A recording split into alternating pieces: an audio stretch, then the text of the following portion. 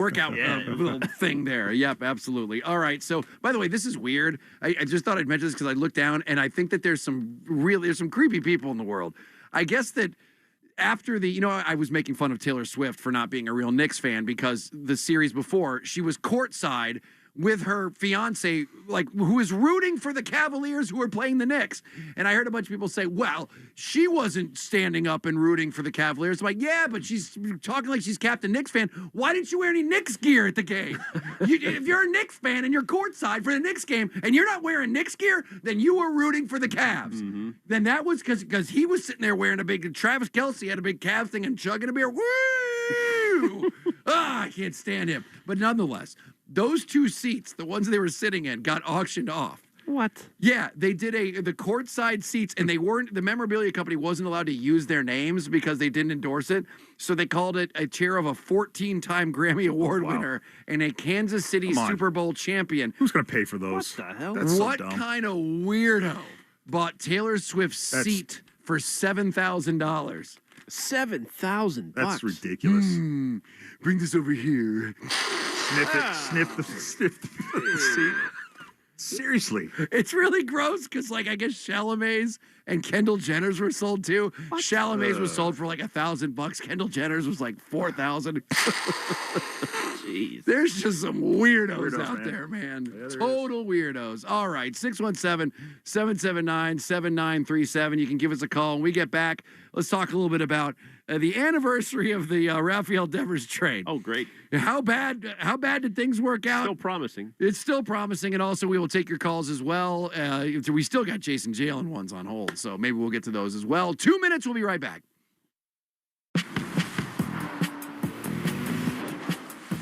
Choose to lean into it. Every Mazda is engineered to give you effortless control. I wake up. For 250 years, America has been more than a place. It's been a promise, a story of courage, hope, and dreams. And through it all, local TV and radio broadcasters have been there, telling the story of America, bringing truth to light. Broadcasters tell the story of who we are and who we aspire to be. We are America's storytellers. We are broadcasters. This message furnished by the National Association of Broadcasters. As World Soccer hits the big stage, take the field with Fanatics Sportsbook. It's built for fans who want more from their bet. This summer, Fanatics Sportsbook is making every moment count with 10 100% profit boosts over the first 10 tournament days. That's one profit boost per game day. So every time the world's best hits the pitch, you've got a chance to double your winnings. And every goal, every save, every result means more. Plus, new customers get up to $1,000 in fan cash. That's $100 bet match every day for your first 10 days. The world is ready. Are you? Fanatics Sportsbook. Winning hits different here.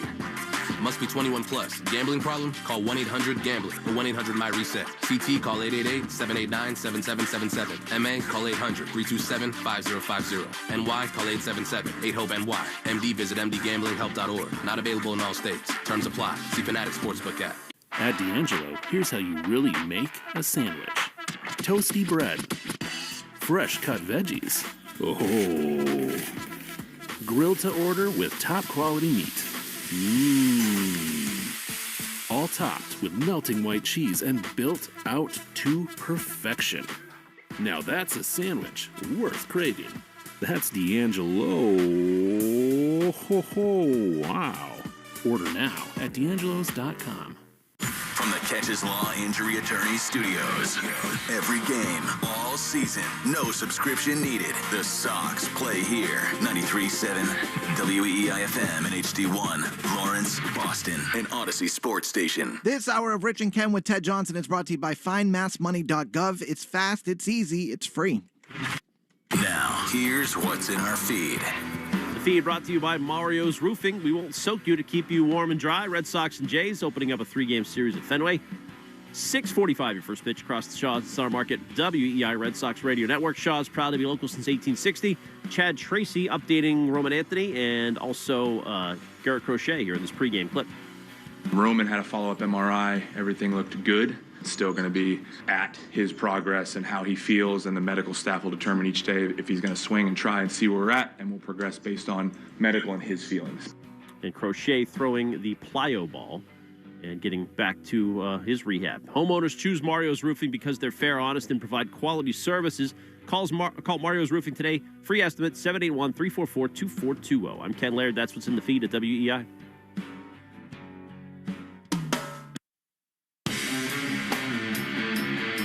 Rich and Ken with Ted.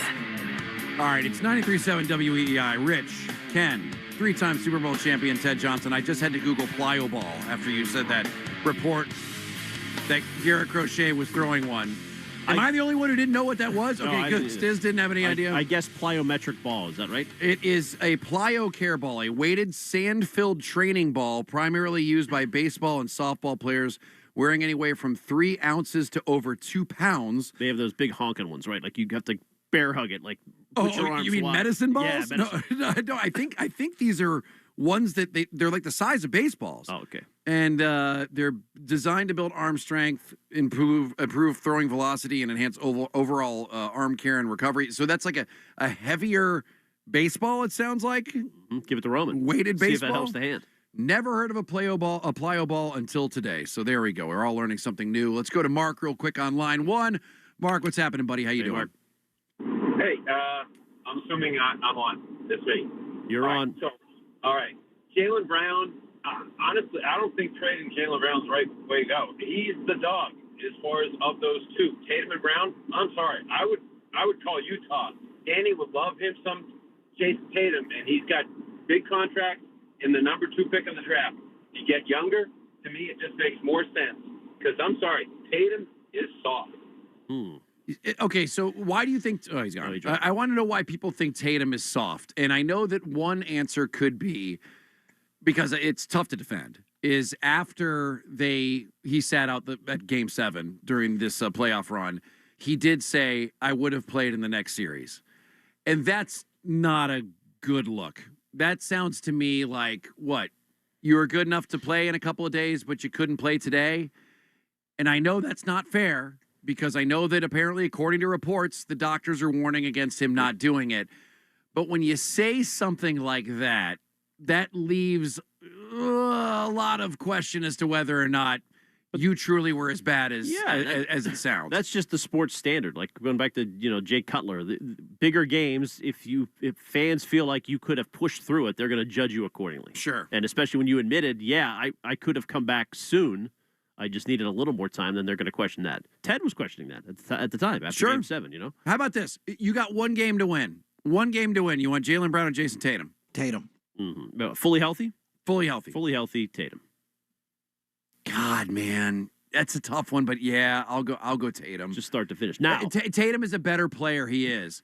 But I can also see Jaylen Brown being the guy who goes, when he realizes the three-point shots aren't falling, to just, drive it right to the rim. I mean, not many people do it much better on this team than he does. And then lose it on the dribble. And bounce it off his foot. I mean, that's the image I have in my head. So you're right. I mean, it's tough. You're losing a huge talent if you trade Jaylen Brown for Giannis. You are. You just simply are. It's a massive risk that you're taking for a guy who is 31 years old, will be 32 in December, who don't you love play it all last year. You love the KG comparison, though? Same age as when they got Kevin Garnett, 31. But the difference is that KG took over the culture of that team. He turned that team around. And everyone at the time was giving Doc Rivers credit for it. And what we've learned now is that it had nothing to do with Doc Rivers. That was Kevin Garnett leading that locker room.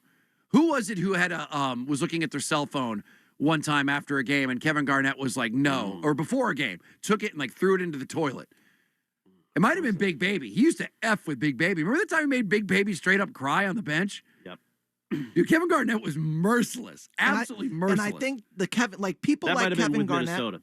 Sorry, people like Kevin Garnett, I think, is why a lot of fans call Tatum soft, because he's not like Kevin Garnett. He's a much more reserved kind of player. Now, me personally, I still think Tatum is a dog, and I think he's an alpha. But because he's not as vocal and kind of crazy as someone like KG, I think he gets labeled soft. Sure. There's not even a question. It is weird, though, because, there are questions about Giannis's work ethic. about how he was the last one to the plane. There was that story that came out from one of his own teammates that was saying that, when they would leave town. Smear campaign from Miles Turner. Maybe it was a smear campaign. I mean, they all know he's gone. But I'm not going to read a ton into that because it does sound like Doc Rivers just basically let them do whatever the hell they wanted. Sure, I think he got his paycheck and he was like, yeah, man, my job here is to just be cool dad. I'm the one who buys you beer at the high school party. I'm going to be cool dad. By the way, Game 5 audience ratings are in 24.5 million average, and it's the most watched for that game since 1998 as well. They peaked at 33 million. Up 157% year over year on ABC, so huge ratings. The only downside of this is just the Knicks coverage has started to turn toward insufferable. I saw Stephen A. Smith saying this morning, the Knicks are America's team. Like, I don't know how you possibly can make that kind of a statement after the rioting. They won the in the streets championship. of the Of city. course, they're American. I don't think that's a bold statement. They won the championship. They're in New York. It's like New York. Yeah, One they're win, America's team. They are not America's team. Right now, they are. Nobody saw the bus on fire and was like, yeah, go New York. I'm not going to blame the Knicks for that. By the way, in my opinion, they are fun to watch because, as I said, I saw them on like several different shows. They were on Jimmy Fallon last night. And by the way, Mike Brown is a nerd, a total nerd. Well, we didn't talk about this, but after the game, when they gave Mike Brown the microphone, first of all, it was a really cool thing when Jalen Brunson just couldn't talk. Like, he couldn't talk. It was so shocking to him. And the world wanted a quote. They wanted something to put on a T-shirt, like, Jalen, what does it feel to finally win? And he just like, and I don't blame him one bit. Well. He couldn't come up with anything. But then Mike Brown gets up there, and they're like, Mike Brown, what do you want to say? And he goes, who let the dogs out? Woof, woof, woof. I think we have that clip, right, Stiz? No, do we have the original? Okay, yeah. I don't want the original. So he went on, I think it was Jimmy Fallon, and Jalen Brunson was there. And was it Cat who was on there too? Carl Anthony Towns was okay. So they're sitting there. Cat Harvey from the Tartan Army? Yes, of course. And then stupid Mike Brown sitting there. And they have to ask Mike Brown a question because it must be an obligation because he was actually on the couch. And Jimmy Fallon asked him this. And even Jalen Brunson and Carl Anthony Towns had secondhand embarrassment for him. Song Who Let the Dogs Out by the Baja Men. What is that song? We got to put that to bed. Where did that come By from? the way, stop. That was Carl Anthony Towns going, dude, we got to put that to bed. That's Who Let the Dogs Out was awful. And then instead of just letting it go to bed, Mike Brown goes, no, let me tell you how cool it is. Was that something you... This is a story. So I got two boys. We need the story as well. Actually. We both need to hear this. I was an assistant in San Antonio many moons ago. The reporter that asked me that question, he said, what did you learn during your time here when you coached the 7-year-old Dogs flag football team? And so I said, I learned to cheer because we used to have all the parents come into the huddle, all the kids come into the huddle before every game. Everybody put their hands in, right? All right, we're going to practice it. Everybody do this, put your hands in, And then I'd go 1, 2, 3. I'd go, who let the dogs out? Who let the dogs out? Don't leave. Who let the dogs out? Don't leave. You have to stay here. You have to stay here. Don't leave. First of all, that story made no sense. None. Does anybody understand the explanation for that? It makes me appreciate Missoula. Double. I would rather have Missoula 100 times out of 100 than that nerd. That was just the nerdiest thing. I was like, this is your big moment. And you sing the Baja Men. And even the team was like, what are you doing, Yeah, man? poor Brunson and Cat. They're like, oh. That's America's team? Yeah. You come on. Brunson's great. I love Brunson. And you know what? Yeah, sure. Let them call it whatever they want to. To the victor, the spoils. My God, we made 1,028,3 shirts. JD and the Straight Shot is America's band. I effing hate. And now, by the way, they're trying to do like this whole whitewashing of who James Dolan is by releasing this speech that he made to the team. Speech. And I'm just like, dude, we all know who you are. You're a friend of Harvey Weinstein. We know what you've been accused of. You're an awful human being. Sorry, this little speech that you've been holding on to and leaked out doesn't do much for you. But, it's with all of this being done, now everyone's kind of trying to, I don't know, save face. I can't think of any player, any athlete recently who has gone from being so beloved to their impression completely changing of them more than Wembanyama. Oh, Wemby, just total. But you said you would bet on them for next year. It's gotten to the point where I've lost so much respect for him. I don't think he's going to win anytime soon. It's going to take several years for him to adjust to the mental part of the league or whatever he's just a weirdo. I think respect and whether he's talented and can win it are two different things. I mean, going into it, we were like, is he the new face of the NBA? Right. Oh my gosh, he's everything you want. He's this, freak player. He's, got that dog in him. We were talking about that. We've used that term a lot today. And then between him, putting his foot underneath Jalen Brunson and like one of the most dangerous fouls you could commit, it could have snapped his ankle. And then, of course, like him being a baby at the post game and throwing down the microphone. And then how about just like him not being conditioned enough to play like a decent amount of minutes in the clinching game? Like that was the most shocking thing. How many times like the TV goes, where's Wembanyama? I know. What are we doing? Are you not playing? I mean, how can the best player on that team not be out there for, Castle, seemed like Castle played all 48 minutes. Wembanyama was just gone constantly. And so, of course, this morning, there's a video of him and a couple of the other players in San Antonio going to the Children's Hospital and delivering gifts. Yeah, good perfect time. They're not to be cynical because, listen, anytime you can get a guy like that to do something for a children's charity, it's great no matter what. But, there's part of me that's like, that was well planned. Speaking of timing, Stiz pointed this out. The Celtics Twitter account put out a JT collage earlier today, a couple hours ago. Something about like how fast they've grown or whatever, like a before and after picture. You read into that in any way, shape, or form? Stiz, what's your read on that? Listen, they're hearing all of this. Yes. You know what I mean? Like, and not only us, which I think they hear, this is everywhere. Everyone is talking about Giannis, Jaylen Brown, Tatum, Celtics. So, I think it's awfully suspicious that today, look at best buds. Yeah, Everyone loves each other. You see, they do get along. They can play together. They're going to go for another championship, although they are favored in the East, which I think is hysterical. Yeah, but that I'm sure that happened for a reason. As a matter of fact, I don't think there's anything that happens on their social media that doesn't happen well-researched and for a reason. And that one, the timing just seems appropriate that all anyone's talking about when they're talking about those two right now is there going to be a trade, and is Jalen no longer going to be a member of the Boston Celtics?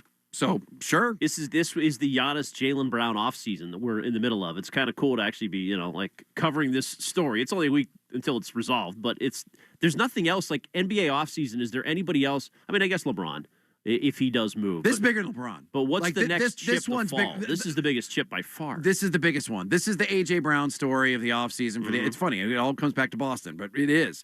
I can't think of – because Giannis is the biggest name that's most likely going to be moved, and right now it's Miami or Boston. Unless there's a shocker. I mean, that always could happen in the NBA. Maybe, I don't know, does Anthony Davis or – he might move, but he's not even a big name anymore. He's been there so long. Well, there's always like out of nowhere, oh my God, how did that happen? And Ramona Shelburne said that Orlando was involved now with the Giannis deal. So who knows if that'll end up happening, but it's going to happen soon. Apparently Milwaukee wants this done before the next week. So we shall see. The conversation will keep on going. We are in the Catches Law Injury Attorney Studio. No fee unless you win. 617-779-7937. We will take your calls, and we're not going anywhere. We'll be back in 2 minutes. Choose to lean into it. Every Mazda is engineered to give you effortless control. I wake up. Bring on the fun and bring home a new Honda with a great deal on your favorite Honda vehicles. Check out the all-electric Honda Prologue, CR-V Hybrid, Accord Hybrid, and Civic Hybrid, all from the 2026 Kelley Blue Book Best Value brand. For a limited time, well-qualified buyers can get a 3.49% APR on a 2026 Accord Hybrid.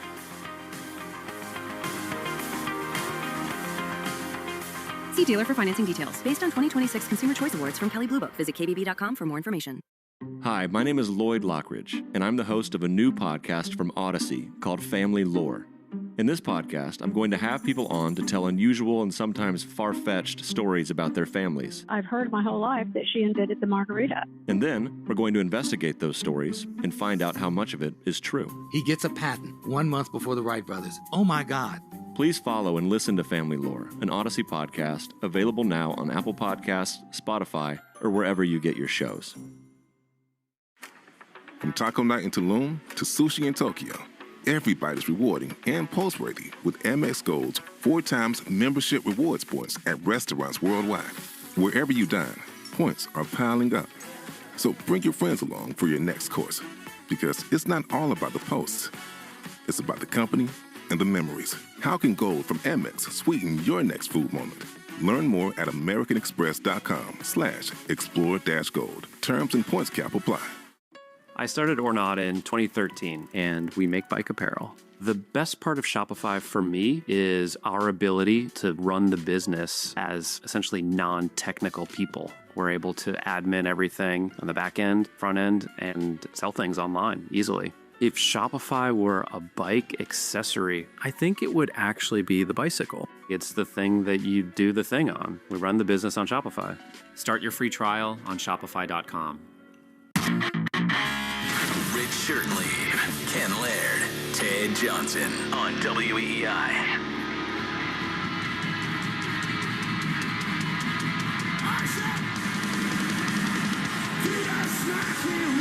Oh, is this a live version with Taylor's son? Oh, what a cool moment, man. That's a cool, that was a cool moment.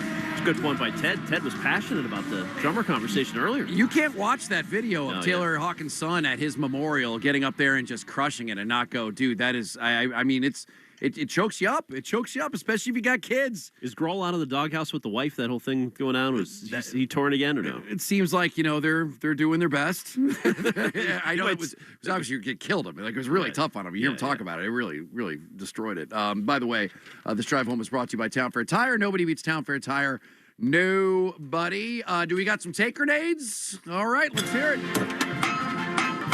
Incoming! And you have been leaving your take grenades all afternoon. You go to the Odyssey app, press that microphone button, leave us a message, and we play them back in the 5 o'clock hour. And the take grenades brought to you by Milligan & Higgins, OUI and criminal defense attorneys. Go to milliganandhiggins.com for a free consultation. All right, incoming. Let's launch one. Hey, guys, what if Jason didn't play that last game where they got eliminated to be like, okay, Jalen, this is your team. You can run a team. Let's see if you can win this game to move on. Maybe he did it out of spite. Who knows? We said that at the time. That was one of many theories floated the day after the Game 7 loss. Oh, okay. If you're really taking it seriously, that's a bad theory. Well, why? Because JB didn't find out he was out until like minutes before the game, which was shocking.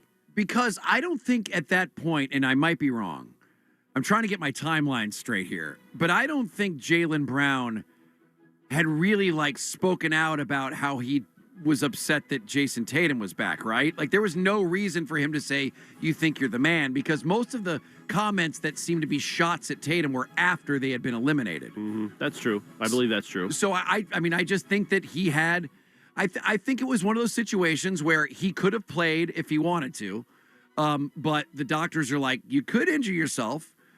And if you really think, because at that point, didn't it seem hopeless? Like Game 7, after they had gotten just killed the last couple of games, it seemed hopeless. So maybe there was part of Tatum was like, we're not going to win this anyway, so I might as well just sit out. I mean, the whole series was the Rich curse, let's be honest. That goes back to your premature celebration in the first place. It was. I was like, here we go, double digits, they're going to win it. And of course, I blew it for everyone. It was shocking. Everybody thought it was like, this series is a breeze. They're the favorites in the East.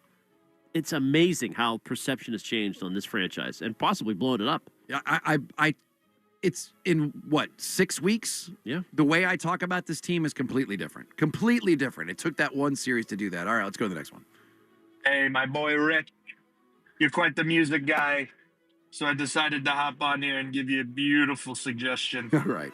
If you want some, easy listening, beer drinking, beach walking, construction work doing, women flirting with, Coney Island hot dog chefing music for this summer, then I suggest Mild Life. Oh, baby. Beautiful, beautiful, it's like dance, electronic, kind of folky. Mild Life? Well, they're Australian. All right, let me just hear a sample. We got something? Psychedelic jazz.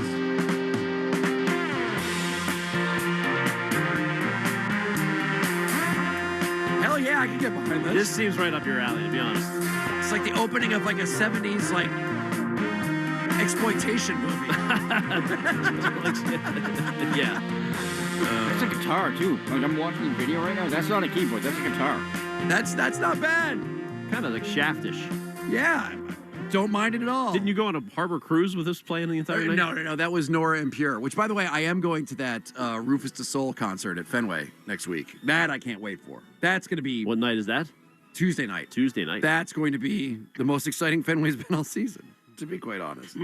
Might be under the influence. They had one walk-off. Remember Yoshida's chop, his dramatic chop over the first baseman's head? That's their one walk-off Oh, of the sure. year. They did have that. Absolutely. That's the high point of the year. All right, let's get to the next one, shall we? This is how you keep the Jays together and get Giannis. Put ground beef and water into a saucepan over medium heat. Break the meat up very finely with a spoon or potato masher. Add the onion, garlic, tomato paste, mustard, chili powder, paprika, cumin, Worcestershire sauce, salt, and pepper. Simmer it gently for about 30 to 40 minutes, stirring occasionally. The mixture should become thick, but still spoonable. If it gets too thick, add a little water. Grill, steam, or boil the hot dogs. Is this These from your are old Homo show? Bros. Is this... Whichever you prefer, warm the buns too. You want those buns being real good and buttered. Put a hot dog in each bun, spoon the meat over on top, add chopped onions, a squirt of yellow mustard, and a little bit of celery salt. That's how you know you got the good Coney Island hot dog. All right. I don't Hit know me up for more tips and tricks on how to keep the Jays together. I don't know why I love Recipe Guy. Good finish. Because it's just Paprika Guy. It'll be set up, recipe for something, some sort of food. He's just reading out of the Betty Crocker cookbook, and then the close. I love it because it makes the guy to the right of me simmer. I hate that guy. He's not I do happy not with find that. it funny. He goes on for an hour. You go, mashed potatoes. This is how you get the Red Sox. In honor of Eddie Andelman's passing, who was the hot dog king. He was. Maybe that's fitting. The king of the hot dog safari. Yeah. Absolutely. All right. Well, thank you. Maybe no more Recipe Guy, because I'm apparently the only one who finds him funny. And Jackson. Am I the only one who finds it funny? I find it funny. Okay, I mean, all right. I know If there's- you find it funny, I Jackson can finds it hear people yelling at their radios right now. Yes, Rich, you are the only one that finds that funny. Also, that and Zoolander. Speaking of hot dogs, Do you ever not like it? Having a nice hot grilled hot dog slice? You like it, right? That's still, it might be my favorite sound clip of all time. Unequivocally the sweetest. Oh, Robert Kraft. Knicks you are a, yes, big Knicks fan. Absolutely. All right, this segment is brought to you by Cars for Kids, the easiest way to get rid of your old car. Donate today, and your car can be picked up tomorrow. Donate now at carsforkids.com. That's Cars with a K. And I just quickly, I wanted to mention, this is the anniversary of the Rafael Devers trade. Right. And looking where back, were you with? Yeah. And what's amazing about this too is that we talked to Sean McAdam earlier, and he goes, it's one of those trades where really nobody won. but I mean, we're all losers. But aren't like the Red Sox continue to get embarrassed by what they got back and how it all went to a different spot here? So they got Hicks and Harrison. Yep. Who were at the big league level, and then they got a prospect Tibbs, who they flipped for Dustin May, who was horrible here, but he threw like a one-hit shutout last night. Mm-hmm. And Harrison, they traded for Durbin and Monasterio, and Harrison's now 8-1 with a sub-3 ERA in Milwaukee. And Hicks, I have no idea where he is. But two pieces of the trade are gone and succeeding elsewhere in an embarrassing fashion. Tibbs is now in AAA for the Giants and hitting like 300, something like that. So now they're trying to get rid of him, right? Yeah. Like that's the report. Devers, yeah. So now Devers, he's had a pretty bad season by most metrics, and so he's on the block. But nobody's going to trade for him. I mean, he's hitting 235. He does have 21 doubles, but 9 homers. His OPS plus is 101. He's basically an average hitter. So do we give Breslow credit for at least that? I guess, but they botched the whole thing from the jump. Okay. Which is kind of Cora's fault. Actually, if you want to blame Cora for anything, I do think the handling of the Devers-Bregman signing before the year was mangled from the get-go. They never told Devers about it until he was signed. He was a mess. Don't you dare make fun of Corey. You're going to get a mean tweet from Catherine Veritek. You watch it. And then watch it. The owners really made the trade. Don't you believe that? They flew out to Kansas City. They were the ones who decided to trade Devers after they met with him and he refused to go to first base. So they forced a Devers trade last year, and we heard from Buster that they're on the phone making calls with owners this year, so they could get involved again here a year later. That is strange. All right, 617-779-7937, and the hits keep coming. More smoke when it comes to Jaylen Brown and Giannis. This is really, as I said, I'm starting to feel like this is A.J. Brown territory, where it just seems destined to happen just because so many people are saying it is. Well, Ted's right real quick. The difference here is Miami is legitimately involved, we think, right? I mean, you believe they want him. Sure. But I don't think they're willing to barf up enough. Yeah. They And don't have enough. according to the reports, they definitely aren't. All right. 617-779-7937. We'll have that report right after we get back. 93.7 WEEI. New England Sports Original. I'm Kiana, and I leveled up my business with Shopify. Once I figured out that Shopify was a thing, I never turned back. I can create a site with my eyes closed. Shopify thinks ahead of us, and it thinks about the customer more than anything. Every day I'm thinking about some other new business, but Shopify is doing it to me because it's so easy to use. It's like I can't stop. I'm addicted. Start your free trial at Shopify.com. The Colonel's cooked up a new $10 bucket of the day just for you.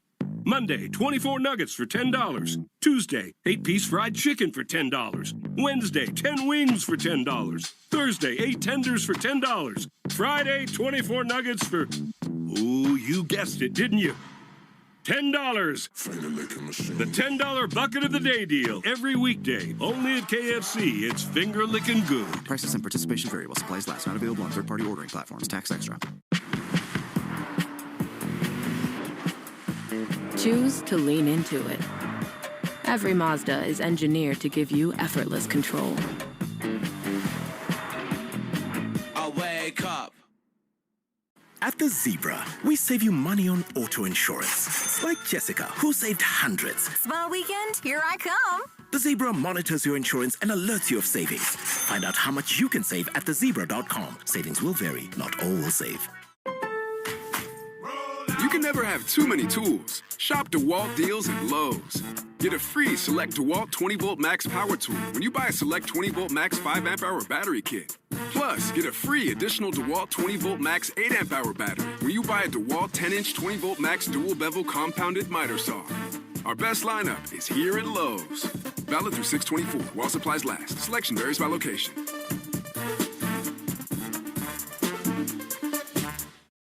What's up, little psychos? I'm Investigator Slater, host of the Psychopedia podcast. Psychopedia is a true crime podcast delivering raw, real, and absolutely gripping episodes every single week. I dig deep to uncover fascinating details of heinous true crime cases while exploring criminology and psychology theories. I take you into the absolute darkest corners of the human psyche, my favorite territory, and present cases like you've never heard them before. Follow and listen to Psychopedia everywhere you get your podcasts. I'm Piera Palazzolo, VP of Digital Marketing for the American Management Association, a company focused on the management training skills needed to enhance the careers of business professionals. We did our research when it came to the best companies for website development and chose AmericanEagle.com. And we couldn't be happier. AmericanEagle.com worked closely with us to understand the front and back end requirements needed to launch an e-commerce website that could handle the complexities of running thousands of seminars nationwide. Our robust new website and improved SEO saw immediate increases in site traffic and web revenue. If you're in need of managerial effectiveness and success, visit our website at amanet.org. If you're in need of a website that provides an unparalleled consumer experience, I highly recommend AmericanEagle.com. Transform your business today. Dial 877-WebNow1 for a free digital consultation with AmericanEagle.com. Bring on the fun and bring home a new Honda with a great deal on your favorite Honda vehicles. Check out the all-electric Honda Prologue, CR-V Hybrid, Accord Hybrid, and Civic Hybrid, all from the 2026 Kelley Blue Book Best Value brand. For a limited time, well-qualified buyers can get a 3.49% APR on a 2026 Accord Hybrid.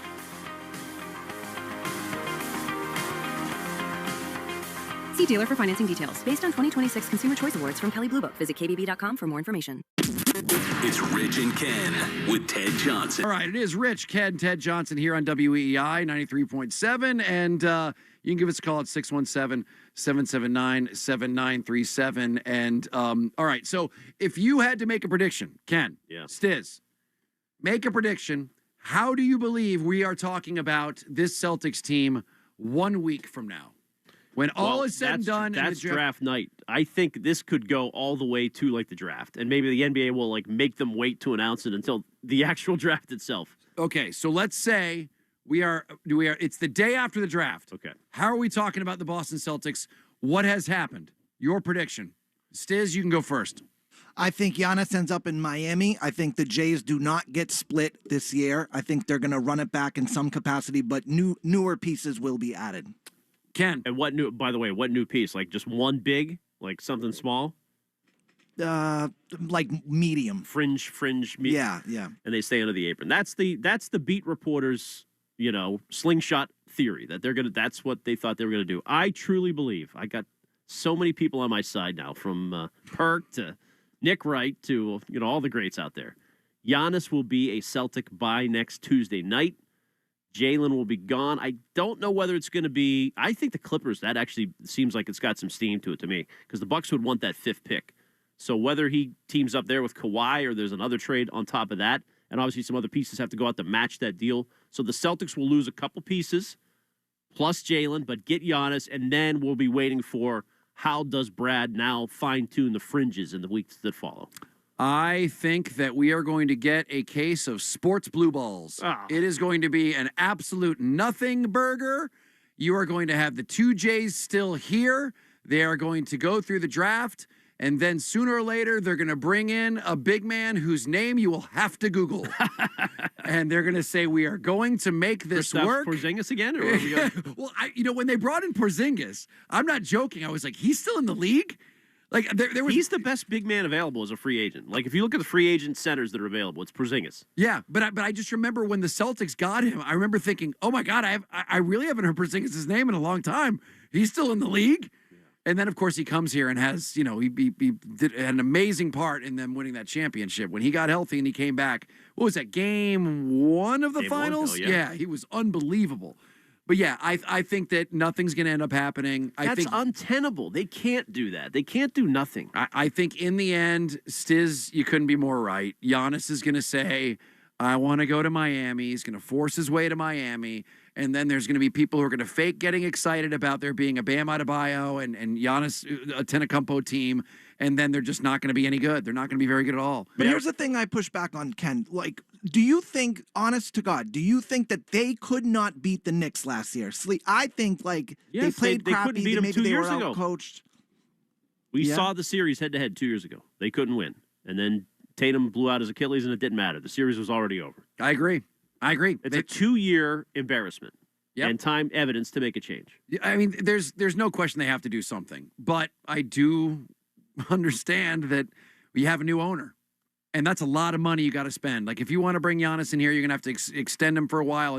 And listen, as awesome as it would be, and truly, that's a best-case scenario in my book, is that if they're able to somehow figure a way, like Gary Washburn said, to get Giannis here and still be able to keep the 2 Jays, that is going to be the first major test of this new ownership. And I don't care who you are, dude, you're putting your nuts on the line if you're doing something that expensive. Oh, that's true. That would be impressive. It would be shocking. There's no way that's happening. I'd be stunned. Well, that was like when Wick Grousbeck went all in before the championship. All of us were like, dude, this is what you want, owner. And then you realize you didn't really own that much of the team. In the end, it was Dad, which was so weird that nobody ever reported on that. Like, everyone was like, oh, hang on, he owns like 0.02% or whatever it was. But no, I think that's going to be a case where they are going to make some minor moves. They're going to get some big men in here that aren't any kind of big name, and they're going to run it back. And I do believe in this whole slingshot thing, that the next year is going to be the year where they freeze up money and they're able to do some sort of, the big thing. And then we're just going to have to live with it. We're going to have to. That is going to be, to use the phrase of Nick Wright, relationship management of Jaylen Brown all year. It'll be a full year of trying to just, calm him down from the team perspective, and you're getting enough shots. And it's going to be meme and central. He'll be on Twitch. Did you guys see he signed up for Kai Cenat's Twitcher University? Ooh. He's all in on this Twitch thing. Oh, all in. By the way, Did anybody catch Jay Williams just straight up lying about Giannis or about Jaylen Brown on ESPN? About unfollowing social media? Yeah. So I saw a report that was going around that Giannis is no longer attached to the Celtics, blah, blah, blah. But even I clicked on it and went this isn't real. I did 2 seconds of research to realize that wasn't real. And then Jay Williams straight up goes on ESPN. Do you have the clip by any chance, Tiz? Listen to this. This is Jay Williams today, I think. Maybe one of you does. Jaylen Brown's already is also unfollowed the Boston Celtics and all of his social media. Well, that was going to there's a lot of stuff going on, guys. That was nope. No, never happened. Not, really. Not once. Didn't happen at all. And yet he did just sell his house, though. What's that? Did sell his house at the Seaport. Oh, he has not sold it yet. And by the way, that's not where he lives. Listen to Perk, would you? This is the clip of the day. Giannis better take his ass to Boston. Thank you. Giannis better take his ass to Boston. That makes the most sense for everybody. Yes, it does. Mm-hmm. It would be nice. I would listen. As I said, if you can keep the Jays here, there's only one guy who I think can pull it off, and that's Brad Stevens. He's the one factor in this entire offseason that gives me a little bit of hope that they're not going to come back the same as they were beforehand. It's the one factor. Well, your theory about the Knicks championship driving them, I think, does have some merit. I don't know if they were sitting there every night and damn it, we got to make a change, but it has to be frustrating or just a wake-up call to see their success and the way they're built. So I remember Brad last year was talking about, look at how Indiana's built and how they play and the pace of this game. He definitely watches that stuff. He obviously watches the league. It's not a surprise. But I think he's keeping a close eye on what just happened and how they need to beat the Knicks. I mean, they have to make some changes to beat the Knicks next year. And I certainly don't believe that the Celtics management thinks what Stiz does, and that is that if they would have gotten a shot at the Knicks, they would have been able to beat them. You now have 2 postseasons in a row where you saw just how powerful the Knicks are. I mean, last season was an embarrassment. You got embarrassed by the Knicks. And then this year, the Knicks just got better. Yeah. They just got better. Jalen Brunson, run. Yeah, he ascended. It was his final form. They got to chill out with the threes. Who the Knicks? Yeah, no, Celtics. That's what we've been talking about. Yes. Yeah, that's going to be weird to find out whether or not Mazzulla can coach in any other way than what he's been doing. And he's going to have to completely change his philosophy. Because, I mean, if there's anything that we have learned from Mazzulla, is that he has straight up said that the best stat in basketball is 3-point attempts, which is such an absurd thing to say. And now it's even more absurd when the game has changed. Oh, yes. They will have the best duo in the league with Tatum and Giannis, so not even close, really. They might have the best duo now, although I think after the Sixers series, I said maybe it was Embiid and what's his name? But what do you think? Brunson now has ascended to at least kind of on par, at least the way he's playing. Are he and Towns a better duo than the Jays? Yeah. Well, I think Brunson's the best player of all of them. Towns kind of finished. He had a great start to the series. He was going head-to-head with Wemby and making Wemby look bad. Yeah, he did a good job. And then he was quieter as the series went on. Yeah, I mean, I think that Giannis, when healthy, is better, obviously, than Karl Anthony Towns. But, I mean, Jaylen Brown, in my opinion, or not Jaylen Brown, Jalen Brunson, in my opinion, this finals put him in... Oh, greatest Nick of all time classification. Well, he's the greatest Nick of all time. But is he a top... He's better than Cade Cunningham. Is he a top 5 player in the league right now? Yeah, I think he is. He's better than Anthony Edwards because Anthony Edwards can't win. He's better than Luka because Luka hasn't won. So, is he okay? So he might not be better than SGA. No, I would have SGA, Jokic, probably Wemby. And then he's better than Wemby. He's better than Wembanyama. Then Giannis and Tatum. He's better than Wembanyama. You have 2 top 5 players. If I was to start a team right now, and I had to pick one of the 2, I'd pick Wembanyama because he's so young. But right now, he's better than him. At least Jalen Brunson can play for an entire game. That was like really shocking how little Wembanyama played in the most important game of his life. The most important game of his life. He spent more time not more time, but a hell of a lot of time off the court. But yet he was cocky. He was pointing at his head and at Towns, and he's not shaking hands. And he's guaranteeing 3-game win streaks. You know what? What a loser. So Jalen Brunson is Tiger Woods. When Tiger Woods was in his heyday, guys would be, be better than him. But on Sunday, he kept his head in the game, and he said, I'm coming. And it's almost like he would mentally F with people to screw up. Mm-hmm. And that's what happened. You knew that Jalen Brunson was coming. Yep. He's Chucky. Captain you think Flush. You killed him, and he's not dead. And he's completely messed up your head, and you screwed up your game. And we saw it with Wembanyama. And, man, he couldn't have acted more destroyed afterwards, too. At least the Celtics cheerleaders are still on. They're at the Boston Stadium tonight. And they are the entertainment for Iraq-Norway, kicking off shortly, Rich. All right. Ladies and gentlemen, We got you some Red Sox baseball here. Riding a little bit of a streak of a Series 1. A little bit of offense here. Hell yeah. Come on. The team actually looks like a real Major League Baseball team and not a pile of excrement. A lot of all-stars. Maybe too many all-stars. Maybe too many, baby. Let's go. All right, Red Sox, thanks for listening to our show today. Everybody have yourself a great evening. We'll see you tomorrow, live from Fenway. We love you. Bye.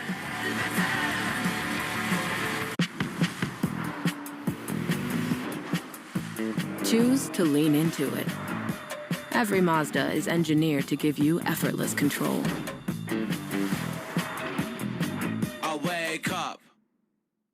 Okay, I have to tell you, I was just looking on eBay where I go for all kinds of things I love, and there it was. That hologram trading card. One of the rarest, the last one I needed for my set. Shiny like the... Designer handbag of my dreams. One of a kind. eBay had it, and now everyone's asking, ooh, where'd you get your... Windshield wipers. eBay has all the parts that fit my car. No more annoying... Just beautiful. Millions of finds, each with a story. eBay. Things people love. The Second World War is the largest event in human history. A 20-part series with Tom Hanks. No part of the globe was untouched. No life unchanged. Experience the ultimate account of World War II. Every single person had a story. These are the stories that make us who we are. Listen to World War II with Tom Hanks on Apple, Spotify, or wherever you get your podcasts. A cool and crisp Modelo tastes good. But you know what tastes even better? That survived the evening rush Modelo. That post-12-hour shift Modelo. That fought for every rebound Modelo. That just clocked out on a Friday Modelo. That Modelo you earned is just better. That Modelo is the mark of a fighter. Drink responsibly. Beer imported by Crown Imports, Chicago, Illinois. Okay, class, let's begin. Psst, love your boots. I just sold a pair like that on eBay. Oh, really? Yeah, it took like 2 seconds to list, and they sold almost immediately. I've been selling everything lately. Some chunky boots, a faux fur coat I never wore, and a vintage chair that was more of an expensive clothing rack. You know, I actually bought these on eBay. Wait, are you Kitty Sell Stuff from Brooklyn? Okay, quiet, please. Find what you love, sell what you don't. eBay. Things people love. This Odyssey Sports broadcast is presented by ZipRecruiter. Find out why 4 out of 5 employers who post on ZipRecruiter get a quality candidate within the first day. Try it free at ZipRecruiter.com. Mutual pregame show. Mass Mutual. Talk to Mass Mutual today. Feel comfortable about tomorrow. Now, here's Christian Arcand. Good evening, Red Sox fans. Welcome into the Mass Mutual pregame show. Talk to Mass Mutual today. Feel comfortable about tomorrow. Christian Arcand here with you live from our Fenway studios in Boston. And the Red Sox did something on Saturday that they hadn't done in months, and that was clinch a series win right here at Fenway Park. And with that win over the Rangers, their second straight, the Red Sox, for the first time since April 8th, locked down a series win in their home ballpark, a drought that spanned 8 series and resulted in 1 split and 7 losses, and also a lot of unhappy fans. The Red Sox had not swept a series at home all year and had the chance to do so yesterday with Connolly early on the mound. Unfortunately, Early's outing began the same way as his last outing, with a first pitch tater. Here's Wyatt Langford. It is so loud, and so is that swing. A high drive in a deep left field that'll immediately take the life out of this place. Wyatt Langford launches the first pitch onto Lansdowne for a leadoff home run. Connolly Early has now allowed 8 home runs in his last 5 starts. That was center cut, and it was destroyed. And he wasn't done there. Wyatt Langford taking that first pitch fastball 418 feet over the monster. That gave the Rangers a 1-0 lead. Breaking up the no-hitter in Early's last start, leadoff man Yandy Diaz muscled a first pitch fastball over the fence, and it's been a real problem for Early as of late. You just heard it there from Will Fleming. It was also about to get worse. In the second inning, back-to-back singles from Justin Foscue and in Cody Freeman set the stage for Kyle Higashioka with nobody out. 1-0. High fly into deep left field. This thing is crushed, and it is gone. A 3-run homer, and it's 4-0 Rangers. The homer gets Early again.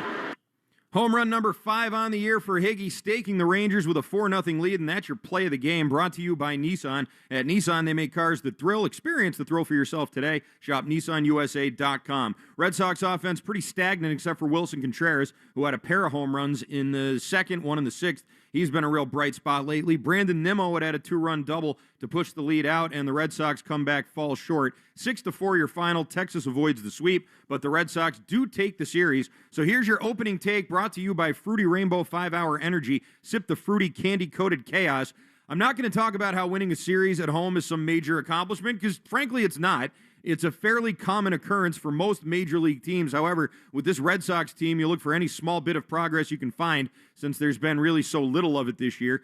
With the Blue Jays in town tonight and the Tartan Army still lending their enthusiasm to the city of Boston, I still see them out there in their kilts today. I'm not going to let myself get sucked in to a small glimpse of potential, but a series win over the Blue Jays would at least look like a major step in the right direction. I'm not getting my hopes up, but I will acknowledge the progress should we get there. Plus, it's a Peyton Tolley day. And there's your opening take, brought to you by Fruity Rainbow 5-Hour Energy. Sip the fruity candy-coated chaos. And that brings us to tonight's pitching matchup, brought to you by Town Fair Tire. For the best prices on tires, nobody beats Town Fair Tire. Nobody. For the Red Sox, it will be Peyton Tolley. He of the 3-3 record and 2.70 ERA. He allowed 4 runs and 9 hits over 6 innings in his last start against the Rays. He struck out just 3 of the 28 batters that he faced. He did allow 3 runs over 4 2/3 back on April 28th against the Blue Jays.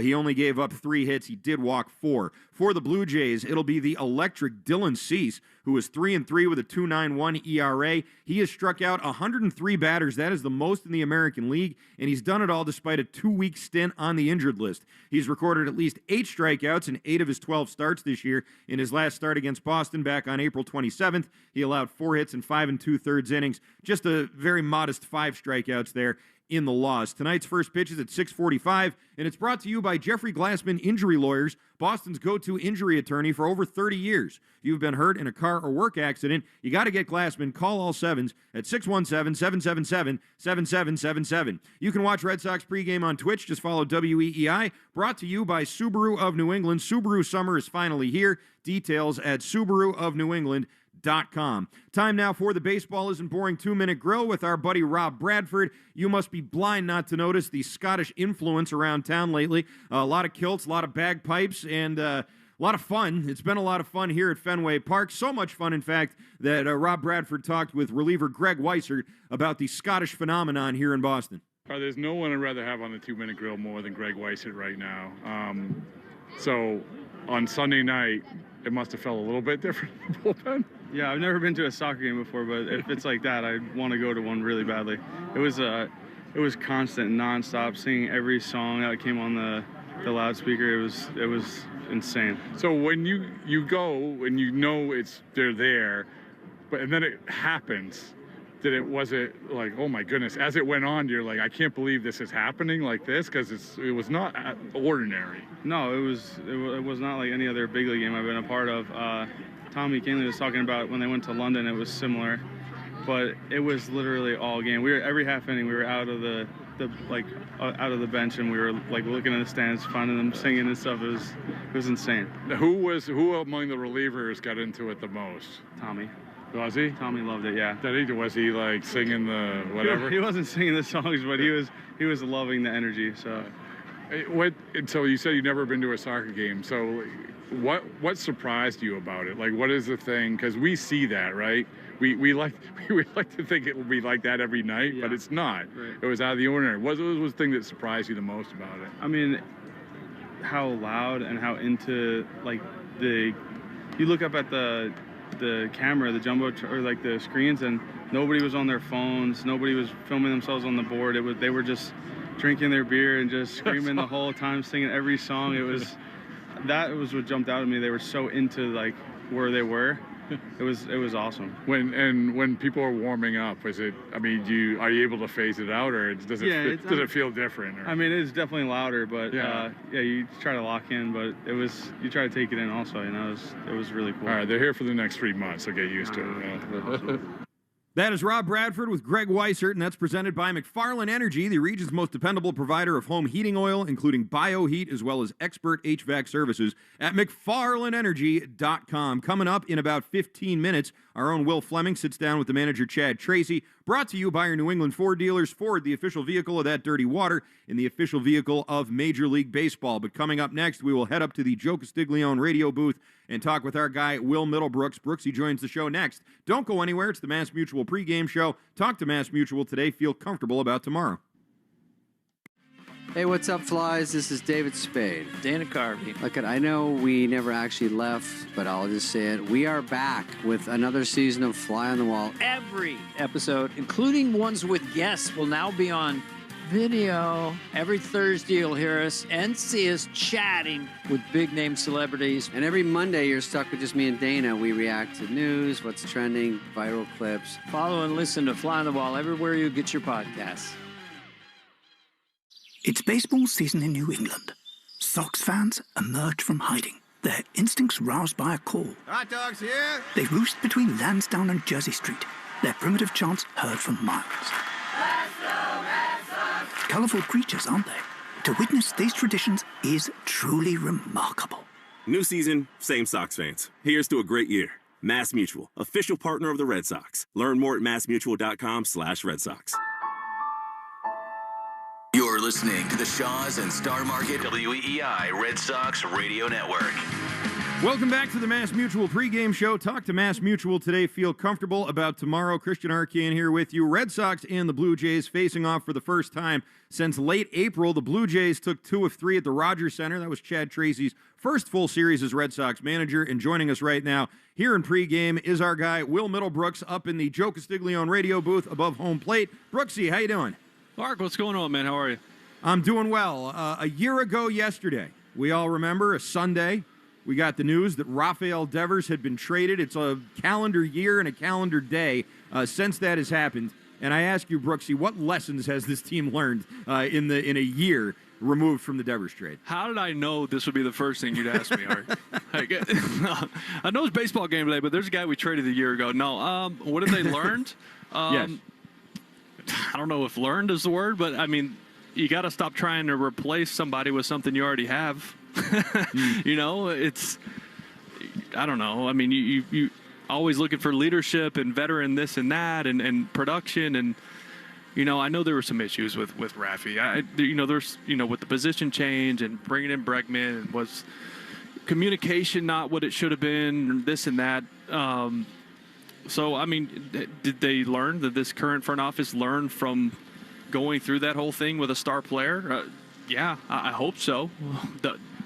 That goes above, I think, Breslow and that group, because you never know. There seems to be a lot of turnover in this front office in those spots over the last few years. So it's like, does ownership learn from that? Does Sam Kennedy and that group and learn from that? Sure. They're humans. This is it's a process, and you're trying to learn too. I don't know what else to say about it other than, yeah, it'd be nice to, just keep all your star players and everything be, perfect, but it didn't work out. No, it certainly did not. The series we just saw here against this Texas Rangers team that is now gone as Toronto comes in, saw the Red Sox score a lot of runs. I mean, we have been complaining about that a lot, and that has been a real issue for this team. I don't like to get lured back in, sucked back into the idea that this can be a competent offense on this team, but did we maybe see a little bit of that last weekend?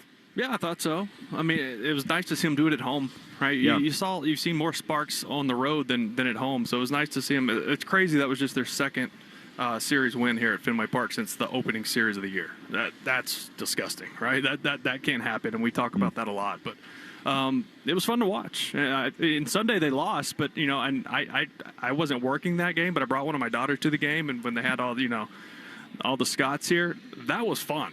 Like, Fenway was alive. It had that feel of like a playoff game, and I don't know. As a player, you look around when the season's not going well, and you feel that energy, and you're like, okay, maybe this is how it should feel if things were going better here. Not saying they need motivation. I mean, these are professional players, but a night like that, even in a loss, has got to kind of wake you up and be like, man, there should be more energy in this place. Let's try to get this thing going.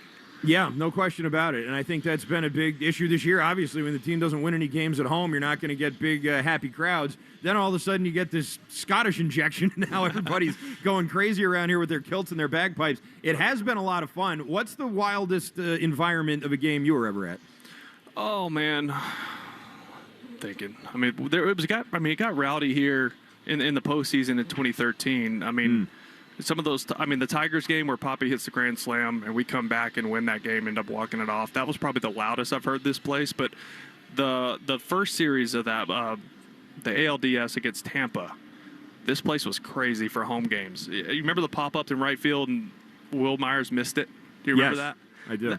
This place was crazy then. I mean, pop-ups are going up. You got people screaming. It was really loud, right? You hear about the 2021 Wild Card Series and all that, but personally for me, I mean, ground-shaking loud, that grand slam from Poppy in 2013.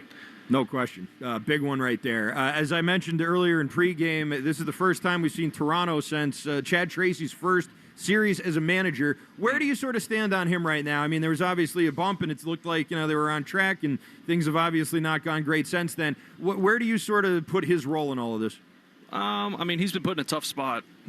There's no way around that. I like the job he's doing. I think he does a good job of trusting some players. I think we've seen him trust some hot hands.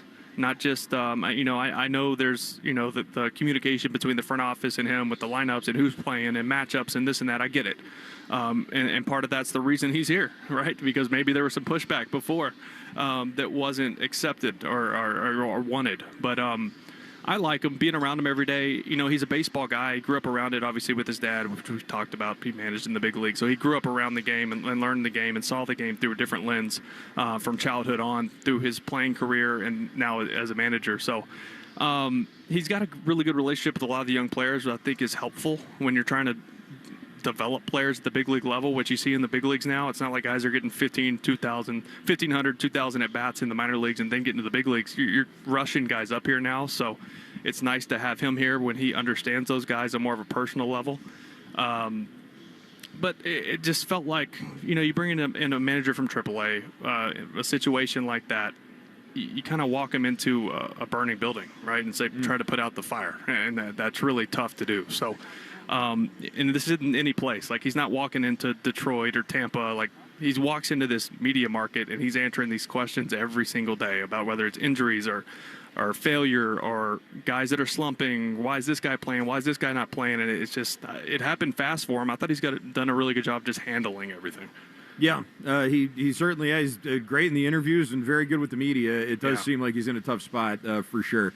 There's been a lot of buzz, Brooksy, about the trade deadline. I know it's a little ways away, but there's been a lot of sort of drips and drabs coming out, reports from different people, mainly about the Red Sox and what they plan on doing. We've mentioned this before. I've discussed this with you, but you were there in 2014. Yeah. Did you know then that they were planning to have such a dramatic – I mean, I know it was a long time ago, but did you know then that they were planning on having such a dramatic shakeup at the deadline? And what's it like in a clubhouse when reports like that are swirling around? It's uncomfortable, especially when it's some of your vets, that have been around, like John Lester's and like that, guys like that. But I don't think anybody ever expected it to be quite like it was. But this year's it's odd because there for a while you're playing bad, but you're still like 2 games out of a wild card because the AL stinks. And now you feel like you're having spurts of better baseball, but you're still not winning enough. And now you look and you're 5 games back. So you start looking at the schedule and you start saying, all right, like, what's the date, right? Do we get to the All-Star break? And you start looking ahead and it's like Toronto, Seattle, yes, Colorado, but like the Yankees, the Nationals League, baseball and runs scored, the Angels stink, the White Sox are good. It's like, it's not exactly an easy schedule up to the All-Star break. And you start thinking, all right, unless we go on one of those runs where you win 12 of 15 games, like, you start looking around and you're like, Chappie, Sonny Gray. I don't think they trade Contreras. I really don't. I mean, that's got to be, I feel like that's a guy you kind of got to build around as far as mentality. And like they talk about, we need veteran leadership. We need an adult in the room. We need a guy who plays the game the right way and also produces on both sides of the ball. That's him. So don't trade it when you essentially have him for 2 more years with that option that's in there. So, but I wouldn't, if things get really bad, I would look at guys like Garrett Whitlock and Slayton. Like, teams want back into the bullpen arms like that. So I wouldn't say they were off the table either. Yeah, and you're so right about Contreras, too, because, like, where does it end? You know, you can't let every single one of these guys slip through your fingers, right? Yeah, you have to build around something, and you do have young, controllable players that are good players, like Wilyer Abreu. Cedar Rafael has really come into his own. I still haven't given up on Durbin. I still think he's going to be a decent player. I know we had an awful start, but if he's truly buying into this, like, okay, I'm not a pull homer guy all the time, and we've seen spurts of him using the whole field, and all of a sudden then he actually gets good pitches to pull, and then he can do that damage. Like, I think he can be okay with the defensive ability he has. You have all these young players that are, I mean, if you start looking at the financials of it, guys not on big contracts, you build around that. Like, you want the young core, the Roman Anthony, the Abreu, the Cedon, these Marcelo, if you can get him going. He's still developing, obviously, offensively, but those are the guys you supplement with the super vets, and that's when you get good teams. It's when you have this young team with, 2-3 years in the big leagues for a lot of them, and you put all the weight on their shoulders. That's where things don't really go well all the time. You have to need a support system of veterans that have done it before, that have a resume. There's leadership there, but most importantly, there's consistent production, and you surround your young group with that, and then you have a good baseball team, because this team's got pitching. We know that. Right, that's the hard part most of the time. So there's a lot of pieces that got to be put together. There's still, obviously, to get through the season, see what the roster looks like by the time August gets here. But I do think there's young pieces they can build around if they go out and get the right vets. All right, before we let you go here, you mentioned the pitching matchup. Good one tonight. Dylan Cease, a strikeout machine in the American League, leading the AL in strikeouts.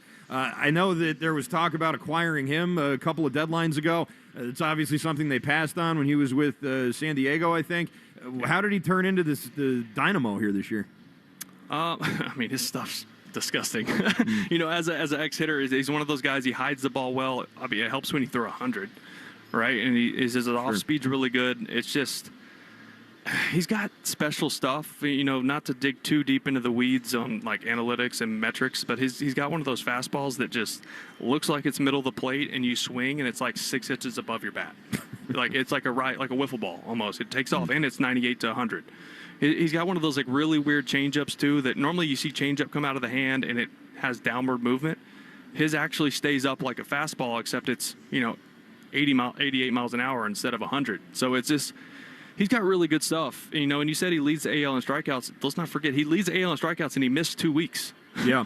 He missed like 3 starts because of some injury he was dealing with. So he's got good stuff. I mean, the Sox did decent against them in April. They scored 4 runs against them and only struck out a handful of times, which was interesting. I think that could have been leading up to him maybe having some arm problems. That could have been, who knows. But you have to have a good approach, because he's going to live at the top of the zone, and then he's going to get a lot of chase, because you got to gear up for 100.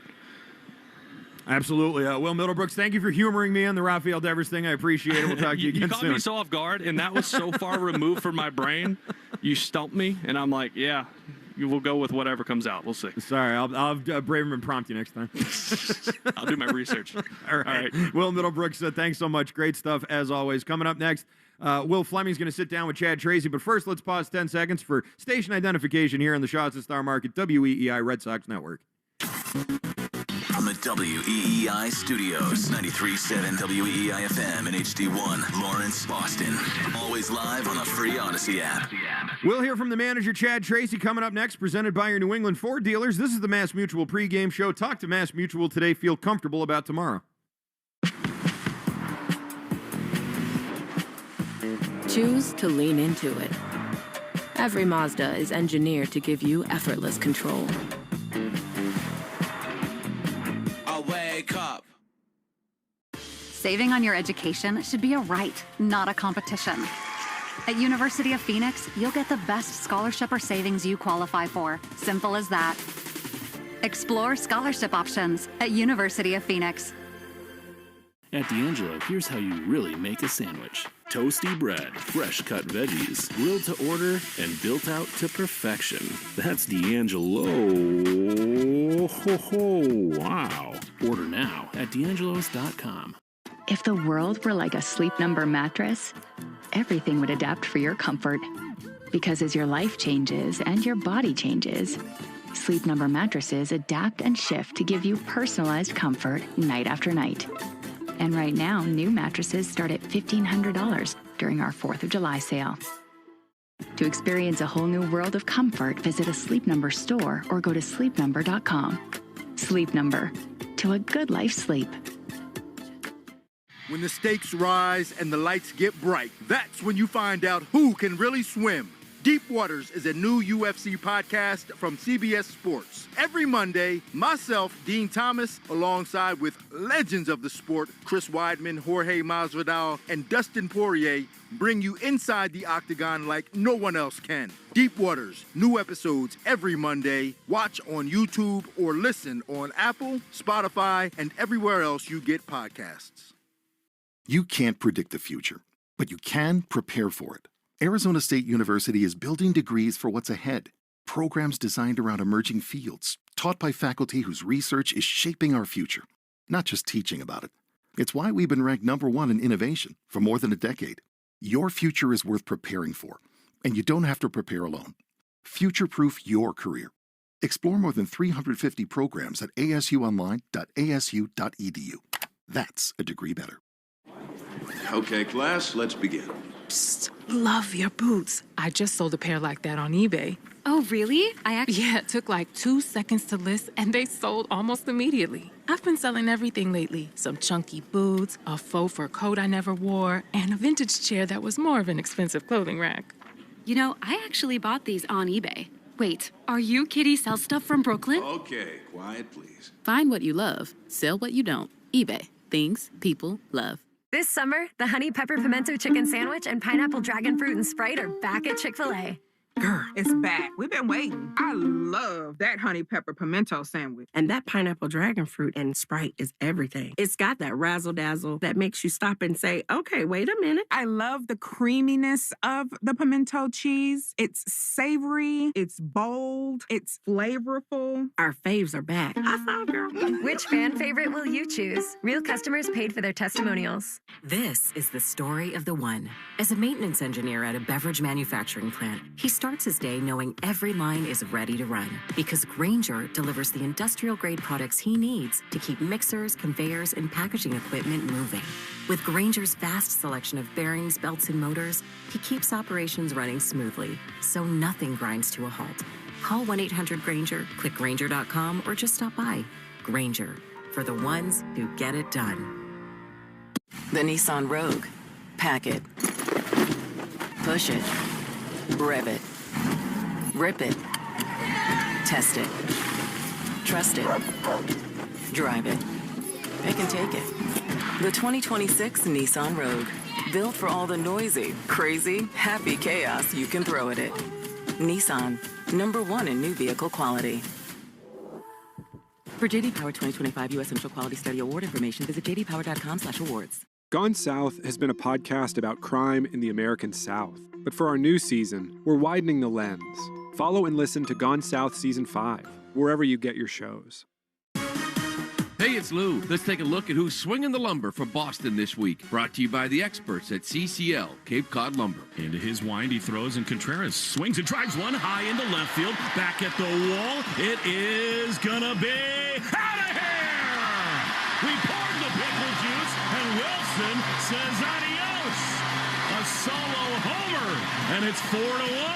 For over 60 years, Cape Cod Lumber has served the building industry with expertise for your whole house, both inside and out. CCL is swinging the lumber for the 2026 Jimmy Fund Radio Telethon. CCL will honor great slugging performances every week by making a $250 donation to this year's WEEI Radio Telethon. Whether you're a builder, remodeler, or homeowner, swing a big stick this year and help CCL in the fight to cure childhood cancer. CCL and Homescapes for all your building needs. Learn more at cclco.com. More Boston sports opinion, more often. Just download the Odyssey app. Now, back to Red Sox baseball on WEEI. Welcome back to the Mass Mutual pregame show. Talk to Mass Mutual today. Feel comfortable about tomorrow. Christian Arcand here with you live from our Fenway studios. And before every game, we interview Red Sox manager Chad Tracy. Chad Tracy on WEEI is brought to you by our New England Ford dealers and employee pricing for all. You pay what we pay. Ford, the official vehicle of Major League Baseball and the official vehicle of that dirty water. Here with Chad Tracy is our own Will Fleming. After an off day, we're all rested. The Boston Red Sox welcome the Toronto Blue Jays for a 3-game series with the manager, Chad Tracy.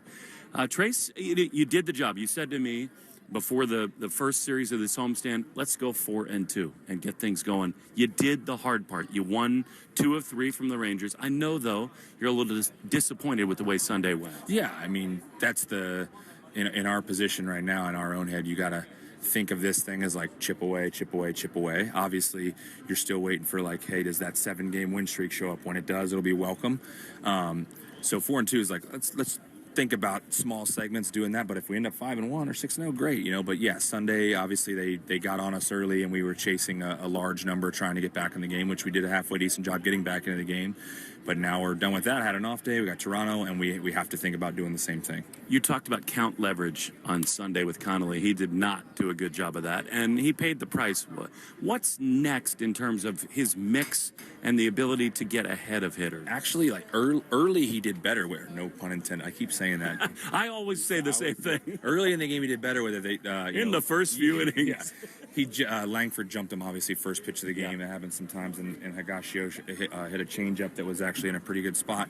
It was the third, fourth where the strike percentage started to come down, and those are the ones you try to stay away from. The fourth inning, the base is loaded, you're in a really bad spot where Nimmo can just very easily use the offside of the field. He's got at least a sac fly, and you just get in trouble. So, yeah, I think broadly it's no different. It's like execution of pitches in the spots you want them and keeping count leverage. And I said to people the other day, it's a couple, 2-3 start, a little bit of a rough patch, although only gave up 2 in Tampa. But for Connolly, it's count leverage allows you to pitch into the 6th. When you're still standing out there in the 6th inning, ultimately that's what we need. Even if you don't make it, but you're out there in the 6th inning, in order to do that, count leverage and that pitch count, staying in a manageable place is what matters. And then I think Bailey said, well, like some of the home run stuff, obviously he didn't give up any. It's more, it could be a blip. It could be a spot where just that's happening right now. But I think the bigger thing is, can we get this guy back to pounding the zone and being able to get count leverage enough where you're still a factor in the 6th inning? As a manager, it's a little different talking to starting pitchers. It's just not something that happens a whole lot. I mean, that is Andrew Bailey's department. Yeah. But with a guy like Connolly, who came up and has just been fantastic and is kind of regimented and solid and mature, can you tell us a little bit about your relationship with him and how often you have to, after a rough spell like this, how often are you talking to him? Yeah, you said that well. He's very, very mature. He's a very mentally tough kid, and he doesn't make things bigger than they need to be. Not panicking by any stretch. He has a very good, all the things we just talked about, he has a very good understanding that that's what needs to occur. But at the same time, like I said to somebody the other day, it's a lot of times people will go to is this just a case of a young guy running out of gas or a young guy, whatever. It's like, it's not that. Like, you've seen the kid enough over the whole first part of this year. It's like most pitchers go through a stretch during the season where they're not throwing the ball as well. And the job is to get it right and then have another good stretch, right? So he's in that phase right now, just like some really good pitchers in this league that we've seen this year that have gone through rough spells. But it's clear to him and to everybody, like, the things that have to get better, and he's going to keep working on it. Wilson Contreras seems like every night he's trying to strap this team on his back. What does it mean to you as a first-time manager to have a guy like that who embodies everything I'm sure you would want in a stud like that? Yeah, he's, when you're talking about the home run leader on your team and actually creeping towards the league leaders with 17 now, I think. So no secret, the big swing ability, but also the ability to hit a ball towards the corner and turn it into a double because of how hard he plays. He's an example for everybody that you're looking and going like, this guy is a run producing machine, but he'll take a double, he'll take an extra base, he'll do whatever is necessary to help us win a game. And when our guys see that, they feed off of it. So he's been everything you can ask for us. Speaking of first baseman, I just saw you give a little love to Vlad Guerrero Jr., who's one of the stars of this game. Tell us about your relationship with him. I don't have a great relationship. I just saw him wave, so I waved back. But Good player, man. Yeah, good player. So, obviously no secret what he's capable of doing. These Blue Jays, they're in sort of a similar spot as your club is. And they've got the World Series hangover going. When you scout them, when you watch the video, what do you see from Toronto? Yeah, they're, very similar to a year ago. There's a lot of ball in play, not a ton of strikeout. They can chase more with 2 strikes than early in the count, but there's a lot of ball in play, a lot of contact hitters. They can play hit and run. They'll run and hit. They can get people in motion, and there's power in there too when it's right. Obviously some of them maybe aren't yet, but there is definitely pop in there. So you have to be on the attack with them. Like if you're dancing around the zone and pitching behind in the count, like they'll wait it out. So we know that. But again, like you said that well as well, like there's teams in the American League, not just us, maybe us more so, but still teams that are trying to find themselves. I don't think they're any different, but they have a good club. They went to the World Series last year. We got to be ready to go. How about Peyton Tolley? I mean, it's 6 days rest. He'll be fired up and ready to go. What is the key for him tonight?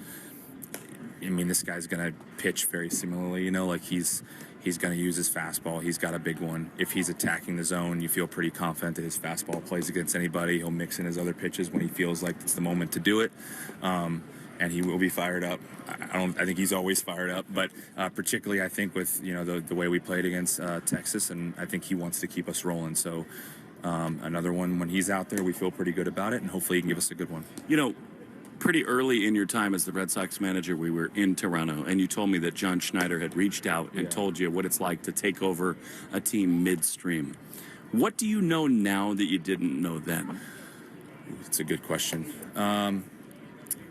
I think maybe broadly, just I can answer that by saying, like, I feel like the winning one major league game, how good it feels. There's no comparison, to, you win a game in the minors, you see guys develop, but like the work that goes into preparing for a series and then the work that goes into preparing for just one single game. And if you give a couple nuggets and you see your guys go out there and execute it and win a baseball game, the feeling of that, it's hard to win here. It's hard. It's winning a Major League Baseball game is not easy to do because the guys on the other side are very, very good, just like you are. So not taking for granted one single win and what that could do for you the next day and the next day, that's probably stood out to me the most. You've talked so much about how you're trying to simplify things in your meetings for hitters. Is that surprising to you about at this level with all the information and all of the data that we all have, how important it is for these elite athletes to just kind of, for lack of a better term, dumb it down and make it easy on them? Yeah, there's a lot to think about. I mean, just telling you about how hard it is to win a game. There's 40,000 people, and the game's moving very fast. There is a threshold of certain guys want more, you give them more, but as a group, trying to simplify things down to this is what you're likely going to see, make a plan around that and go execute. It clears the head. I definitely think there's room for other things and certain guys want to know a little bit more or whatever, but generally speaking, this game's hard enough. So just have an idea of what the opposition's going to do and make your plan around that and go play baseball. I'm willing to give half my salary to get the Scots here every night. How awesome was that to have? I mean, it was unbelievable, wasn't it? The atmosphere at Fenway? Crazy. I mean, I've never been to a soccer game. I've watched plenty of them on TV and heard the sights and sounds, I guess, as you're watching a game on TV. It certainly felt like that, like the chanting going on, how loud it was at times.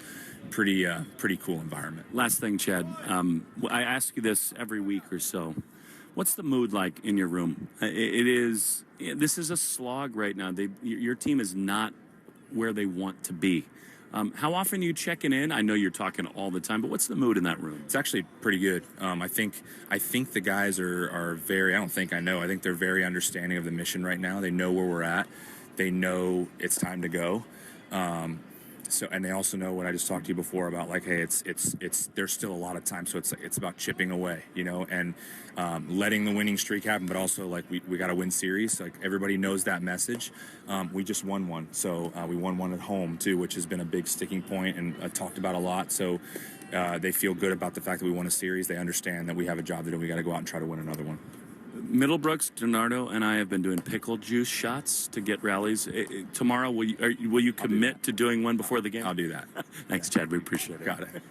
All right, there you go. It's on the record. He's got to do one. So I'm going to go up there. I'm probably going to have to do one, too. That is the way it's going this year. You can watch Red Sox pregame on Twitch. We're not doing pickle shots here. Just follow WEEI. Subaru Summer is finally here. Details at SubaruofNewEngland.com. This is the Mass Mutual pregame show. Coming up next, we will have our starting lineups. We will have a look at the Subaru of New England scoreboard and your Interlock Metal Roofing lock of the game. Don't go anywhere. It's the Mass Mutual pregame show. Talk to Mass Mutual today. Feel comfortable about tomorrow. Choose to lean into it. Every Mazda is engineered to give you effortless control. I wake up. Okay, I have to tell you, I was just looking on eBay where I go for all kinds of things I love, and there it was. That hologram trading card. One of the rarest, the last one I needed for my set. Shiny like the Designer handbag of my dreams. One of a kind. eBay had it, and now everyone's asking, ooh, where'd you get your windshield wipers? eBay has all the parts that fit my car. No more annoying. Just beautiful.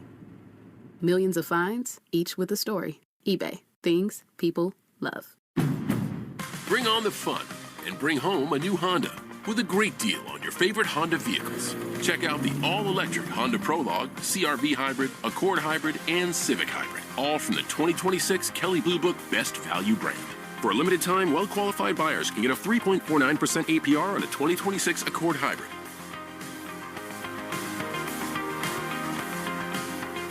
See dealer for financing details. Based on 2026 Consumer Choice Awards from Kelley Blue Book. Visit KBB.com for more information.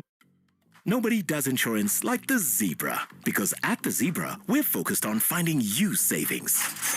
Like Andrew. Hey there. A real human helping find the best price for you. And Tina. She runs partnerships that help unlock you better rates. Sending savings to you. Everyone here is focused on one thing, saving you money on car insurance. Find out how much you can save today at thezebra.com. Savings will vary, not all will save. Create a space you can't wait to be in. It all starts at Frank Webb Home. With personal service and expert guidance at our local showrooms, we can help you find the bath, kitchen, and lighting solutions you need to enhance your space. With more selection and more expertise. Personal service to help you find your personal style. Visit frankweb.com to schedule a free consultation in one of our 48 showrooms across the Northeast. Make yourself at home at Frank Webb Home. Hey, what's up, flies? This is David Spade. Dana Carvey. Look, I know we never actually left, but I'll just say it. We are back with another season of Fly on the Wall. Every episode, including ones with guests, will now be on video. Every Thursday, you'll hear us and see us chatting with big-name celebrities. And every Monday, you're stuck with just me and Dana. We react to news, what's trending, viral clips. Follow and listen to Fly on the Wall everywhere you get your podcasts. Bring on the off-road. Bring home a new Honda with a great deal on your favorite Honda vehicles. With the rugged Honda Pilot, Ridgeline, CR-V, and Passport, the road might stop, but the fun keeps going. All from the 2026 Kelley Blue Book Best Value brand. For a limited time, well-qualified buyers can get a 2.99% APR on a 2026 CR-V.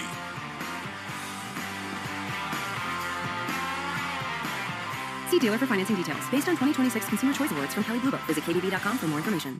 It's gonna be a Subaru summer. Subaru Summer is finally here. Hit the road in the trusted, all-new 2026 Subaru Outback. Built for bold getaways with standard symmetrical all-wheel drive, upgraded advanced Subaru safety features, and lasting value for years of reliable adventure. Buy with 0.9% financing or lease for just $305 per month. Details at SubaruofNewEngland.com. It's gonna be a Subaru summer. Review after the game on 93.7 WEEI. Welcome back to the Mass Mutual pregame show. Talk to Mass Mutual today. Feel comfortable about tomorrow. Christian Arcand here with you, live from Fenway, and it's time for tonight's starting lineups brought to you by Morgan & Morgan, America's largest injury firm. Let's meet tonight's players.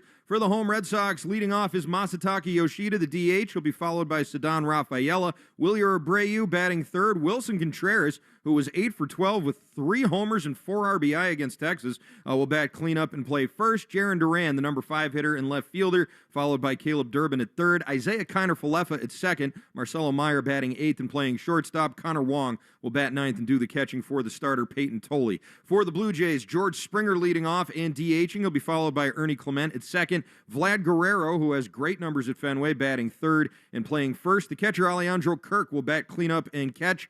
Kaz Okamoto, who has extra base hits in 3 straight games, and RBI in 4, will bat 5th and play third. Nathan Lukes is your number 6 hitter and right fielder, followed by Davis Schneider in left. Andres Jimenez at short, and Miles Straw will be your center fielder and number 9 hitter behind the starter, Dylan Cease. Time for a quick look at the Subaru of New England scoreboard. Subaru summer is finally here. Details at SubaruofNewEngland.com. White Sox will visit the Yankees at 7:05 tonight. Davis Martin and Garrett Cole, your starters there.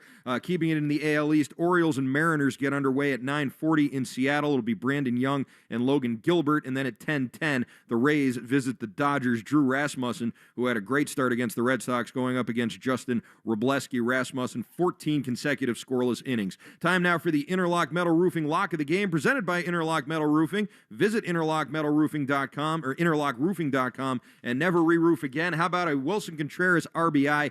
I think he's going to keep on hitting at Fenway. And there you go. You've been listening to the Mass Mutual pregame show. Talk to Mass Mutual today. Feel comfortable about tomorrow. Don't move. Red Sox in action next right here on the Shaws and Star Market WEEI Red Sox Network. You've been listening to the Mass Mutual Red Sox pregame show. Mass Mutual. Talk to Mass Mutual today. Feel comfortable about tomorrow. The Red Sox are coming up next on the Shaws and Star Market WEEI Red Sox Radio Network. Hey, this is Richard Deitch, the host of the Sports Media Podcast. If you're interested in what's happening with all the places where you consume sports, the Sports Media Podcast has you covered. I've been turning down interviews all week. Hoda Kotb reached out, Oprah, George Stephanopoulos. So I said no. I was booked on the Deitch podcast before the Taylor Swift phenomenon. I must live up to my responsibility. Listen wherever you get your podcasts. Ocean State Job Lot. Come and see the home of crazy deals. It's like shopping for free. Ocean State Job Lot, you'll agree.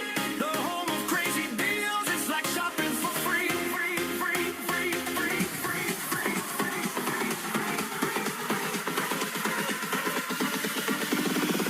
Ocean State.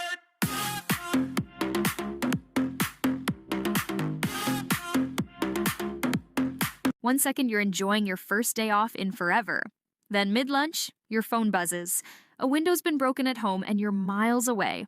In 1 second, everything can change. That's why ADT offers security systems with 24/7 monitoring with tech that helps first responders prioritize your emergency. And with the ADT Plus app, you can stay informed and in control of your home from virtually wherever you are. When every second counts, count on ADT.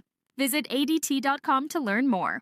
Hi, it's Renee with Window World. Our happy customers have us growing fast, so we're expanding our sales team with talented outside sales consultants. At Window World, we're the Bay State's premier window and exterior remodeling company, and we pride ourselves on being a family-owned and operated business. Now we're looking to grow that family with motivated individuals with exceptional communication skills who know how to provide customer satisfaction. At Window World, we invest in our people and give them the tools to succeed. Stop wasting your time and talent in sales development running low-quality leads. This is an opportunity to consistently earn an above-average income, including benefits, representing superior products. So call Eric today at 781-514-8029. That number again is 781-514-8029. Or go to our careers page at windowworldofboston.com. Join Window World and be part of a team that transforms homes while making a difference in the community. Window World, simply the best for less.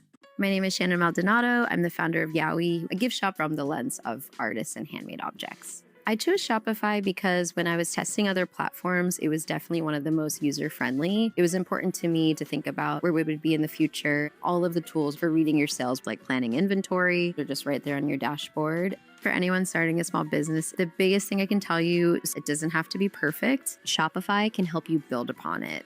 Start your free trial on Shopify.com. How We Met Your Mother is the How I Met Your Mother rewatch podcast with me, Josh Radnor, and series co-creator Craig Thomas. Follow How We Met Your Mother wherever you get your podcasts. Why does Progressive help support truckers? Because truckers unite the world. Truckers unite whistles and lifeguards. Truckers unite fitness devices with people who don't exercise. Truckers unite your aunt with those live, laugh, love signs. But truckers can't do any of this if they're not on the road. That's why Progressive helps safe truckers save an average of $6,181 when they elect to share their ELD data with us. Get a quote at progressivecommercial.com. Progressive Casualty Insurance Company and Affiliates. 2025 National Average Safe Driver Enrollment Discount Savings for new Progressive customers excludes mandatory program participants. Not available in all states. Driving data could increase or decrease premiums at renewal. Now on Boston's South Shore, Barton and Gray Mariners Club connects you to over 40 harbors, from Nantucket to the West Indies, with access to a fleet of fully captained day chaser and Hinckley yachts. Host clients, reward your team, or stage unforgettable events on the water and on your terms. Join them this summer as they celebrate 20 years of unforgettable days on the water. Visit bartonandgray.com to explore membership. Barton and Gray Mariners Club. The sea is their clubhouse. This is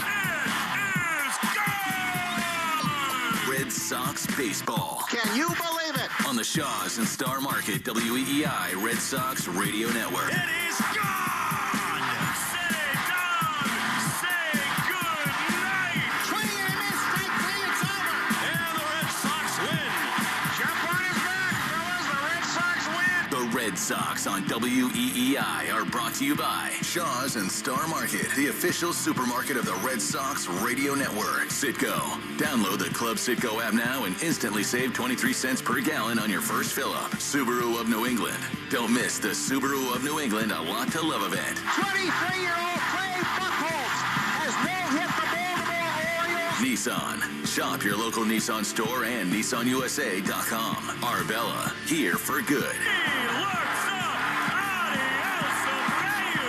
Cars for Kids. That's Cars with a K to donate your car today. Morgan & Morgan, America's largest injury law firm. Ford Trucks, official truck of the Boston Red Sox. Sponsored by Town Fair Tire. Nobody beats Town Fair Tire. Nobody. 110 Grill. Visit any of their 33 locations all throughout New England. McFarland Energy, the region's most dependable provider of home heating oil delivery, as well as expert HVAC services. Way back by the wall! Off the wall, the Red Sox win! Jeffrey Glassman Injury Lawyers, Boston's go-to injury attorney for over 30 years. Timber Tech Decking and Railing. Everything wood should be. Visit timbertech.com. Dig Safe. Click digsafe.com or call 811 before you dig. Way back! Grand slam! Interlock Metal Roofing. Visit NewEnglandMetalRoofing.com and never re-roof again. North Shore Adult Diapers. For even the heaviest control problems, visit NorthShore.com. Veterinary Emergency Group. Sponsored by Veg. ER for Pets. The official emergency veterinarian group of Red Sox Radio. Two-run homer! Roman reigns supreme! Now, with all the play-by-play action, here's Will Fleming and Will Middlebrooks.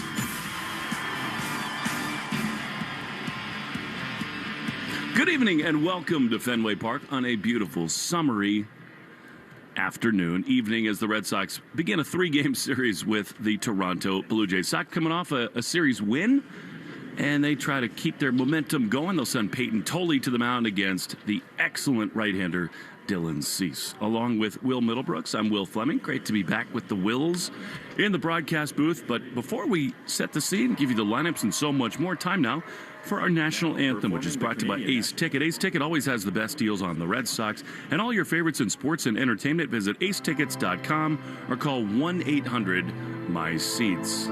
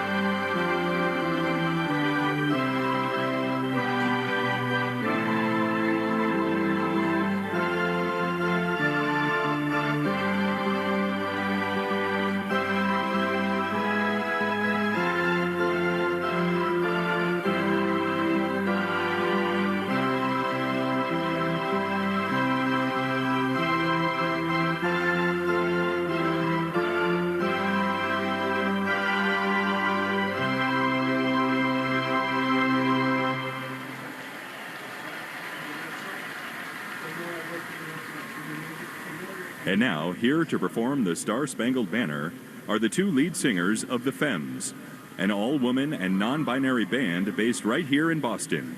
Please welcome Ellie Brigida and Bailey Katsumata-Smith. Oh, say, can you see by the dawn's early light what so proudly we hailed at the twilight's last gleaming, whose broad stripes and bright stars through the perilous fight o'er the ramparts we watched were so gallantly streaming. And the rocket's red glare, the bombs bursting in air, gave proof through the night that our flag was still there. Oh, say does that star-spangled banner yet wave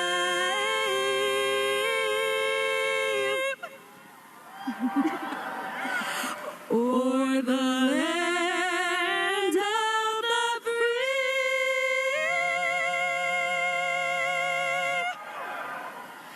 and the home of the brave, the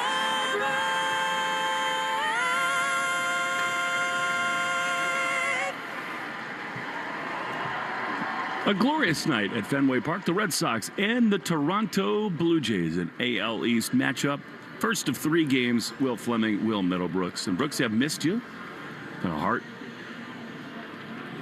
couple of days without you. The Red Sox, they win a series over the weekend, and they're trying to build momentum here. They continue to try to dig their way out of a hole. The only way out is to win series. The Blue Jays have been a lot like the Red Sox. They've struggled. They've not been themselves. Even after winning the American League a year ago, this feels like an enormously important 3-game series for the Red Sox before they go out to Seattle and Colorado. Got to protect Fenway Park. They've tried to play it, and they have played better here at home. This feels like a very important 3 days. Yeah, and as much as, throughout baseball, we say it all starts with pitching. I feel it at Fenway Park, this offense has got to get going early in games, and they seem to take off when that's the case.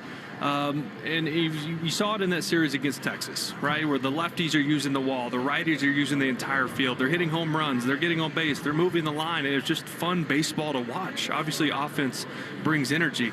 Tully's got his hands full. There's still some guys in this lineup that can do some damage. I know Vladdy's only got 3 homers.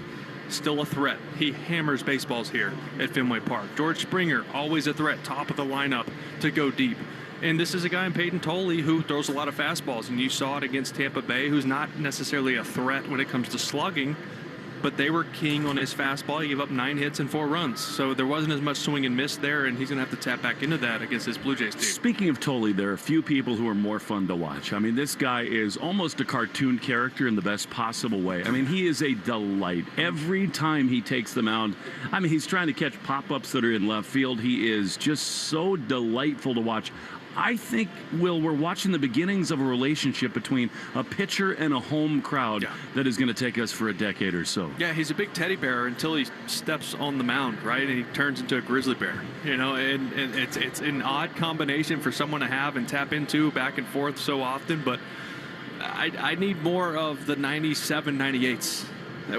I feel like the velo was down a little bit, and he wasn't having his swing and miss. But to your point, I'm getting more into baseball, but to your point, they are going to fall in love if they aren't already. 6 days rest. He is a flamethrower normally when he's got more rest. And speaking of, on the other side, Dylan Cease, who has the most strikeouts in the American League.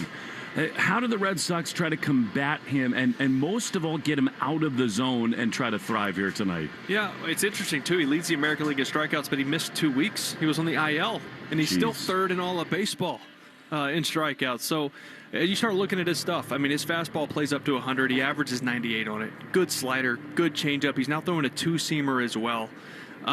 He just has big-time swing and miss stuff, and he will walk you, almost a 10% walk rate, so you can be a little patient with him, but it's hard when you're facing a guy throwing this hard because you're keyed up, you're looking first pitch where he throws a lot of fastballs early in counts.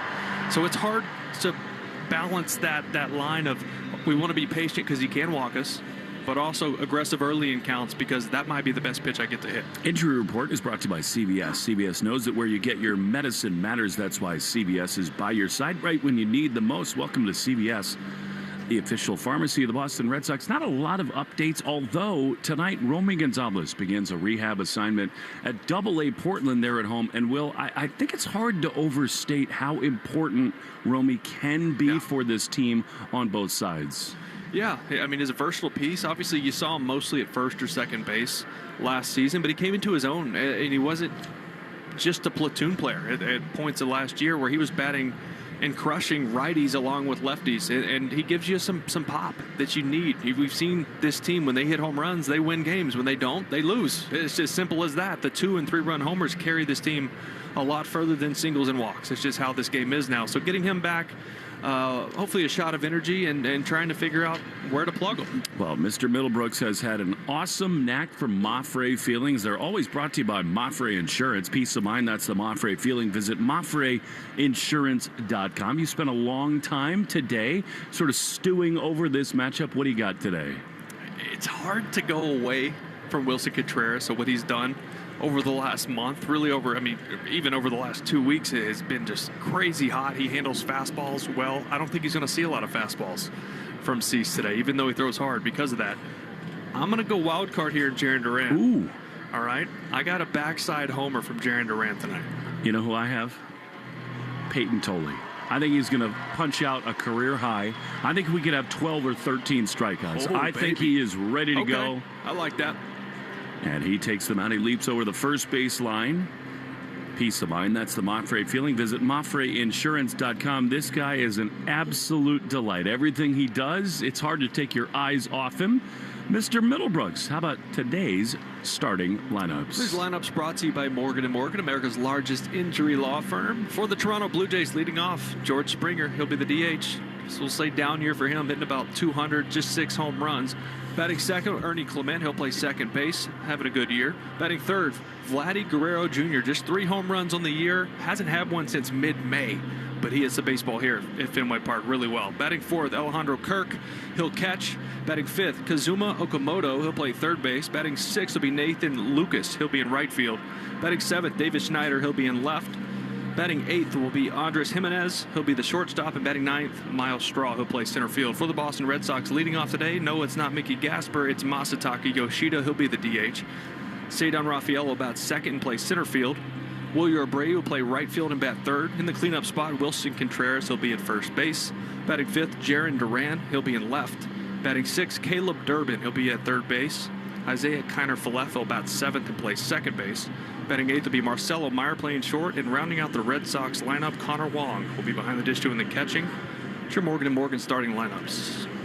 You better buckle your seatbelts right away because Peyton Tolley is going to challenge with fastballs, and George Springer loves to swing at the very first pitch of every game. He is among the all-time leaders in leadoff home runs, and here we go.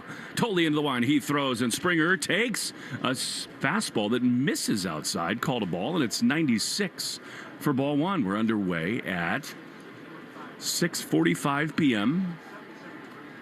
Here's the pitch, and it's inside to Springer. I talked to George before the game. I said, you want to swing when Tolley throws you fastballs? He says, we'll see.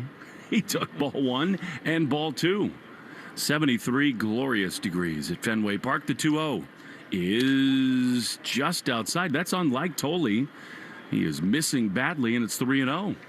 Well, he knows what we know, right? Aggressive on fastballs early in games. He's hit so many leadoff home runs. He's trying to be careful with them here. But Springer is in a little bit of a funk. The 3-0 is right there. He was taken all the way. Like a statue, he took a fastball, and it's 3-1. He's at 208, Springer.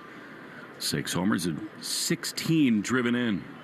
Only on base at a 303 clip. Here's Tolle. He throws, and Springer takes ball 4. Fastball high. An inauspicious beginning. To me, well, that's a little bit more reading into reputation than current form by Tolle. He walks him on 5 pitches, and here comes the current cult hero in Toronto, Ernie Clement. I don't think he was pitching around him at all. I think he was trying to be perfect, trying to pitch to the edges, and just missed. Trying to find himself here is Clement, who is hitting .304 with 7 homers. Takes a fastball for a strike. That was right on the edge. And that is strike 1. Seemed like every time you turned on the TV in the Fall Classic last year, Ernie Clement was getting a huge hit. He can flat out hit. 0-1, double play depth behind Tolle. The pitch is fouled off on the first base side. Well, these flame-throwing starters, you've hit in the top of the first inning. Do you try to wait them out a little bit, see if they can settle into a game? I mean, a guy like Tolle normally fills it up with his fastball, so you would be aggressive. 0-2 fouled off on the first base side. But I think after the first 2 pitches that Springer saw, I think Springer let off the gas a little bit and just thought, you know what, let me see him, right? I'm the first batter of the game. I don't want to do him a favor and chase out of the zone because I'm trying to do too much. 0-2 pitch is low.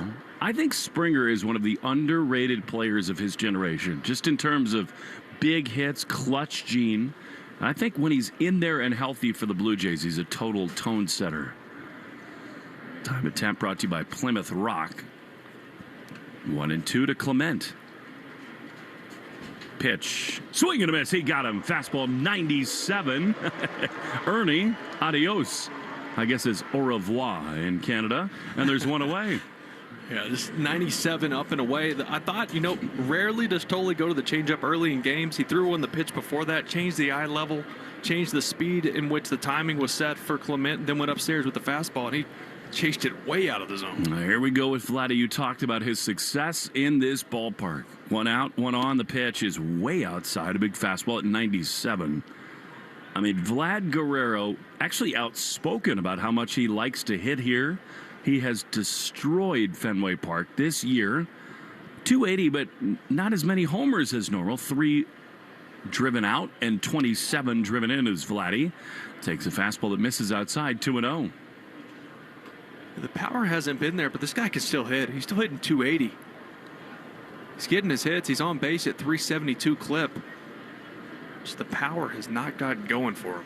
2-0. 1 on, 1 out. Top first. The pitch is fouled back. I mean, he's sold out right there. He saw the monster. He saw Lansdowne. Fouls it back, and it's 2-1. He only saw about half of the Sitco sign, though. Amazing. That was today. We were watching it with the girls this morning out of my window. They were taking it apart. When we were last here Sunday, the whole thing was up. The triangle was out. Now, literally half of it is taken apart. That all happened today. That means the rest of it tomorrow. It's sad. It's going to move. It'll be back. 2-1 to Vladdy. The pitch is a strike on the outside corner. This is what makes Tolle so special. That's 96, a challenge fastball, and it's 2-2. So Sitco sign's moving east. So if you're looking from our vantage point, to the right, 150 feet, and then 30 feet higher. Only going to cost $8 million. Here's a 2-2 grounded on the left side. Marcelo backhands on the run. He throws to second, and it's in time. That is spectacular defense by Marcelo Meyer. We haven't seen him range like that and make the plays in the hole or up the middle. It's been a lot of just routine plays for Marcelo at short. Vladdy got big-time jammed on this. It was not hit hard. There was not going to be a chance to turn 2 or maybe even get him at first. His only option there was to go to second base. Reaches in almost behind Durbin at third. Underhand, almost under his left arm to make a perfect feed to second. You're not kidding about how he's not been tested. That is special defense right there from Meyer. And here now, Alejandro Kirk, who takes a fastball high. 4-1. Defensive alignment brought to you by James Hardy. Hardy's Siding is America's #1 brand of siding. Contreras at first. Izzy at second. As you now know, Marcelo, the shortstop, at Durbin at third. Best right fielder in all of baseball. Willie Abreu shields his eyes from the sun. The 1-0. Swinging a foul back to the screen off the bat of Kirk. 96-mile-an-hour heater. Cedon, as always, swirling the glove in his bare hand. He's in center with Jarren Duran in left. We've had quite a run here at Fenway Park. You could not have more pleasant conditions than right now. 1-1 to Alejandro Kirk, another guy who became a cult hero last October. Tolley throws. Kirk takes a fastball just inside. And it's 2 balls and 1 strike. Well, the velocity looks good from Tolley. Every fastball's been 96, 97. It's a good cutter to get Vladdy grounded in that force play. And what a play by Meyer. Huge turning point. 2-1 is a strike. Fastball. I mean, you can't pump it in there any better. 95, and it's 2-2. You got to think with the evolution of Peyton Tolley that he does start to use the curveball and the changeup, picking his spots. I know he doesn't fully trust those pitches, but he's got to start using them more. Kaz Okamoto is out on deck. 2 balls, 2 strikes. The pitch is just outside. A fastball. It's a really interesting thing, Will. Last time out, 90 of his 95 pitches were some variety of the fastball. And it plays at this level. That's how electric his fastball can be.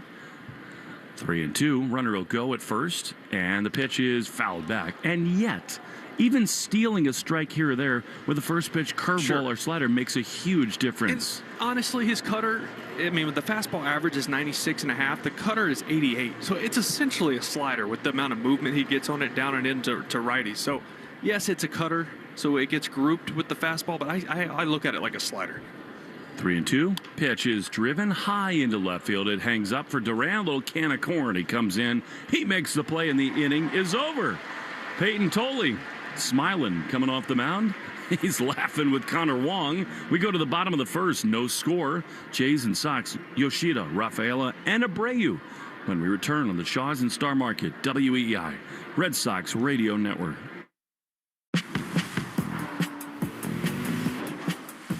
Choose to lean into it.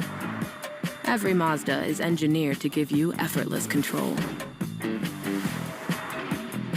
I wake up. Meet Matthew Preston. Inside his apartment, everything he holds dear is protected by Progressive's renter's insurance, like his laptop and a surprisingly valuable collection of baseball bobbleheads. Outside his apartment, his laptop is still protected, as are his bobbleheads, which he carries around with him for reasons no one knows. Renters, the limits of protection aren't just the 4 walls of your home. When you're in Progressive's Protection Zone, get a quote at Progressive.com. Progressive Casualty Insurance Company, affiliates, and third-party insurers. History That Doesn't Suck is a legit, hard-hitting American history podcast told through entertaining stories. Join me, Professor Greg Jackson, for History That Doesn't Suck, an Odyssey podcast. Available on Apple Podcasts, Spotify, or wherever you get your podcasts. Okay, class, let's begin. Psst, love your boots. I just sold a pair like that on eBay. Oh, really? Yeah, it took like 2 seconds to list, and they sold almost immediately. I've been selling everything lately. Some chunky boots, a faux fur coat I never wore, and a vintage chair that was more of an expensive clothing rack. You know, I actually bought these on eBay. Wait, are you Kitty Sell Stuff from Brooklyn? Okay, quiet, please. Find what you love. Sell what you don't. eBay. Things people love. Boston's got more ways to hit it out of the park this summer with daily flights from Boston to Amsterdam, Barcelona, Dublin, Edinburgh, London, Madrid, Milan, and Paris. Plus, only JetBlue gives you free high-speed Wi-Fi and large seatback touchscreen TVs with tons of entertainment and farm fresh meals, all included for a low fare. Plus, beer, wine, and liquor included for 21 plus. Ready for a real game changer? Book your own suite in Mint, JetBlue's award-winning take on premium travel. If Europe is in your playbook, JetBlue has more destinations for Red Sox Nation. Let's go. Book now at JetBlue.com. You're listening to the Shaws and Star Market WEEI Red Sox Radio Network.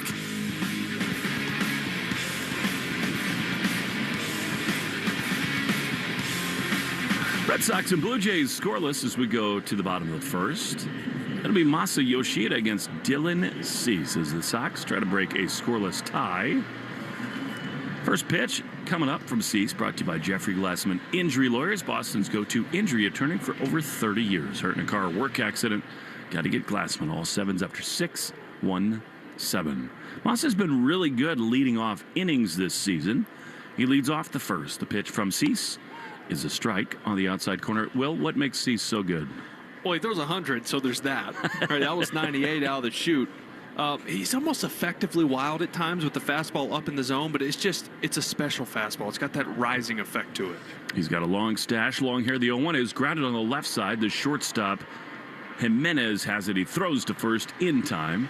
And there's one away. I think effectively wild is a beautiful way to describe it because he can get you out of your sorts where you'll see him fall behind 2-0, 3-0, and even then you're not really in the driver's seat with him. Even in hitters counts, like I said, with that fastball, if it looks middle, it's still going to end up top rail, top of the strike zone. It plays up so much. You have to really focus on and think about hitting the top of the baseball to square it up. Here now with one down is Cedon. He swings and misses. Love that A swing from Rafael. He got a slider over the top of it, and it's 0-1. Cedon is at 286. 7 homers and 32 driven in. Very deep in the right-handed batter's box. 0-1. Pitch is a chopper foul. Will, I think he's deeper in the box than he ever is. Normally, Cedon camps out kind of in the middle of the right-handed batter's box. He knows the velo of Cease. 100%. His right foot is on the chalk. Yeah, you'll do that with a guy, and it's almost like Cease saw it and he went, well, here's 2 sliders for you, right? You're trying to plan, get a little extra help, a little extra time on my heater. Well, here's a couple breaking balls. 0-2 from Cease to Cedon. The pitch is outside. You know, the Blue Jays were the American League winners last year. They were a millimeter away from winning the World Series. So what do? They go out and they double down. They get Okamoto. They get Cease. They are really all in, these Blue Jays are. And yet they're under 500. The 1-2 to Cedon is swung on and driven into the gap in right center field. That's down for a base hit. The right fielder Lucas plays on one hop. Cedon's 2-strike swing is spectacular this season, and the Red Sox have their first hit. By the way, 99, top of the zone, very top. That's that perfect fastball from Cease, where exactly where he's trying to throw it and gets a lot of swing and miss. We've seen it with Cedon with 2 strikes. He just shortens up. He goes to his B swing and just punches that out into the gap. It's beautiful. Don't you think we're on the brink of talking about Cedon as one of the superstars in the game? I mean, yeah. I mean, if he's going to continue to be this consistent, sure. Speaking of short swings, you'd love to see one here from Abreu, who digs in, and he takes a fastball high for ball 1. No score, Red Sox and Jays.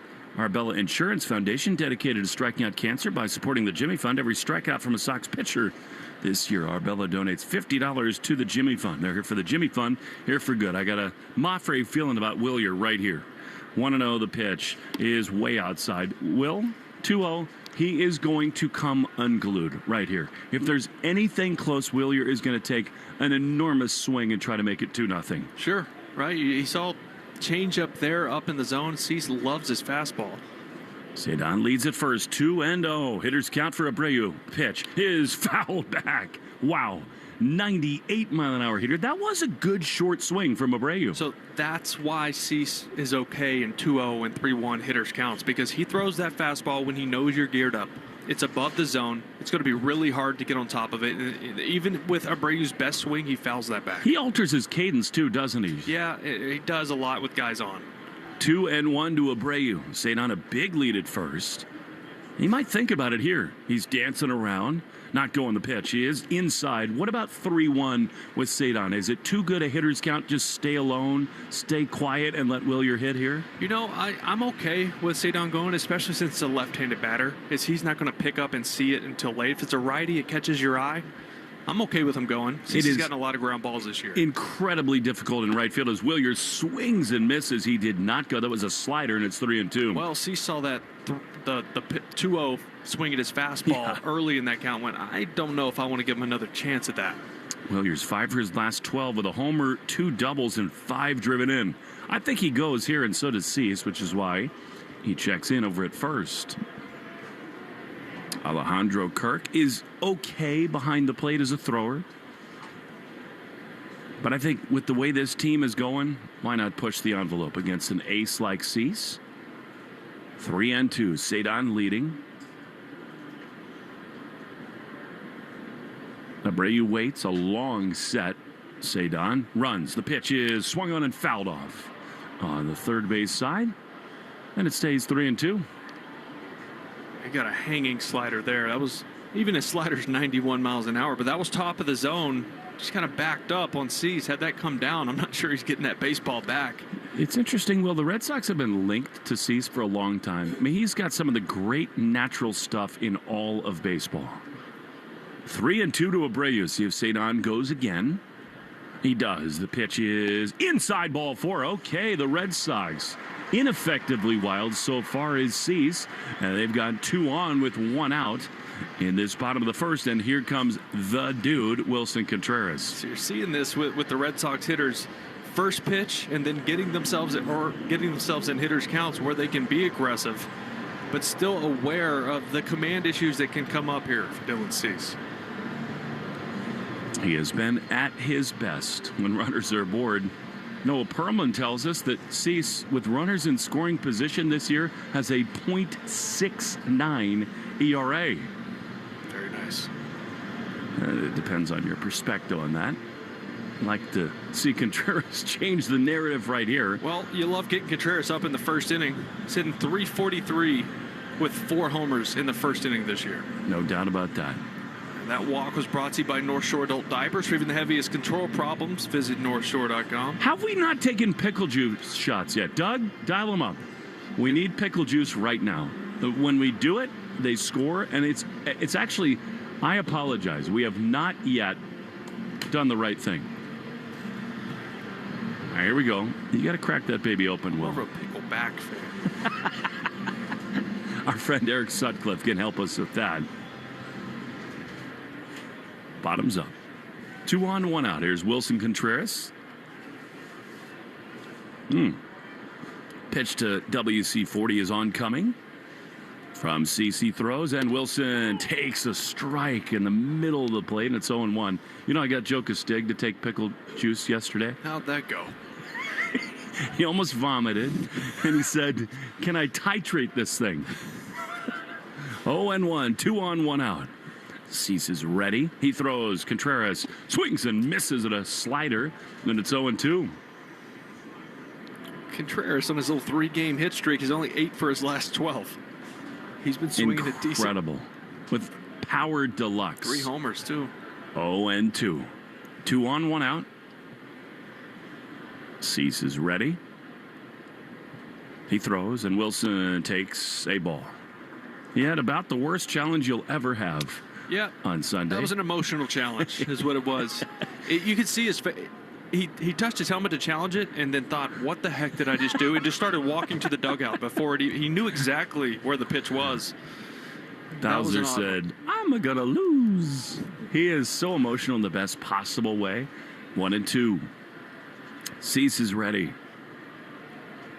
Looks to second. Cedon leads there. The pitch is swinging on a broken bat grounder on the third base side out of play. And it remains 1-2. Well, that was the sinker, the 2-seamer from Dylan Cease. Doesn't throw that nearly as much as the 4-seamer, but some good action on that. You're expecting to see that 4-seam ride in the zone. Instead, that one buried in on the hands of Wilson Contreras, broke the bat. To be honest, I don't think you've taken quite enough pickle juice. I mean, it's very important in these kind of spots. Once he was down 0-2, I was going to save it for the next guy. Ridiculous. I'm drinking more. 1-2. Some Scots are back, by the way, which is awesome. 2 on, 1 out. The pitch coming home to Contreras. Here it is, and he takes a high fastball, and it is 2-2. We had 10,000 plus Scottish here the other night as Middlebrooks goes bottoms up. Home run is definitely coming here. It was just a delightful atmosphere at Fenway Park. Felt like a playoff game. It was awesome. Some of them are back. 2-2. Cease is ready. He looks to second and throws, and Contreras takes way outside, and it's 3-2. All right, when he misses that bad, Will, what's the mindset of a hitter? What are you looking for in this spot? I think he goes back to the 2-seamer. I mean, he's seen, 4 sliders in this at bat? Oh, no, that was the 4-seamer. I thought that was a slider he yanked right there. That was a 4-seamer. The first 3 pitches of this at bat were sliders, and some pretty good ones. You mentioned it earlier. This is the thing that's so hard about Cease. He can be so effectively wild. 3-2. 2 on, 1 out. Contreras is ready. Cease, throws, and Wilson swings and misses. He strikes out 99-mile-an-hour fastball. And he is gone for out number 2. We take 10 seconds for Station ID on the Shaw's and Star Market, WEEI Red Sox Radio Network. From the WEEI studios, 93.7 WEEI FM and HD1, Lawrence, Boston. Always live on the free Odyssey app. Will Fleming, Will Middlebrooks, Doug Lane, Joe Braverman. Red Sox have a real rally in the bottom of the first, but 2 down, 2 on for Jarren Duran, left-handed hitter. Into the box as Dylan Cease throws, and he takes a pitch outside, a curveball, and it's 1-0. Do you have a comp from your playing years where a guy like this with just electric stuff, where you couldn't really depend on him missing, but he could at times? Give you some time to marinate on that. 1-0 to Duran. Your pick to click. The pitch is outside.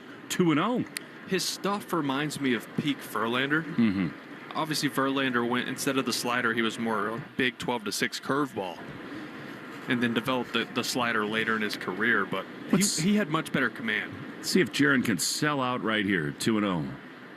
Scoreless game in the first. The pitch is ripped foul on the first base side. I've never stood in a major league batter's box, but it strikes me what's so hard about it is, even when you get in these leverage counts where normally it's your edge, this guy's got such natural stuff, you're never ahead. Yeah, even when you're ahead. Yeah, I mean, it's a great point. I mean, his four seam, it's still 99. You still have to square that up. Good swing there from Duran. 2-1. 2 on, 2 out. Cease looks to second. He throws. Duran swings and breaks his bat. A little blooper on the infield. Could be a hit. Cease tries to make a play. He does not. And it's an infield bloop knock. That dies a hero. And the Red Sox have the bases loaded. I mean, that was a slider that almost hit Duran. 90-mile-an-hour slider all in on his hands. The bat blows up. Just an exit velocity of 38 miles an hour. That's baseball, right? Sometimes barrel's overrated. It's a stupid game, isn't it? Still goes down to a single. He'll tell his grandkids he hit one off the wall there. Here comes Caleb Durbin with the bases loaded. All right, well, so Dylan Cease has been sort of like himself here today. A little erratic, a little effective, up and down. If you're Durbin, are you looking to drive something on the first pitch right here? I'm going to try to look slider first pitch here if I'm Durbin. He's gone to the righties with some pull side pop. He's gone down and away with that slider. If he happens to go heater, it's 0-1. You move on. But he could hang a slider. Bases loaded with 2 down. Durbin waits. Cease delivers. And Caleb drives one into center field and hangs up a little bit. Coming on with a slide and making the play is Miles Straw. Slider off the end of the bat. And the inning is over. Red Sox leave them loaded. We go to the second. No score on the Shaw's and Star Market. WEEI Red Sox Radio Network. Choose to lean into it. Every Mazda is engineered to give you effortless control. I wake up. Okay, class, let's begin. Psst, love your boots. I just sold a pair like that on eBay. Oh, really? Yeah, it took like 2 seconds to list, and they sold almost immediately. I've been selling everything lately. Some chunky boots, a faux fur coat I never wore, and a vintage chair that was more of an expensive clothing rack. You know, I actually bought these on eBay. Wait, are you Kitty Sell Stuff from Brooklyn? Okay, quiet, please. Find what you love. Sell what you don't. eBay. Things people love. My name is Shannon Maldonado. I'm the founder of Yowie, a gift shop from the lens of artists and handmade objects. I chose Shopify because when I was testing other platforms, it was definitely one of the most user-friendly. It was important to me to think about where we would be in the future. All of the tools for reading your sales, like planning inventory, are just right there on your dashboard. For anyone starting a small business, the biggest thing I can tell you is it doesn't have to be perfect. Shopify can help you build upon it. Start your free trial on shopify.com. Hi, I'm PJ Vogt, and I want to tell you about my podcast, Search Engine. We try to make sense of the world, one question at a time. No question too big, no question too small. We will even answer your questions if you send them in. Stuff like, what happens when a cemetery goes out of business? What should we do about teens using AI to do their homework? Who buys luggage at the airport luggage store? Follow and listen to Search Engine in partnership with Odyssey, wherever you get your podcasts. This is Peyton Tolley. You're listening to the home of the Red Sox on WEEI. Peyton Tolley back to work as we go to the second inning. Scoreless. Kazuma Okamoto takes strike one, a sinker on the outside corner. It's 0-1. The Red Sox, a glorious chance in the first inning, but did not cash it in. The 0-1. Strike again. He's figured it out a little bit. And, Will, this is something we've seen from Tolley. Every once in a while, he will wobble a little bit in the first inning as something changes in the dugout. He finds his mechanics. The 0-2 foul off on the first base side. Yeah, I mean, that's just part of maturing as a major leaguer, right? You go out there, he's a high-intensity guy, the adrenaline's up. It's almost actually he gets through that first or gets through a tough spot, and he calms down. 0-2 pitch. Swing and a miss. He got him with a fastball, 97 miles an hour. So there's one away. I'll bring up Nathan Lucas. On deck is beckoning the all-time mustache challenge between Davis Schneider and Peyton Tolley. Sox and Jays are scoreless. Lucas has not been a good hitter against lefties. The pitch is right there. I mean, Will, this is what he can do. I mean, his fastball is so electric, and when he dots it up, it's overpowering. Lucas overall 311 with a homer and 13 driven, and here he swings and misses at a fastball, and it's 0-2. Well, it was either going to be him or Jesus Sanchez. One of those lefties was going to have to be in there today. And they went with Lucas, obviously. Sanchez struggles against lefties in a big way also. The 0-2 is lined into left field. Back on it goes Duran. And just in front of the warning track, he's there to make the play. Yeah, they're two down. Will, what an incredible, magical run the Blue Jays went on last year. I mean, so many of these guys became all-time cult hero legends, from Clement to Springer to Vladdy, of course, who's always going to be beloved. But Addison Barger, all these guys had huge playoff runs. Here's Schneider, mustache on mustache crime, and it's strike one on the outside corner. Yeah, it was a fun run to watch them throughout October. Just the way they played the game. They put the ball in play. They didn't strike out. They took their hits and walks. Here's an 0-1 changeup that is right on the outside corner, 0-2. Obviously, they had some boppers in that lineup, could still hit the long ball, but it was just the way they played the game. It was an old school type of baseball. Even as a rival, it was hard to not cheer for them. The 0-2 inside. And the environment in Canada was unbelievable. The Red Sox won a challenge here, as Connor Wong thought that was a strike on the inside corner. I think it was. Yeah, I think it was too. If so, it ends the inning. And verdict coming home. It is strike three on the inside corner. The challenging Red Sox. That challenge brought to you by Dana-Farber. When the challenge is cancer, Dana-Farber hits it out of the park. I'd like to see the Red Sox hit it out of the park. When we come back for the bottom of the second, it will be Izzy, Marcelo, and Connor Wong of the Shaws and Star Market, WEEI Red Sox Radio Network. History That Doesn't Suck is a legit, hard-hitting American history podcast told through entertaining stories. History That Doesn't Suck, an Odyssey podcast, available wherever you get your podcasts.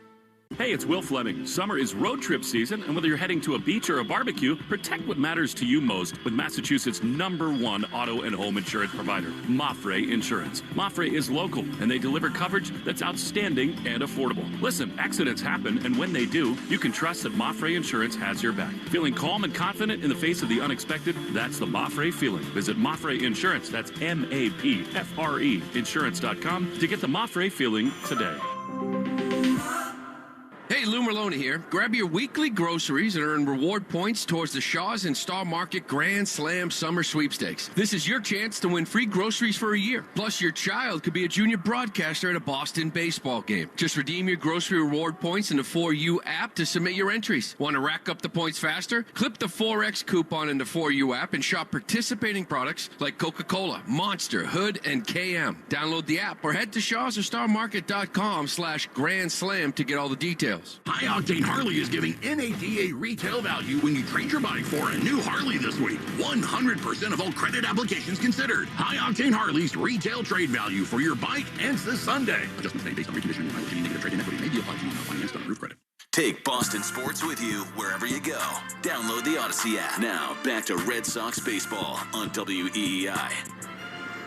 Isaiah Kiner-Falefa leads it off. Curveball from Dylan Cease misses for ball one. You can only imagine what's going through his head as this team is back at Fenway Park, 1-0 from Cease, who's thrown 26 pitches. And the next one ripped down the left field line, foul and out of play.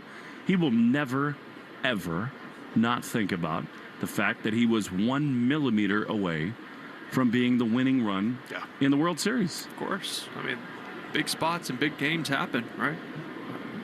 I was a part of a really weird spot with the obstruction play. But your team won, and it's so different. But I'm just getting to the fact that 1-1 is swung on a miss. That moments that happen in those big games, good, bad, anything in between, stick with you forever. They're burned into your soul. And to be that close to having a ring on your finger, of course, that's tough. 1-2, the pitch is a check swing, foul. Don't you think it would have haunted you had the Red Sox lost that series? 1,000,000%. And that wasn't even like a wrongdoing in my part. You didn't it do was anything just, wrong. Right. But it still would have, just because I was a part of a play that resulted in a loss. 1 ball, 2 strikes. Game 3 of the 2013 World Series in St. Louis. Alan Craig, the runner, as Kiner-Falefa takes a ball. Talk me through that. What was going through your mind and what happened on that play? Well, I mean, ball to Petey. He throws it home. Gets the out there. Salty comes to third. Is Alan Craig trying to get to third base on that? Super athletic Alan Craig. The ball took me into the baseline of him about to slide into third base. My glove goes into his chest. I can't catch the ball. I think the ball's close. I try to get up to find it. As he's going over me, he trips. 2-2 is fouled. And then I look up. Was your arm under his legs? No, it just went. No, I reached into him as he was starting his slide. So I couldn't extend my glove to catch the ball. I thought the ball hit off of him and was somewhere close. So I'm trying to get up and get the ball. 2-2 to Kiner-Falefa leading off the bottom of the second. The pitch is inside. And, as all that happens, I feel him kind of go down. I didn't know if he went down all the way or if he just kicked me as he went by. And then I look up and Daniel Nava's backing up, gets the ball, throws him out at home. And I'm thinking, this is a crazy double play to go to extras. 3-2 is swung on him as Kiner-Falefa is struck out. And then I see Jim Joyce making that call, pointing at me, calling for obstruction. And I'm running in going, Jim, what am I supposed to do? Where do I go? And his exact words were, Brooksy, you got to disappear right there. Hard to do. So, Jim, I didn't work with that in the offseason. Here comes Marcelo Meyer. I want to talk about how fickle this game can be. Bill Buckner, all of the players that have things go wrong and that haunt their lives as Marcelo stands in and takes a strike on the inside corner. But that was not the last you would hear from Jim Joyce. And yeah, I talked to him a little bit, over the next few years. And, he said it's one of those plays that's always stuck in his mind. Yeah. Obviously, he had the perfect game. Galarraga, the play at first base. He's about as respected an umpire as there is. He is, because he admits when he's wrong. That wasn't a case where he was wrong, but he always felt bad that it happened to me because we had a good relationship. And he said, "Hey, look, by rule, I had to call it." 1-1 to Marcelo, takes a pitch down and in. He doesn't even owe me an explanation, right? But I just think it's crazy, Will, how much someone's life and career could be changed by just the rest of a series. Like if that play ends up costing the Red Sox a World Series, your life is different. Right. Of course. And like I said, even on a play where I go back to do it 100 times, I do the same thing, go for the ball. 2-1 to Marcelo's swing and a miss, and a slider, and it's 2-2. Yeah. It's crazy. Isn't that amazing? I'm glad I don't have to think about that. But me too. Whew, I'm sweating. I don't mean to dredge up bad memories. 2-2.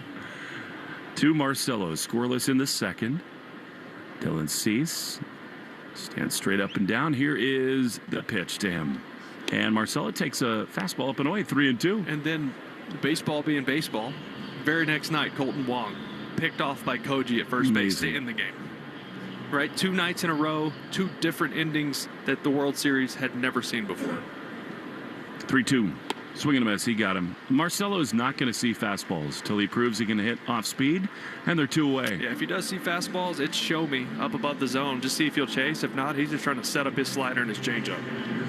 That year was crazy, Will. Wasn't Koji the 4th closer you tried? Yeah, I mean, Andrew Bailey blew out. Joel Hannaran started that year. I don't remember who the third one was, but yeah, Koji was the fourth guy. I mean, he was middle reliever. He's on the mound to win the World Series.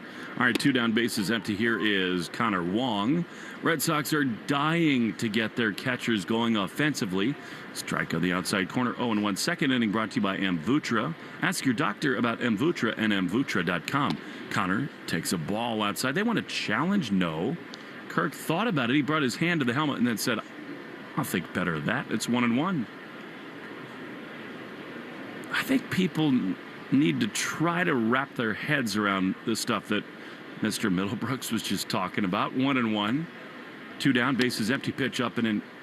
Just about the humanity of this game and how you just find yourself in these spots that you could have never, ever, as a kid in Texarkana, could you ever have imagined that you would be in a deciding play where you're to blame in the World Series? The 2-1 is a strike. Everybody grows up thinking, give me a pitch to hit a home run to win the World Series, not put me at third base to obstruct to lose a game. Amazing. All right, we're done. 2-2 as Wong takes a pitch that is challenged and called a ball. And now, I don't mean, I'm not saying this to pick on you. Yeah. No, but to your it's point, amazing. No, of course not. No one ever thinks of that. It's not 2-2 anymore. It's 3-1. Here's the pitch. And that is ball 4 upstairs. The next night when you win, aren't you the most relieved person on earth? Sure. Yeah. I mean, to all the points you just made, you didn't want to feel like, obviously there's lots of other baseball that goes on, right? And then that play would have sent us, had that play not happened, we would have gone to extra innings. So it's not like we were winning at the time and, you know what I mean? Like, for sure. To your point, that's the play that would have been highlighted had you lost the World Series. By the way, the Scots are back. We would walk 500 miles as Massa stands in and takes a curveball for strike 1. I did not know that the Proclaimers were a Scottish anthem band, but I mean, the other night was as cool an environment as I've ever been in. I was here with Mackenzie, my youngest, and she was locked in. 0-1 is just outside a change-up. Well, I'll tell you what, just back to this game for a second, because I happened to take a look. This is going to be pitch 47 for Cease. It's the second inning. So this is tremendous job by the Red Sox of working deep counts against them. Yoshida 3 for 5 coming in against Cease. He grounded out his first time. This is actually a pretty good matchup for him. What do you think? Well, I mean, Wong runs pretty well. It's not the worst idea to just try something here, get into scoring position, and if you get thrown out, leadoff man is aboard to begin the third. Yeah, you also, like, if Cease is losing his command a little bit, you don't necessarily let him off the hook Throw either. more pitches. 1-1. He runs. The pitch is a strike on the outside corner. I love it. No play even made. And that's the thing with Cease, too, is if you watch some of his starts, when he does have guys on base and he is not feeling his best command, he's not going to slide step much. So I guarantee they know that, and they're like, we're going to take these runs, because Kirk didn't even try to make a throw to second base. Didn't have enough time. 1-2 to Massa. 7th batter brought to you by Jeffrey Glassman Injury Lawyers. Hurt in a car work accident. You got to get Glassman. All 7s after 6-1-7. Time for Massa to pay it off. 1-2. Long at second. Pitch is fouled off on the third base side.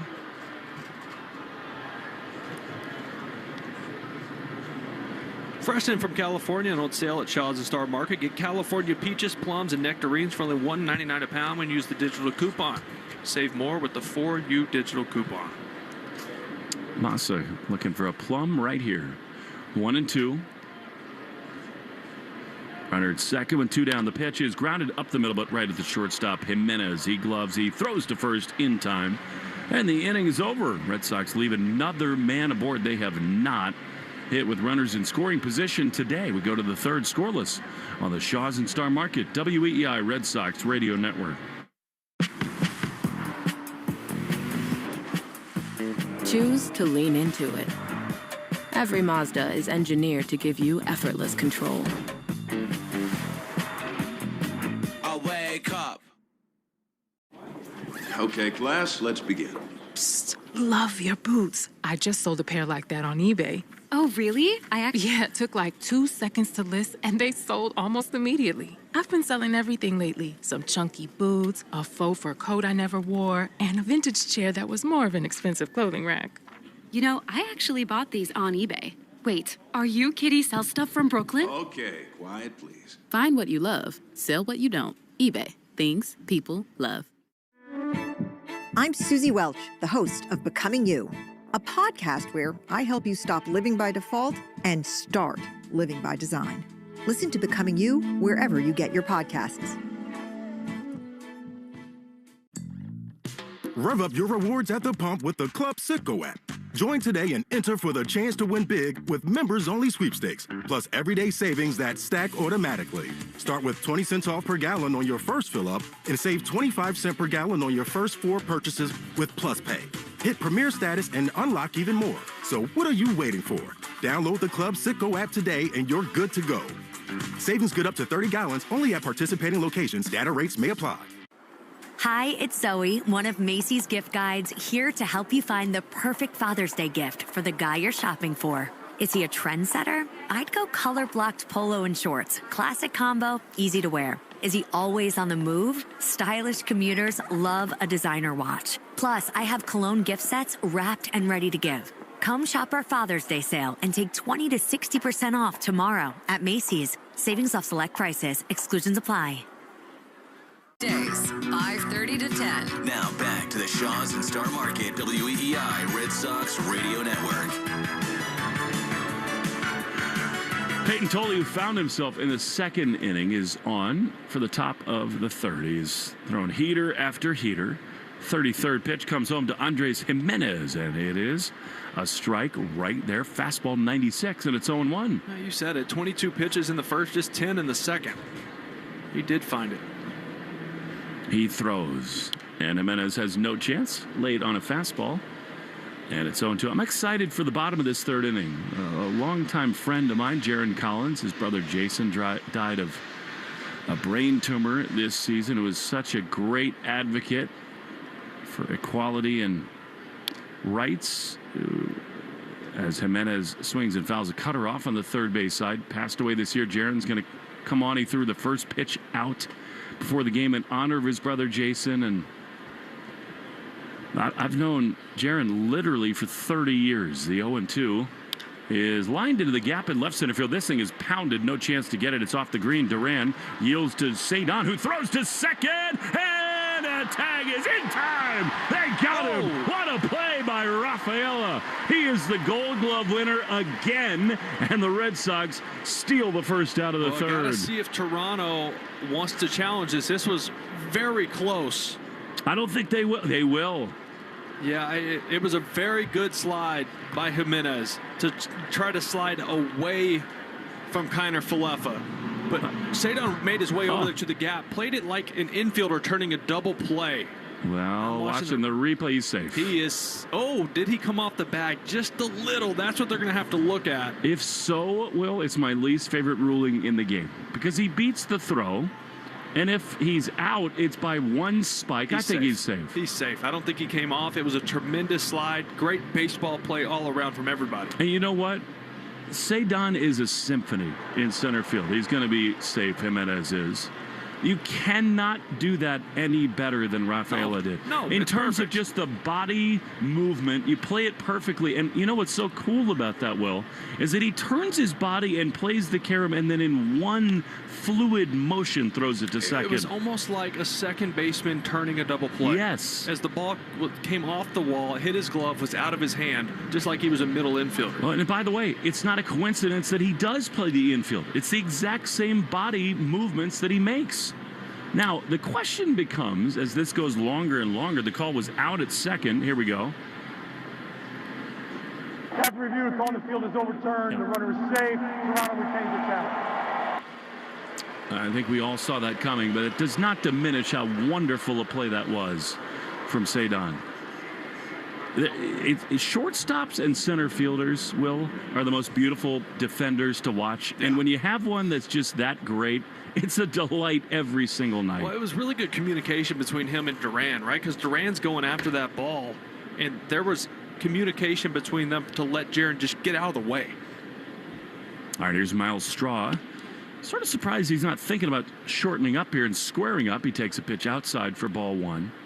I think, Will, it's another testament to the fact that when you have the same guys in the same spots every night, it matters. The outfield has been this way for a month now. 1-0. Straw swings and misses at a fastball, and it's 1-1. Duran, Cedon, and Abreu every night. Every night. And they almost don't even have to speak sometimes to communicate. They just know each other that well at this point. If only we had that. 1-1. Tolley to Straw. Here's the pitch, and it's outside. I'm surprised he's not bunting here. I am too. I mean, you got Springer on deck. Tolley can blow you away. It was interesting, too, because Durbin and Contreras were never really all the way in on the grass either. It's almost like they didn't expect him to. 2-1, foul back. Listen, they've got total carte blanche given the run they went on. John Schneider, who I had a long chat with before the game, one of my favorite people in all of baseball. I think they've got the right blend here in Toronto of old school feel, new school analytics. DeMarlo Hale down there. Oh, man. Big part of the Red Sox organization they lost for years. Don Mattingly, who's now managing the Phillies with his son Preston. 2-2 is fouled off. But, I mean, Carlos Fables is there. Fables was my hitting coach in High A Salem. Really? 2010. One of my all-time favorite human beings. What did he help you with? He was more of a mentality guy. He really helped me defensively at third base as I was still new to third base because I was a shortstop my whole life until I got to pro ball. 2-2. Pitch. Fouled back. Just shorter throws, different angles. Yeah, I mean, the biggest thing Fables taught me, honestly, was away from between the lines was how to be a really good teammate. He's one of the best communicators and human beings, and he was a utility player that prided himself on being a good teammate, and he taught a lot of that to me. 2-2, swinging a foul. I think the Red Sox lost a good one when he went to Toronto. I mean, Carlos Fables, then Kyle Hudson, now Chad Epperson. I mean, they've had a long run of really impressive third base coaches. I loved being around Carlos. Yeah. One of the funniest things he ever said to me, I saw him one time and he goes, "Man, you look good in a uniform." He goes, "Poppy, it's not the uniform, it's the hanger." 2-2. Here's the pitch, and it is fouled off by Miles Straw. AKA, I'm jacked. It doesn't matter what I'm wearing, it looks good. So every time I see him, like, "Poppy, the hanger looking good." He loves it. 2 balls, 2 strikes. Runner at second, leading off the top of the third. Red Sox and Blue Jays are scoreless. Peyton Tolley at the belt. He throws, and a line drive foul. This is a battle for Miles Straw. You know, this reminds me of Roger Clemens telling me his least favorite hitter by far to face was David Eckstein. And he felt like after so many foul balls, he wishes he just drilled him in the rib cage with the first pitch. Yeah, just pesky. Don't hit the pesky pole right here. Here is a liner foul. Are you kidding me? So Straw is going to see 11 pitches in this at bat. Well, totally smiling at him, of course. Trick him with a little kindness, and then I need to see 100 on the board right here. Fastball. Up? Yes. 2-2. He's in swing mode right now. Tolley's at the belt. He throws, and a swing and a liner foul. You got to be kidding me. What an at bat here. At least 12 pitches. Yeah, this will be 12 right here. The thing is like he's late on all the fastballs, so it makes you scared to throw off speed. You don't want to do him a favor. 2-2. Pitch is inside. He did that, though. A cutter down and in. Almost hit him after all that. Steve Carlton would say the same thing. Like, just drill somebody, put him on base, let's move on. I mean, but you got to get so the 9-hole hitter with Springer on deck. You're so invested in this now, you want to punch his ticket. Let's be honest. 3-2. Runner at second, nobody out in the top of the third. Tolley throws, and a swing and a liner foul. Wow. It's like that mosquito in your backyard that just keeps buzzing around your ear. How much is a baseball, Major League Baseball? Because this is an expensive at bat. Bill the Blue Jays, please. What's the conversion rate? A couple toonies. It's a tariff on that.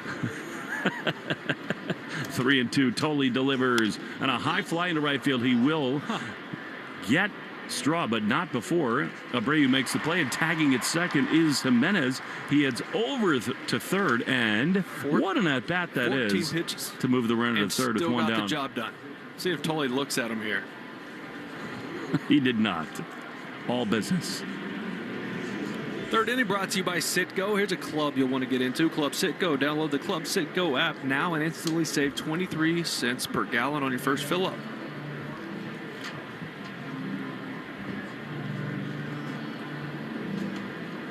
All right, here's George Springer, who, I'll tell you what, Will, the first time did not swing at a first pitch fastball. This becomes an incredible chess match right here because he loves to swing at the first pitch. Tully likes to challenge with heat. Well, I think this is a savvy move right here with Connor Wong going out and taking as long as possible. Just give him a breather. He just threw 14 pitches in a row. Very good. So this gives him a chance to reset a little bit, not lose the velocity facing a fastball hitter and Springer. Not a lot of games underway right now. The Yankees hosting the White Sox. They're tied at 1 in the second inning. Brought to you by Subaru of New England. The pitch to Springer is a strike on the inside corner. Well, I think that tells you about the quality of Tully's fastball. Sure. I mean, that was the two-seamer there. Started, look out of the hand, looked like it was going to be in. Actually had some good movement back to the plate. Frozen for strike one. 0-1 is high in the air, going to get a run home at least. Back out it goes Abreu. He makes the play, but tagging at third is Jimenez. Sac fly for Springer, and it's 1-0 Toronto. Professional hitter, having a bad year. Came into this one hitting 208. He did have 6 home runs, 16 driven in, but hasn't been himself. Had a good pitch to hit there, did the job. He is such a stud, George Springer is. What a career he's had. He's not going to end his time in Cooperstown, but truly will in terms of generational gifts. He is right there in the upper echelon. All right, here now is Ernie Clement, who is a hero in Toronto now. He takes a sinker down and in, ball one. Every single time it felt like when Ernie Clement came up in the playoffs last year, he got a big hit. He was tremendous. 1-0, Tully throws. Rip foul down the left field side. Hockey player, Clement is.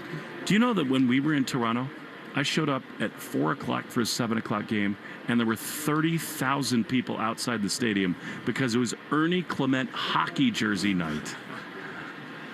1-1 is swung on and miss. Hello, curveball. It's 1-2. Well, that's the beauty of it, right? Just show it here and there. You're going to get swings and misses because these hitters gear up for 97. That's what you're going to see most of the time. 2 down, bases empty. A run in for the Jays. The 1-2 is swung on and missed. He got him 98-mile-an-hour fastball, and the inning is over. We come back for the bottom of the third. Red Sox trail the Jays 1-0 in the Shaws and Star Market. WEEI Red Sox Radio Network. Choose to lean into it. Every Mazda is engineered to give you effortless control. I wake up. Okay, class, let's begin. Psst, love your boots. I just sold a pair like that on eBay. Oh, really? Yeah, it took like 2 seconds to list, and they sold almost immediately. I've been selling everything lately. Some chunky boots, a faux fur coat I never wore, and a vintage chair that was more of an expensive clothing rack. You know, I actually bought these on eBay. Wait, are you Kitty Sell Stuff from Brooklyn? Okay, quiet, please. Find what you love, sell what you don't. eBay. Things people love. Life can feel overwhelming, but on my podcast, From the Heart with Rachel Brathen, we're in it together. Every Friday brings you a new story. Listen to From the Heart with Rachel Brathen wherever you get your podcasts. CVS knows where you get your medicine matters. It matters every day and every night. It matters that we're not just in your community, but we're part of it. Making sure everyone feels welcomed and rewarded. It matters that we're here for what the doctor prescribed, and also just what the doctor ordered. Welcome to CVS, the official pharmacy of the Boston Red Sox. We're packing up and hitting the road for the 5th annual Greg Hill Roadshow season. Hang with us on Thursday from 6:30 to 8:30 at the Front Porch in Algonquin, Maine. The night before the broadcast, the Greg Hill Roadshow is presented by Miller Lite. It is Miller Time, New England. Please drink responsibly. Want to listen to WEEI on the go? Just download the Odyssey app. Now, back to Red Sox baseball on WEEI. All right, here we go back to the bottom of the third, and I am currently in a time machine right now. I mean, I feel like it's 1999 all over again as Cedar Rafaela takes a curveball from Dylan Cease outside for ball one. Jaron Collins is here to talk about his brother Jason, but more than that, is a great friend of mine for 30 years now, is in the booth with us as Cedar takes a strike on a slider outside. We got Mike McDonald, who was a great point guard at Stanford. Joe Kennedy, the former representative of Massachusetts in the House of Representatives. We're basically in the Kappa Alpha house on the edges of Lake Lagunita. Wow. Here is Cedar swinging and missing. Jaron, first of all, great to see you, man. Yeah, great to see you. Thanks for having me, I mean, man. we kind of like boondoggled that thing. Yes. Like we just took a house for free and didn't play by the rules and lived with all of our friends, which was great. It is so wonderful to be back with you as Cedar swings and misses. How are you, man? How's everything? Doing okay. Obviously, we lost my brother. He fought heroically with cancer.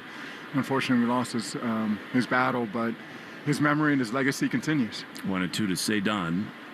Pitch is line foul. You know, it's twins are different. I've got twin nieces. I knew both of you when you were 17 years old. There's a bond that is just, you cannot possibly describe it. What was it like for you to go through the journey with Jason? Oh, it was awesome. Obviously, he always viewed himself as my big brother, even though he's 8 minutes older. I didn't consider him my big brother. 1-2 is outside. But we did everything together. We pushed each other. We motivated each other. Obviously, we played at Stanford together. We both lived out our dreams, playing in the NBA. He played a little bit longer than me, so I guess he was better than me. But made a little more money, too. 2-2. Here's the pitch, and it is outside. Who's counting? He got 13 years in. I got 10 years in. But he had such a kind soul, too, like you do. He was just such a good guy. Yeah, he was awesome. He will be missed, for sure. 3-2 to Cedar is ripped down the left field line. This is going to be extra bases. It bangs off the CBS sign. Cedar says yes. He goes into second base with a foot first slide. It's a leadoff double in the bottom of the third as the Red Sox trying to tie this game at least. Jaron, you know, your big brother, your twin brother, he was heroic as he battled cancer. Yeah. And he was also so heroic with what he went through in his life, the things he was honest about. Can you talk about, I'm sure you heard about it before the world heard about it, and how impressive it was to you to watch him just sort of be honest with the world about what was going on? Well, I think that the way he did, one thing is the way he did all things. So obviously he just made a decision to come out and be brave and live his true, authentic life. Here's Wilyer Abreu, who takes a fastball outside, ball one. And when he made his announcement to come out to the world, there were a lot of us, friends and family. Obviously, Joe and Mike are here. My wife Elsa's here. We all knew prior to the world knowing. 1-0 is a ball. But he wanted to basically just be able to live his life and go out to dinner and just be accepted, you know, for who he is and the person that he loves. He found his husband. Got one challenge left. And they found each other, and they were living life. They were happy. Just recently got married a little over a year ago, and unfortunately had a horrible cancer diagnosis. So again, like he did one thing is how you do all things. He attacked it. He was brave. He was the strongest, bravest man I ever knew, and I told him that many, many times. 2-0 Abreu's fell off. Jaron, it's the most intense thing you can go through, right? I mean, your best friend in the world gets diagnosed with basically terminal brain cancer. What went through your mind when he shared that news with you? Yeah, well, I mean, honestly, I kind of saw it. Well, I mean, let this pitch. It's a lot to process. 2-1. You're also a pro at this. The pitch is swung on and popped up. Get out of play. It will into the seats, and it's 2-2. So we knew something was a little off. just from what was going on, some of his symptoms, and took him over to the hospital at UCLA. And he was in his bed. His husband was by his side, and the doctor just saw the look on his face when he came in. I was there in the room, and he showed the MRI to us, just the results. I saw the MRI, and I'm like, what the heck is that? Because he basically had, no pun intended, he had a baseball-sized tumor in the front of his brain. And so I kind of knew what it was before, Anyway, so it was one of those situations where you just try to find a plan of attack and try to extend and prolong his life. 2-2 is swung on and missed. I think Jason would want us to talk about the courage that he showed. Yes. Not only in fighting that cancer, but also just in coming out. And because we have to remember when he did that, no one was doing that in pro sports. Yeah. What were your conversations with him about that, and how proud of you were when he did that? I was, I'm extremely proud and grateful for my brother and his journey, and for the example that he set. People have referred to him as a trailblazer. Here's a pitch to Wilson Contreras, who's going to homer for Jason here in a moment. It's a curveball, strike one. Love that. Calling it. Call your shot. What do you think, Will? Yes? I'm always feeling it when this guy's up here. I like it. Good timing. 0-1. Cedon at second. One down in the third. 1-0 Rangers. Here's the pitch, and it is swung on. He took a huge rip at a fastball, and it's 0-2. So when my brother came out, and obviously having events like this, like Pride Night here, one of the pillars in the community here, the Boston Red Sox hosting a Pride Night, making it easier for the next generation, for people out there, for the community out there, to feel the love, to be accepted. And I'm just glad that my brother played a small part in that. 0-2 is swung on and missed. He struck him out. So now they're two-way. Again, the courage that it took to do all of the things that he did is just remarkable. Yeah, obviously it takes a lot of strength and a lot of courage. And again, like I said, I always talked to him when I saw Jason that he was the strongest, bravest man I ever met. To do that and to be well received throughout the NBA community, I thought was awesome, and just shows the support of the brotherhood. Here's Jaron Duran with two down. The pitch.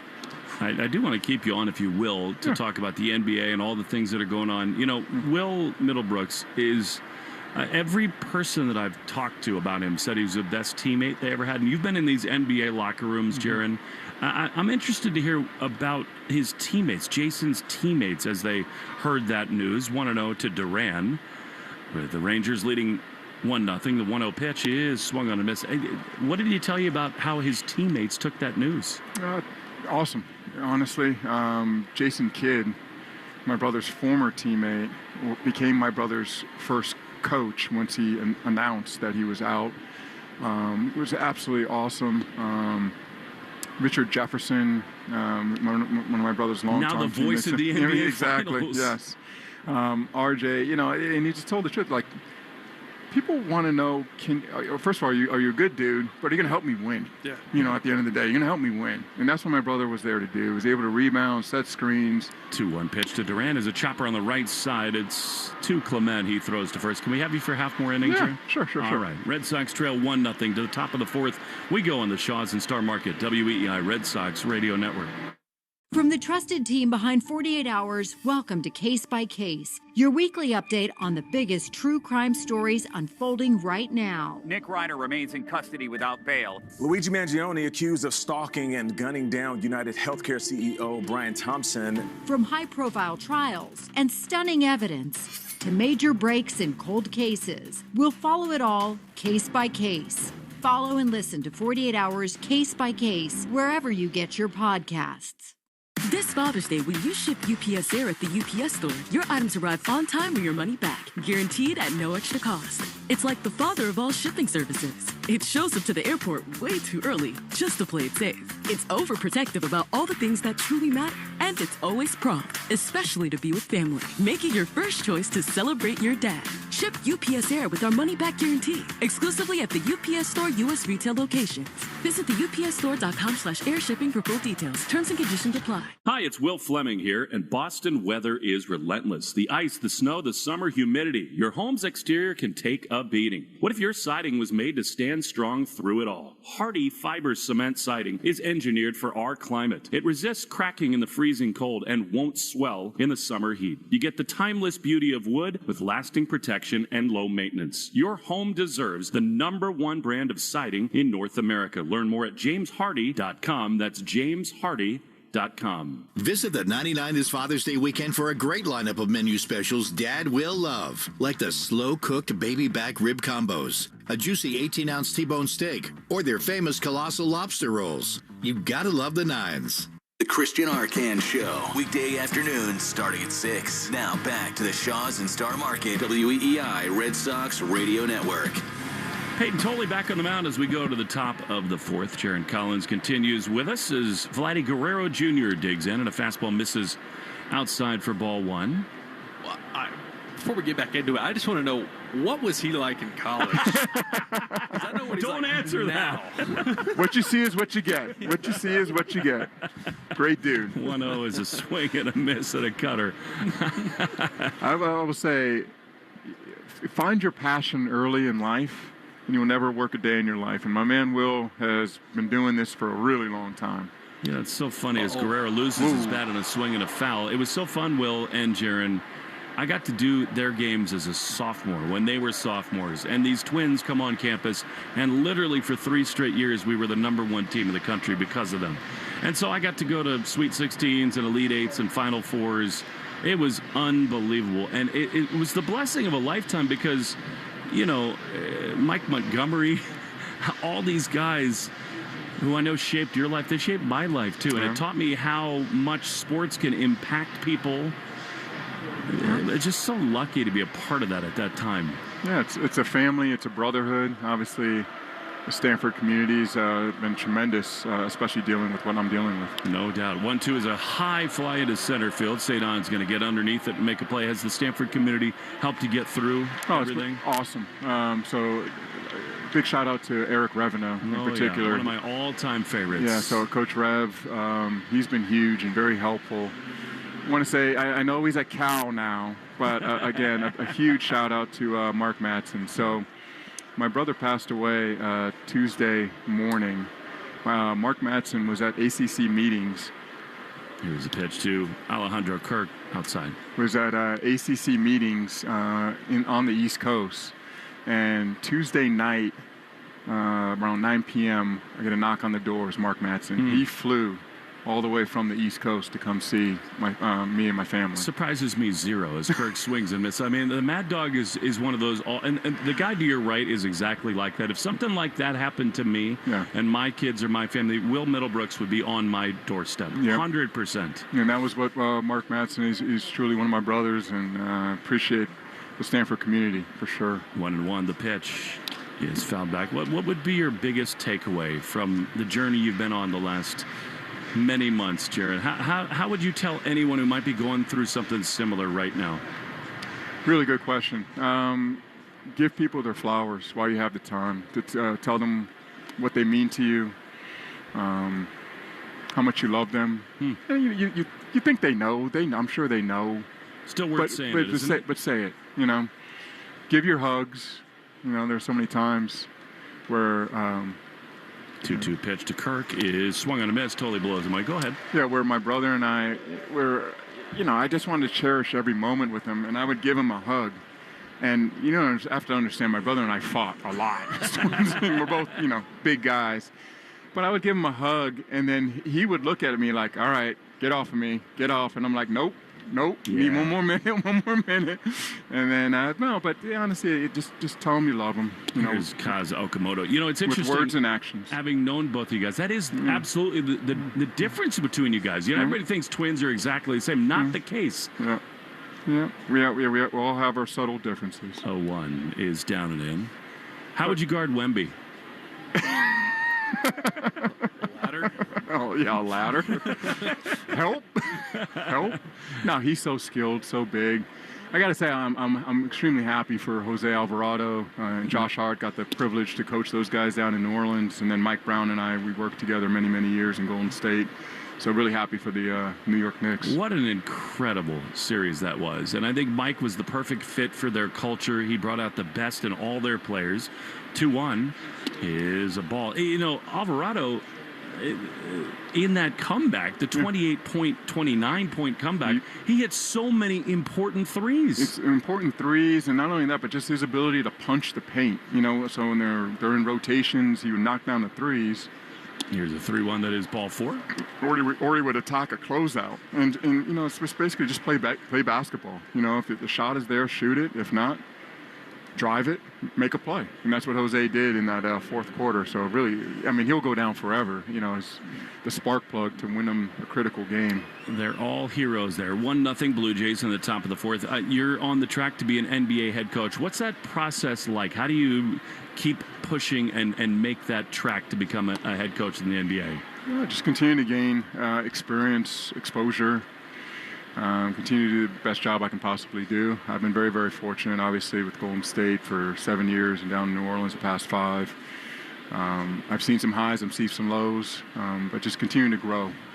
1-0 from Tolle is a chopper on the first base side. Contreras is going to get there. Glove and tag Nathan Lucas out and the inning. Jaron, it is so much fun to be with you, man. Well, I can't express enough how proud I am of you and your accomplishments. Other Will, it was nice to meet you as well. Thank you so much for having me, guys. Could we have ever seen this 30 years ago? I couldn't have. No. I would have known you would have been, not me. I don't know that the audience really appreciates this view that you have. Is absolutely amazing. Not about office. And, yeah, great office. I'll tell you what, I loved your brother so much. Thank you. I mean, he was an unbelievably kind, big-hearted soul. Yeah. I miss him. I know you do beyond any expression. Yep. And you will carry his legacy forever. Thank you so much. Appreciate you. Thank you so much. Sharon. Thanks, Will. All right, Red Sox trail 1-0. Bottom 4 next in the Shaws and Star Market, WEI Red Sox Radio Network. Choose to lean into it. Every Mazda is engineered to give you effortless control. I wake up. Create a space you can't wait to be in. It all starts at Frank Webb Home. With personal service and expert guidance at our local showrooms, we can help you find the bath, kitchen, and lighting solutions you need to enhance your space. With more selection and more expertise. Personal service to help you find your personal style. Visit frankweb.com to schedule a free consultation in one of our 48 showrooms across the Northeast. Make yourself at home at Frank Webb Home. Okay, I have to tell you, I was just looking on eBay where I go for all kinds of things I love, and there it was. That hologram trading card. One of the rarest, the last one I needed for my set. Shiny like the... Designer handbag of my dreams. One of a kind. eBay had it, and now everyone's asking, ooh, where'd you get your... Windshield wipers. eBay has all the parts that fit my car. No more annoying. Just beautiful. Millions of finds, each with a story. eBay. Things people love. The results are in. Great conversations are always on par. So follow and listen to On Par with me, Maury Povich, wherever you get your podcasts. Snapshot from Progressive wasn't created for just anybody. Oh no, we made it for you. Gradual breakers. You keep your eyes on the road, so you've seen it all. As long as it all happened directly in front of you, like a Swedish masseuse, your foot knows exactly the right amount of pressure to apply to the brake. That's why your passengers feel totally relaxed with you behind the wheel and occasionally super sleepy. With Snapshot, safe drivers like you get personalized rates based on your driving habits. Sign up today at Progressive.com. Progressive Casualty Insurance Company and Affiliates. Snapshot not available in California or from all agents.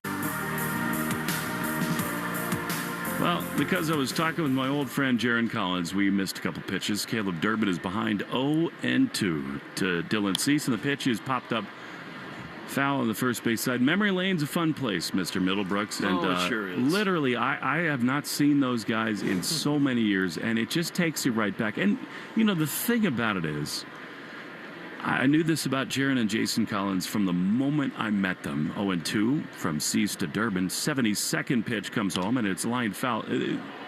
Just good people. And There's a reason that Jason had the courage to do what he did and make a statement that was literally unprecedented, basically, in pro sports. And the composure with which he handled it, his brother has handled all of this. 0-2 is a shot into center field. This thing is pummeled into the triangle, and it's going to be caught on the run. What a running play by Miles Straw to take away extra bases from Caleb Durbin. Wow. That had triple written all over it. I mean, this ball's crushed. 100 off the bat, 374 feet. Miles Straw, great jump, great route. Just in time, gets the leather on it. You know, it's interesting. The Red Sox have actually had some pretty good at-bats and swings here against Dylan Cease. That is a spectacular play. And here's Isaiah Kiner-Falefa with Okamoto in at third. And Cease throws and a breaking ball in there for strike one. 110th pitch brought to you by 110 Grill. Gluten-free dining done right. Visit their 33 locations all throughout New England. So bottom three up in Portland. Romy's second at bat. He goes deep. So you know. I love it. My homie. 0-1. Here's the pitch. Outside. I'm going to scream my homie the first time he does damage here. By the way, I was watching the video. I'm like, the two-hand finish, one-hand finish, normal swing, no pain, line drive over the monster. Can you there imagine what Portland. A difference he can make for this team? Yeah, it's slug. 1-1 to Izzy. Pitch is swung and missed. And by the way, unfortunately, this dude is going to play less when Romy comes here. Yeah, Romy's going to slide in at second base, I would assume. Now, whether Meyer is the everyday shortstop or not, that remains to be seen. He's on deck. Marcelo, 1-2, 1-0 Blue Jays in the bottom of the fourth. Pitch is a little cue shot off the end of that. Almost hit him coming out of the box. Kirk picks it up, throws to first in time. Isaiah Kiner-Falefa has done a lot of good things, and yet, I mean, he so often almost barely makes contact with balls. That almost hit him, and they're two away. And he went through that 2 to 3 week period where everything he hit was a rocket, right? Which was crazy. But I think the shortstop position, because of the lack of offense coming from either one of both Izzy or Marcelo, is going to turn into a platoon spot until Trevor Story comes back. Yes. And by the way, he was here today. Yes, he was. I saw him doing some running and throwing. All right, here's Marcelo, left-handed hitter. 2 down, bases empty. 1-0 Blue Jays. Pitch is up and in. I literally mean this, Will. I don't expect him to see fastballs until he proves he can hit the other stuff. Who's on deck? Brought to you by AZEC Exteriors. Actually, TimberTech. 1-0 to Marcelo, the pitch. Outside. TimberTech decking and railing. Everything wood should be. Visit timbertech.com. Sun is glinting off the half-destructed Citgo sign. It's kind of burning into my eyes now. 2-0. The pitch is a strike on the outside corner. Fastball, and it's 2-1. Marcelo struck out swinging his first time. It's even brighter when the Citgo sun is half-destructed. 2-1. Cease into the wine. Pitch. Outside. You can see watching Cease why it's so uncomfortable. It's not just the stuff. His delivery is different. Well, he hides it. The leg goes up. He actually looks away from the batter, turns his back a little bit, and then the ball pops out at 98. Good luck. The Scots are here. The 3-1 is a strike on the inside corner. And the count is full to Marcelo. Fourth inning brought to you by Cars for Kids. Easiest way to get rid of your old car. Donate today and get your car picked up tomorrow. Carsforkids.com. Cars with a K. 3-2. Pitch is a ball. Good at bat. Good plate appearance by Marcelo. And it's a 2-out walk in the bottom of the fourth. We take 10 seconds for station ID on the Shaw's and Star Market. WEEI Red Sox Radio Network. From the WEEI studios, 93.7 WEEI FM and HD1, Lawrence, Boston. Always live on the free Odyssey app. Will Fleming, Will Middlebrooks. Bottom four, Sox trail the Blue Jays 1-0. Here's Connor Wong. Pitch is a strike on the outside corner. We saw Cease a couple years ago in San Diego, and this is just what he is. It is so uncomfortable at all times because the quality of the stuff. That's the best way to explain it. It's an uncomfortable at bat. 0-1 to Wong. Pitch. Line drive into left field. That's a base hit. Marcelo's going to head for second and hold there. And the Red Sox have a little action here with 2 down, 2 on for Masataka Yoshida. I feel like so far today, Cease is leaned on the slider when he needs to throw strikes. He has more command of that than he does his heater, because he knows his heater when he lets it eat. Whether it's 2-seam or 4-seam above the zone is where it's going to be more times than not. You know what I feel like?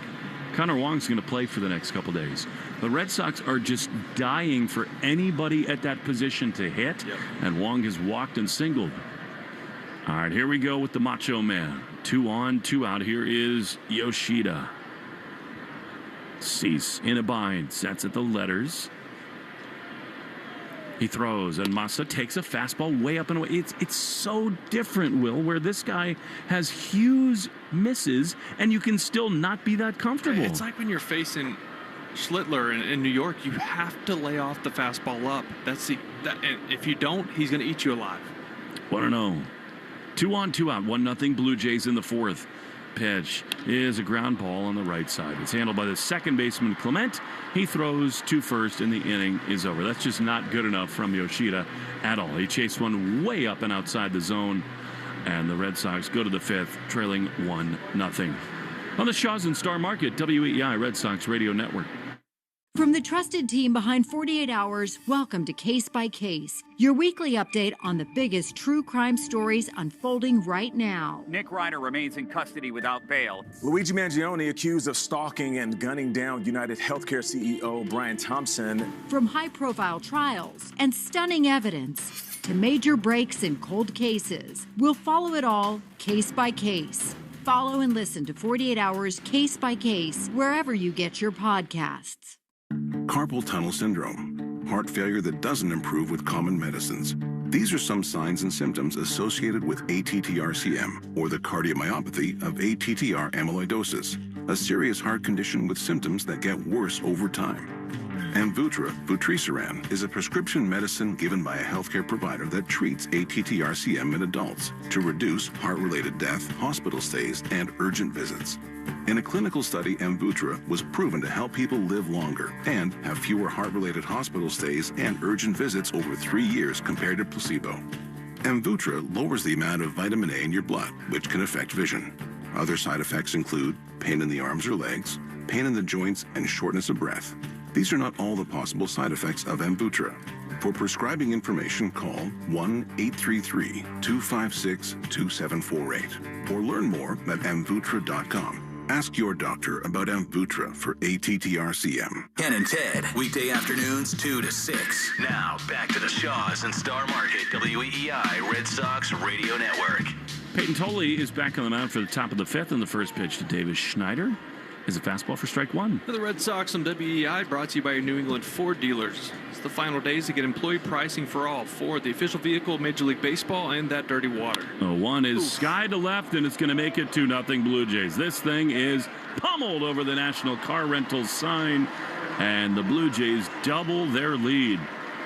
Peyton Tolley has not been a victim of the home run ball this year. That's only the 4th he's allowed, but Davis Schneider wins the mustache battle, and it's 2-0 Toronto. Well, last inning, so top 4, he threw a ton of changeups. It was 3 or 4 of them. That was a changeup right there to Schneider. It's like he was looking for it. Got one up in the zone and smoked it.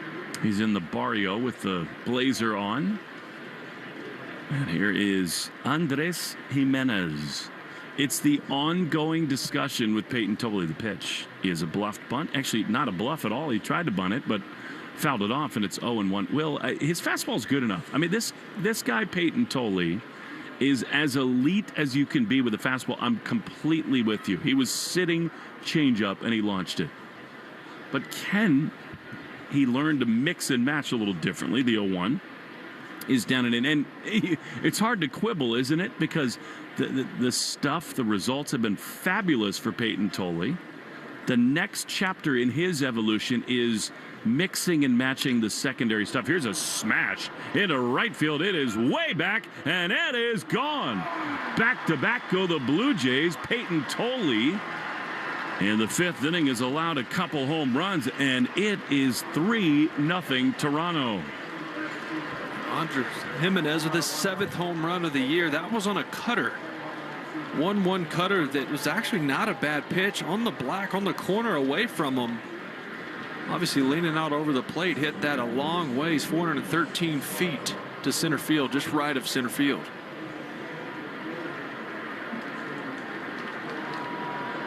So solo jacks to begin the 5th inning for the Jays as Miles Straw takes the ball down and in. You know, Will, again, it is splitting hairs with these young, great pitchers, Early and Tolley, but there is work to be done. The 1-0 is up the middle, handled by the second baseman, Connor Falefi, throws to first in time. And there's one away. It's not, I don't think, unfair to talk about what comes next for them, how do they get to that upper echelon, but at the same time, all these quote-unquote mistakes are so magnified because the offense does so little behind them. I mean, yeah, normally you go 5-6 innings, give up 3 runs. It's a good start. You know, and the offense just, obviously you're facing Dylan Cease. Here's George Springer, who takes the ball down and in. They've had their chances. They've had them on the ropes a couple times and not cashed in, which has been a big issue with this team all season. Yeah, base is loaded in the 4th, 2-1 in the 3rd. Here's a line drive on the ground, past the dive, into left field past Meyer. That thing was absolutely crushed at 100 miles an hour, and George Springer is aboard with a 1-out hit. Well, that was a 2-seamer as middle gets to a guy who handles the fastballs regardless of the velocity. And you, to your point on Connolly, Early, and Tolley, the league adjusts. Right? There's more of a book on you as your career gets into the first full year. Guys know what to look for. If there is a small tip here and there, they can find it. They find tendencies. Here's Ernie Clement, who takes pitch up and away. Whether that's your first, second, third time through the lineup, things you like to go to.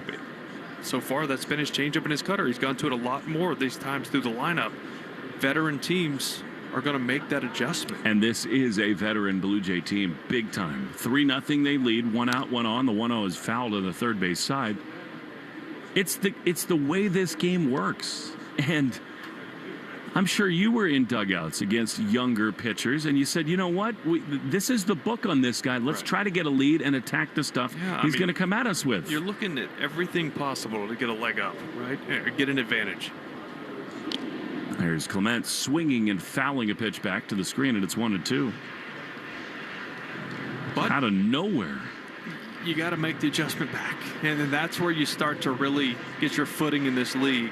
Is you get through that period where the league adjusts, and then you make the adjustment back and find success again. 1-2 is skied into left field. Duran back onto the warning track is there to make the play, and they're 2 down.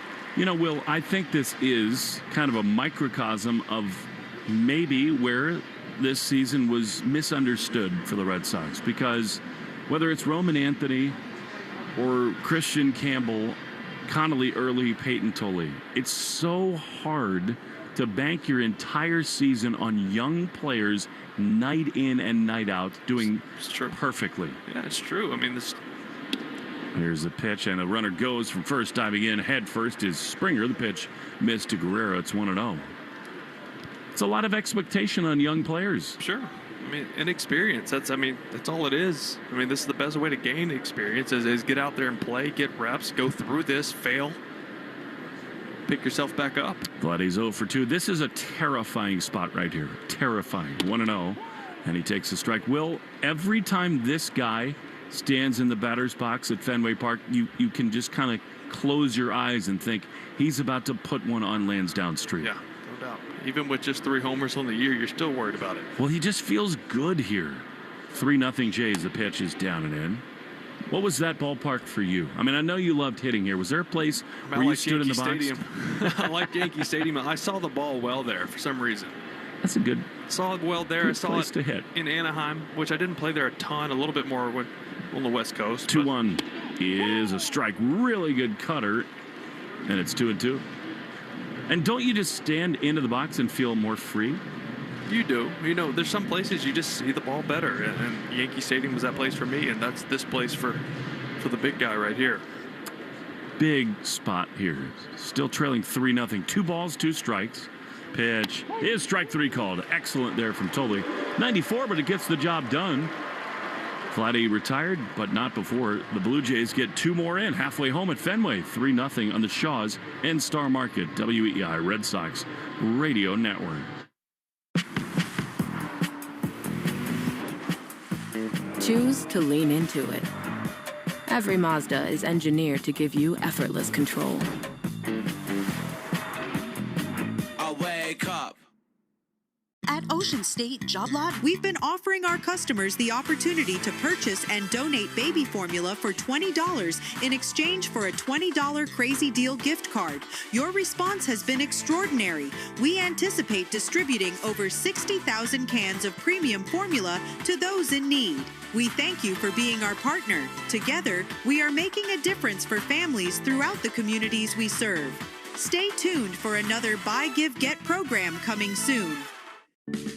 Create a space you can't wait to be in. It all starts at Frank Webb Home. With personal service and expert guidance at our local showrooms, we can help you find the bath, kitchen, and lighting solutions you need to enhance your space. With more selection and more expertise. Personal service to help you find your personal style. Visit frankwebb.com to schedule a free consultation in one of our 48 showrooms across the Northeast. Make yourself at home at Frank Webb Home. At D'Angelo, here's how you really make a sandwich. Toasty bread, fresh-cut veggies, grilled to order, and built out to perfection. That's D'Angelo. Ho, ho, wow. Order now at D'Angelo's.com. Hi, I'm PJ Vogt, and I want to tell you about my podcast, Search Engine. We try to make sense of the world, one question at a time. No question too big, no question too small. We will even answer your questions if you send them in. Stuff like, what happens when a cemetery goes out of business? What should we do about teens using AI to do their homework? Who buys luggage at the airport luggage store? Follow and listen to Search Engine in partnership with Odyssey, wherever you get your podcasts. There you go. Download the Odyssey app. Now, back to Red Sox baseball on WEEI. Time for a rally. The Red Sox trail 3-0. Here is Cedon, who's 2 for 2 with a single and a double. Cease throws. Cedon takes a fastball up and in for ball 1. It's interesting, Will. He has been so much better, more disciplined. I think Cease is probably not trying to throw him any strikes right here, even with a 3-run lead. Pitch to him is a strike called. That was borderline, and it's 1-1. Tommy Canely up in the Red Sox bullpen. I'd say 3-run lead. I think he's going to trust his stuff here and challenge Cedon. A couple fastballs there, probably go to his slider. 1-1. Pitch is a strike. Gas. Okay, right on the outside corner. I take it back. I mean, it's 1-2. This is a guy too who's been around a while, and now he's not just shooting for that top rail. He's just trying to throw strikes now and trusting his stuff with this lead. 1-2. Swinging a foul. I cannot overstate how impressed I am by Cedon's at-bats these days. League leaders, brought to you by AZEC Exteriors.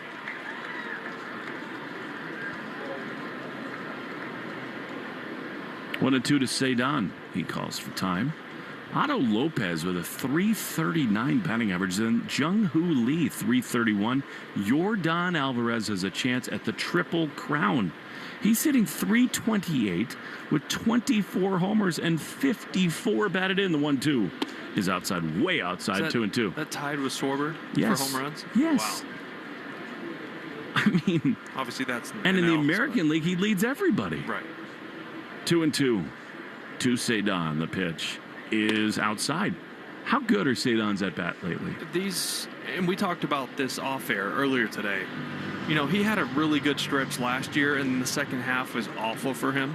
But he's so much more consistent with his at-bats. Big pitch here, 3-2. And strike 3. He wants to challenge. What do you think, Will? Pitch is called a strike. The hitter's challenge. Here, I couldn't tell if it was down or not. It looked middle to me. I think he got the bottom, yeah. And it is a strike. Pitch is a strike. Boston's got one challenge left. So that's that fastball we tell you about. The top of the zone, it has a ton of ride. Now, when you're facing a guy with that type of fastball, with that rising effect, when it's down, your eyes tell you it's going to keep going down like a normal fastball below the zone. His has so much backspin, and the way he releases it, it almost flattens out at the bottom like a wiffle ball would. Here's Wilyer Abreu with one down. The pitch is a ball. It's interesting because the fastball that is at the top of the zone. Hitters always tell you that it feels like it rises. That's literally not possible. I mean, it's just that it drops less. Right. 1-0 to Abreu, and the pitch is swung on and missed. He got badly fooled, which happened there on the bottom, too. Yeah, right? I mean, I remember facing guys. I mean, Scherzer was a guy who had a lower release point and would spin the ball well, and it would feel like it was 6 inches down, and you'd go look, and it's every bit in the strike zone. Man. Frustrating. 1-1 to Abreu, swing and a miss. Would you have to block it out of your mind when a guy like Scherzer was on the mound, just to say this is another dude? Scherzer, I mean, faced him in his prime, and I felt like he was one of the guys for me. I felt like he had a remote control in his glove, and he could read my mind. And if I started to swing, it would turn into a slider. 1-2 is fouled off. And if I didn't swing, it would just stay a fastball right there. It was so reading your frustrating. brain. I think I had one hit off. Like one, I mean, it wasn't a ton of at-bats, maybe like 1 for 15, maybe. Were you looking out and seeing, why are his eyes two different colors? 1 and 2. Pitch is high. No, he was one of the great, I mean, literally, he's a first ballot Hall of Famer. Oh, he just got his, 3,500 strikeout. What? It's like the last of the dying breed of starting pitchers that could get you that many wins and innings. 2-2, he checks his swing to Zabre. The Blue Jays, by the way, have their bullpen going. It's kind of a victory for the Red Sox in this bottom of the 5th inning to try to get Cease out of the game. This will be pitch 101 for Cease in the 5th, so that is a win. Check out the game score brought to you by Veg ER. It's 3-0 Blue Jays. 3-2 is swung and it popped up. Foul and out of play. Veg ER is the official emergency vet group and partner of the Boston Red Sox. Toronto's bullpen is, we'll say, gettable. They do have some good arms in there. They're 6th best in the American League. Boston's still number 1 with a 3.09 ERA. Along with the Texas Rangers right there at the top. Boston and so too Texas. Skip Schumacher aware that Dylan Cease 5.68 ERA, 3rd time through the order.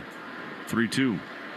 Pitch is a strike on the inside corner. Willier wants to challenge. Well, if they miss this, they're out of challenges. And I think this is a mistake from Abreu. I think you got it right. Look down the way he caught it. Here we go, and it is a ball. This is a ball. Boston's got 1 challenge remaining. That's so big.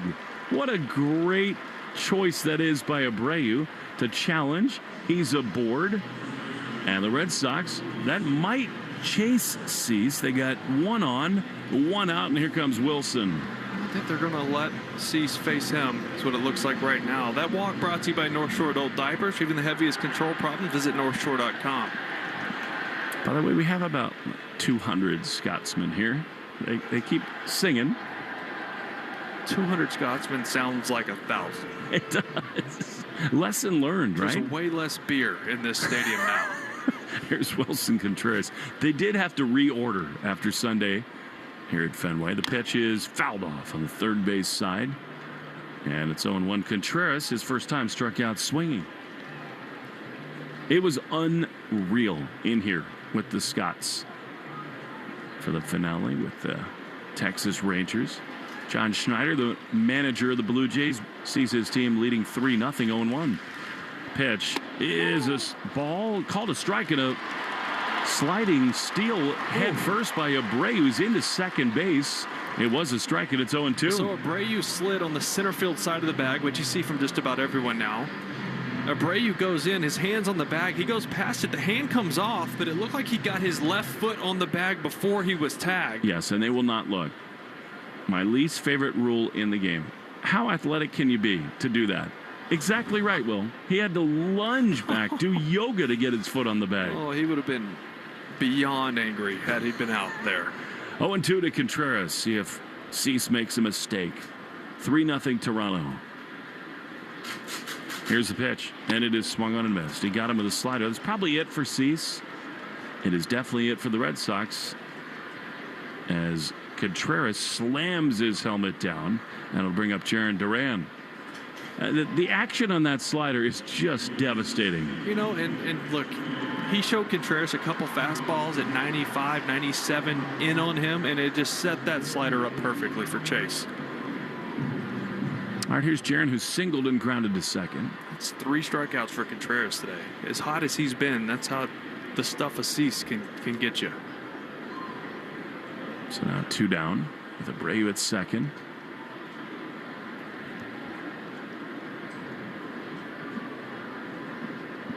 Here's the pitch. Jaron takes the ball. Don't you get the sense, too?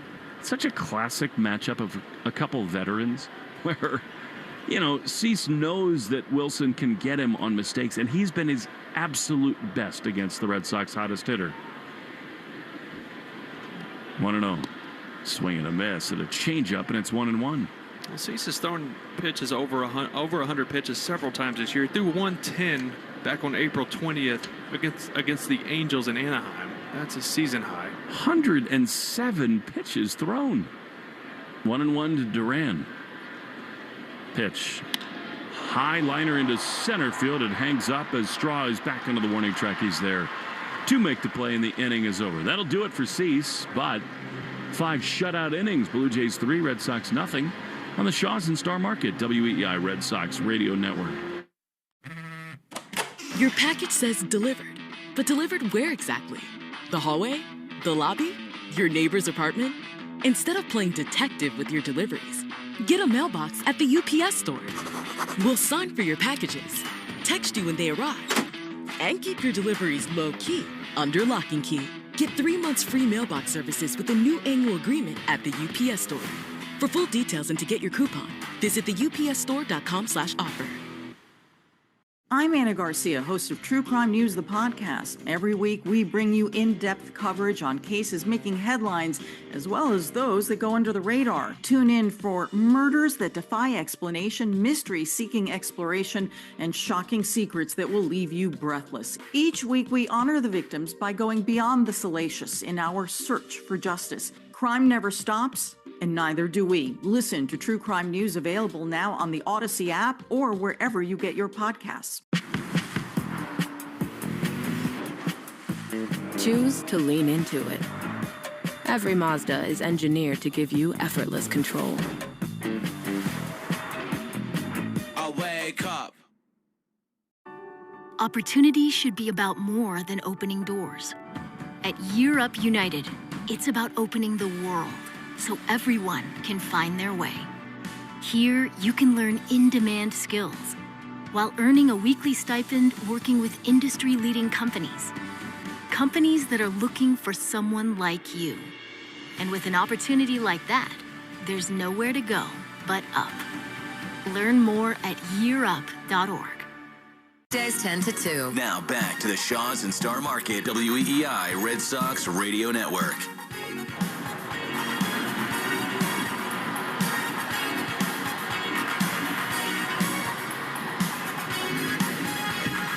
To the 6th inning we go. Red Sox trailing 3-0.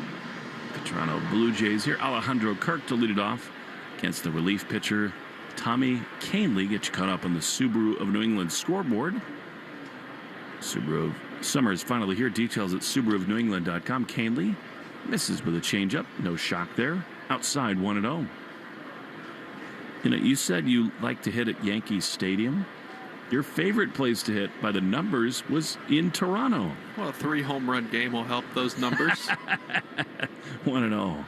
That's a high pop-up into center field. Cedon in the twilight sky, drifting back in front of the warning track. He's there to make the play. The thing about you weirdo baseball players, I bet you remember all the pitchers. Was it R.A. Dickey? R.A. Dickey, 2 of them were off of him. Dave Bush was the 3rd home run in that game. Hit one off of Jeremy Jeffress there. I'm trying to think what the other one was. Here's Psycho. Here's Kaz Okamoto. 3-0 Blue Jays. I can see the guy. I just can't remember his. He's a righty. He was scared of you, I promise. Here's the pitch. And it misses outside. Who faced you in your major league debut? First at bat, who was on the mound? Brandon McCarthy. Did you homer? I walked my first at bat. And then? Swinging bunt for my first hit. Brandon Inch playing third. No way, it was a double off the wall. 1-0 pitch. He is outside. It's interesting. Brandon Inch. Right my third at bat. You did. Yeah. Brandon Inch, that Tigers series with the St. Louis Cardinals, oh, yeah. They could not field a bunt. No. Inge was awful. That's why they lost the World Series. Why do you think I hit the dribbler to him? It's good baseball. 1-1 to Okamoto. The pitch misses outside, and it's 2-1. Did you ever get offers to go to Japan and play? I did. I had a deal on the table going into the 2018 season, the Hanshin Tigers. And I opted to stay here and sign with the Phillies. Had a chance to be their utility guy. And that's where it ended. 2-1 is outside. Big dough over in Japan. People like you who have world championships, power. There's a real opportunity. They like big right-handed pop from the Americanos. And I was real close to going, but, we were starting a family and all that going on. And not an easy call at all. The 3-1 is high. Ball 4. No regrets. We saw Maddie and Kenzie here today. Yeah, no regrets. No, they've been here for the whole homestand. And I cannot get over how much Maddie is you and Kenzie is your wife. Yeah. They don't even in every way. They don't even look like sisters. They don't act like sisters. No, that's not true. They love each other. They do everything. I mean, they're 14 months apart, right? So they do everything together. They fight together. They have fun together. But it's awesome. Here's Nathan Lucas, who takes a pitch up and away, ball 1. So your boys are what, 2 years? 3.5. Oh, okay. I thought it was closer. Yeah, you're right. My wife did not like me for a while, so we went from Bailey to Charlie. Bailey just turned 8 last Thursday. 1-0. Pitch. Popped up foul on the third base side. And they love each other the same way. This is so fun to see. You got 2 little ball players on your hands. They love it. Oh, it's all they want to do. I'm jealous of that. But I get my nails done whenever I want, so it's great. 1-1 to Lucas, who's 0 for 2. Here's the pitch. Fouled by. I need you to come over to my house, though, because they're getting no instruction from me. Bailey, for his 8th birthday, got this great hitting tool. I just put it together today. What is it? I'll tell you the exact name of it, but it's an awesome instructional hitting mechanism. 1-2 is down and in. It's 2-2. There's a stand. There's a ball that goes around on a whirly bird, and you can hit and hit and hit without losing the ball. Oh, that's great. And we lose 700 wiffle balls a year. 2-2, 1 down, 1 on, 3-0 Rangers. Here's a liner into right field, a base hit past the dive of Contreras. Willier's going to try to get there. He cannot in time. Around second, over to third. On the play is Okamoto, and the Blue Jays with 1 down in the top of the 6th have runners at first and third. Well, Lucas, you said it, didn't like seeing the lefty Tolle in there, but now the righty Canely, he's much more comfortable. Hit that ball hard, as you said, under the dive of Contreras.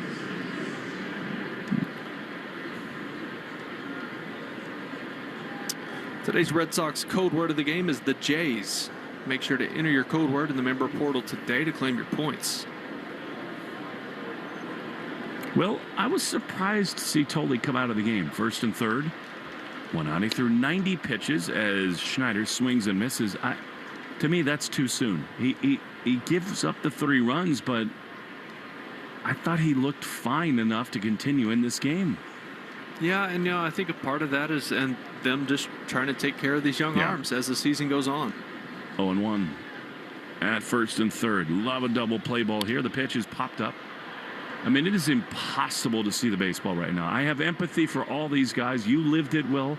Like, that ball goes up into the sky. What's it like to see a ball just completely get lost in the twilight sky? You just have to track it as well as you can before it gets above the light, so your eyes can just instinctually follow where you think it is to be in the general vicinity, because you do lose it a lot when the sky's like this, when the sun is just setting. Tolle went 5 innings, 4 hits, 3 runs with 2 walks and 6 strikeouts. 3-0 Jays. First and third with 1 down. Huge pitch here. 0-2 to Schneider. Pitch up and in. I'm just looking at Tolle. So last start, Tampa, 94 pitches. It was 99 before that, 94 before that. So this is trying to protect a guy who is going to surpass innings that he's ever thrown in his entire life. Yep. Keep these guys healthy. 1-2. Pitch. High drive, real trouble. Deep left center field, back on it, Cedon. He can't find it. It's off the wall. He plays the carry. A run will score. Cedon beautifully dekes the runners, but it doesn't matter much. It's an RBI double, 4-0 Toronto. Well, Snyder, after a strikeout in his first at-bat in the second inning, is now homered and doubled here in the 5th and 6th. Seeing the ball well. Well, here comes Andrew Bailey. Check of the game score. Brought to you by Veg ER, the official emergency vet partner of the Boston Red Sox. 4 runs, 6 hits, no errors for the Blue Jays. No runs, 4 hits, no errors for the Red Sox. I think what you're talking about is an interesting thing, Will, because in a different year, with a different record, with more hitters, with more slug, no one would notice. But you do have to take care of these young arms early, and Tolle, and even Garrett Crochet, who is on the injured list. It's sort of in the background of all this stuff that the Red Sox are trying to juggle this season. It'll be interesting to see how they handle it in August and September if they decide what it's looking like to trade some guys and sell Chapman and Sonny Gray. And I mean, there's guys in that bullpen in Slayton and Whitlock that teams want as well. Here's Andres Jimenez, infield in now, 4-0 Blue Jays. The pitch fouled. On the first base side, you and I both know how they would handle that. They would totally manage the inning limit for Tolle and early. Well, at that point, when you throw up the white flag and you trade some of those pieces to get whatever you can for them in a season that you feel is lost, you start building towards the next season, and part of that is protecting guys who are going to be in your rotation. 0-1 Jimenez, who's doubled and homered. He swings and misses at a changeup in its own two. Will, that's why these next 15 days are so key. Yeah, they are. And you know, you're frustrated. No runs on the board here. Down 4-0. Not a lot of offense. 4 walks, 4 hits. I know you're facing Dylan Cease, but just once again another game where the offense isn't doing enough. 0-2. Infield in. They lead at second and third. Canley at the belt. He throws and a foul on the third base side. Meanwhile, the Yankees lead the White Sox 11-1 in the bottom of the 4th inning. Home runs from Jones, Rice. I mean, Ben Rice is in the MVP conversation right now. Oh, yeah. That's what the Red Sox were hoping for from Roman Anthony. 0-2. In the dirt. White Sox aren't a bad team either. I mean, they're winning their division right now. I mean, 2 games over 500, but winning the Central. Braden Montgomery's been called up. Benintendi having a resurgent year. Is Teal there? Is he back? No. He's coming back from that hammy. He is. From the World Baseball Classic. Chase Mydroth. Yep. Having a good year. 1-2. Popped up on the left side. Honestly, where's the baseball? Durbin found ground. Thankfully, he does. He's there to make the play. Yeah, they're 2 down. You'd make that deal 10 times out of 10 for Garrett Crochet. Sure. But Teal, Mydroth, and Braden Montgomery look very good on the south side. Yeah, Montgomery, how about that? Big league debut. Drives in 3, including a walk-off homer. First big leaguer ever did a walk-off home run in their big league debut. Isn't that amazing? He went where I went and where you thought about going. He started at Stanford and ended at Texas A&M. 2 down, second and third. 4-0 Blue Jays. The pitch is a strike on the outside corner. That awful. Broke his ankle at the end of his career at A&M. I'll tell you what. Last year. I watched him play. He's a guy, I don't know anything about anything, but he was so good. And just had the clutch gene, too. 0-1. Pitch. Ground ball to third. Nice play by Durbin on the backhand. He throws to first in time, and the inning is over. I think Caleb Durbin can absolutely win the Gold Glove this season. Red Sox need to get their bats out. We go to the bottom of the 6th. 4-0 Toronto on the Shaws and Star Market, WEI Red Sox Radio Network. As a parent, I want what's best for my kid. For her, that meant finding a charter public school that truly fit her needs. Specialized programming, more support, somewhere she feels safe. But too many families are still waiting for that opportunity. Politicians on Smith Hill want us to wait longer. Don't limit access to charter public schools. Tell Governor McKee and the General Assembly that you oppose the permanent charter ban. Parents, not politicians, should get to decide the right school for their child. Paid for by Stop the Wait Rhode Island. Choose to lean into it. Every Mazda is engineered to give you effortless control. I wake up. There's nothing like the American Express Platinum Card. Find out your welcome offer after you apply, which could be as high as 175,000 points. Learn more and find out your offer at americanexpress.com/explorer-platinum. Terms apply. Okay, class, let's begin. Psst, love your boots. I just sold a pair like that on eBay. Oh, really? Yeah, it took like 2 seconds to list, and they sold almost immediately. I've been selling everything lately. Some chunky boots, a faux fur coat I never wore, and a vintage chair that was more of an expensive clothing rack. You know, I actually bought these on eBay. Wait, are you Kitty Sell Stuff from Brooklyn? Okay, quiet, please. Find what you love, sell what you don't. eBay. Things people love. This is Caleb Durbin. You're listening to the home of the Red Sox, WEEI. Win free groceries for a year with the Shaw's and Star Market Grand Slam Summer Sweepstakes. Plus, your child can become a junior broadcaster. Enter now at shawsorstarmarket.com/Grand Slam. You got some pickle juice in front of you, by the way. Red Sox trailing in this game to the Blue Jays 4-0 as Caleb Durbin leads it off against Jeff Hoffman, erstwhile closer from the Blue Jays, and he takes a strike right on the outside corner. 0-1. Hoffman gave up the home run to Rojas in the 9th inning. That will forever live in infamy in Toronto lore. The 0-1 is a strike right on the outside corner. They've taken him out of the closer's role. Will, they're trying to get him right. We've seen it so often with these closers, just kind of recalibrate a little bit. Yeah, he still has big-time strikeout stuff. I mean, throws hard, good slider. Command was an issue early this season. 0-2 is a broken back ground ball to third. It's handled over there by Okamoto. He throws to first, and Durbin is out number 1. Bullpen report brought to you by Interlock Metal Roofing. Visit interlockroofing.com and never re-roof again. Speaking of, Greg Weissert is up in the Red Sox bullpen after Tolley, Canely, now Weissert coming in. Here is Isaiah Kiner-Falefa. Strike on the inside corner. My friend Eric Sutcliffe is here, and he's like the best dressed dude I've ever known. And he had a pocket square in his blazer, which is like sort of khaki colored. 0-1 to Kiner-Falefa. Pitch is right there, strike. And I took it out and I turned it into what he tells me is called an ascot. I've kind of got it in the top of my shirt, and it's not working so far. Also looks ridiculous, doesn't it?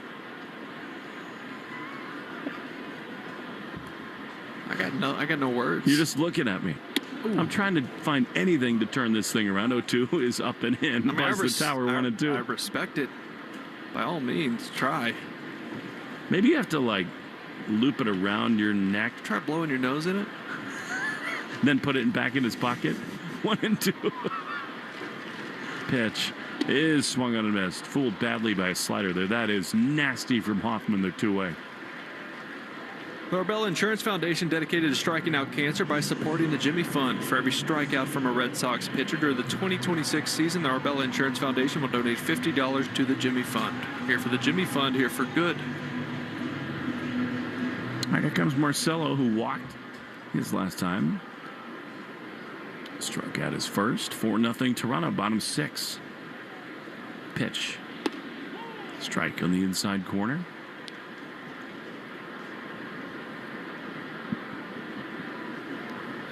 I got a text from my wife saying Maddie, my oldest, was crying because of the proposal on the video board. Well, did somebody say no? The 0-1 is grounded to third. Happy coming tears. on Okamoto. Throw to first. I mean, I would like some happy tears. Yes, I got please. sad tears tonight. Yeah, We're through 6. 4-0 Blue Jays on the Shaw's and Star Market WEEI Red Sox Radio Network. Bring on the fun and bring home a new Honda. with a great deal on your favorite Honda vehicles. Check out the all-electric Honda Prologue, CR-V Hybrid, Accord Hybrid, and Civic Hybrid, all from the 2026 Kelley Blue Book Best Value brand. For a limited time, well-qualified buyers can get a 3.49% APR on a 2026 Accord Hybrid.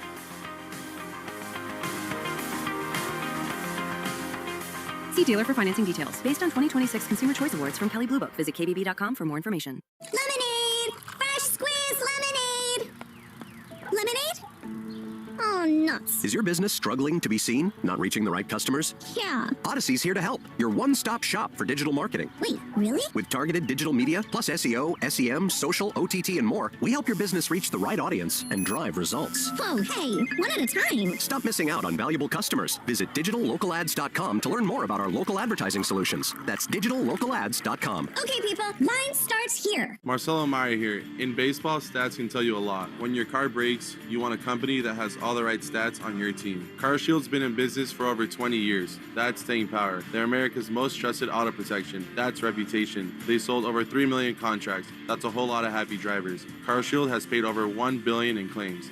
The numbers speak for themselves. Let CarShield help with costly repairs when an unexpected breakdown happens. Don't get caught looking. Get a free quote today at carshield.com. Coverage varies by plan. View contracts and exclusions at carshield.com. This summer, Theater by the Sea unleashes the hysterically campy, delightfully dark modern classic little show of Four Rowers. This deviously delicious sci-fi smash musical follows hapless floral assistant Seymour Krelborn, who pines for his co-worker Audrey. When Seymour nurtures a strange seedling, it grows into a carnivorous plant with devilish, bloodthirsty intents. Don't miss the fun running May 28th through June 20th at Bill Haney's Theater by the Sea. Grab your tickets at theaterbtc.com. Play-by-play action of the Boston Red Sox on the Shaws and Star Market WEEI Red Sox Radio Network. Red Sox need something both mystical and magical as we go to the top of the seventh. They trail 4-0. In between innings, I did consider doing the entire inning as Harry Carey. And if so, I would have said, Tressiu Greg Weissert is on to pitch for the Red Sox. One of my all-time favorite Halloween costumes is Weissert throws to Reg Nursp Egrioj, George Springer, and it's 0-1, a strike on the outside corner. I put a pillow underneath a shirt with a tie. Here's the pitch. It's a little bit high, and it's 1-1. This is every time I asked for anything, it was just, hi! You're unamused. I'm letting you roll, man. I don't like this version of you at all. I know you don't like the Red Sox losing, nor do I. 1-1. Cheer up, Buttercup. The pitch is a fastball. Slider that misses outside, and it's 2-1. It was my most favorite Halloween, though. Hi! When was that? Oh, man. Like 10 years ago. Okay. 2-1. I spray painted my hair gray. Here's a high pop into left field. Duran comes in, and he's there to make the play for out number 1. I spray painted my hair white and my eyebrows too. Put a tie on, put the pillow under the shirt, and it said, "Hi, everybody." Should carry around a bottle of Tito's. Should have. That's part of the course for me. Of course. The big, absolutely. I went to a thrift store in San Francisco and got absolutely full-on, 2x2-inch black glasses. Here is Ernie Clement, who tries to stop his swing and does not. And a foul on the first base side.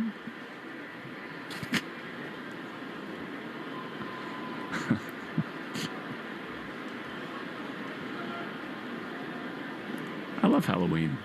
Do you guys do family costumes? Here's an 0-1 that misses down and away. We don't, but I have a feeling it's coming soon. Yes, it is. My favorite Halloween was actually at Big Poppy's house the day after we won a World Series. You've seen this picture. And my favorite Halloween was at David Ortiz's house, the one that was fouled off on the first base side on a play. Go up in he's like, come with me. I got costumes up in my attic. So we go in his attic, and we're digging out these costumes. He puts on a werewolf costume, and I was Oscar the Grouch.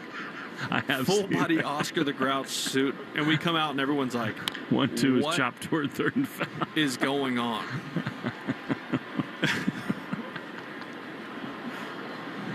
Anything with Ortiz is a win, right? Yes, it's always fun. I love your relationship with him because he took you under his wing early on as a rookie. He just wanted to make you the best version of yourself, 1 and 2. Weissert throws, and he misses. And I really do think, Will, we're not here to judge any decisions, whatever's going on, what's not. I think we can all admit that kind of a leader is needed. They don't have Trevor Story. He's hurt as Weissert throws, and a high fly into left field. Duran back in front of the web sign on the run, lunges and makes the play. 2 down. Can we agree that there's no way you can have too many star leaders in this kind of market? Yeah, of course not. I mean, you need guys that have. Well, the thing with him, when I came up, obviously, it's him, it's Pedroia, it's a ton of guys who had been not only in the big leagues a long time, but in the big leagues in Boston, which is different. Very different. 2 down, bases empty. Here's Vladdy. Chopper toward third, and it's a fair ball. Durbin backhands. He throws on a hop to first in time. And a nice job there by Greg Weissert. Cubs don't win, but the Red Sox go to the stretch at Fenway. Brought to you by Jeffrey Glassman Injury Lawyers. 617, then 7 sevens. 4-0. Blue Jays on the Shaws and Star Market. WEEI Red Sox Radio Network.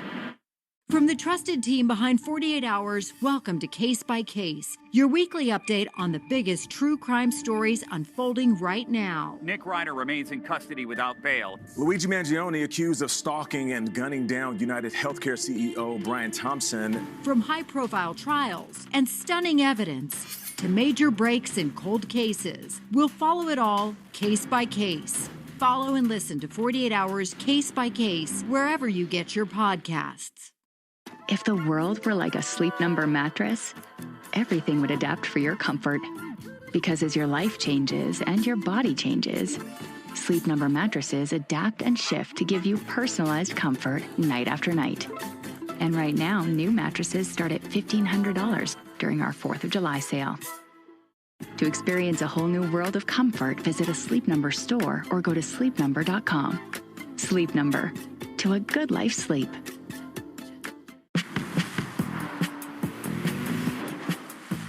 Choose to lean into it. Every Mazda is engineered to give you effortless control. I wake up.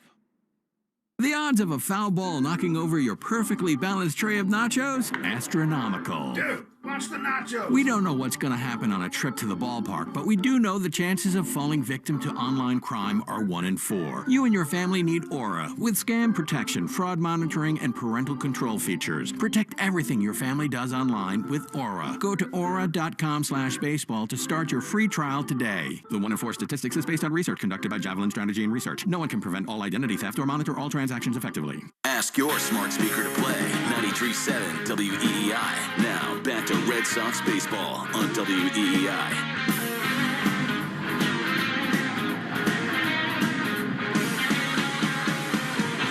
Connor Wong to lead it off as we go to the bottom of the 7th. Red Sox trail 4-0 as a sinker from Trevor Rogers.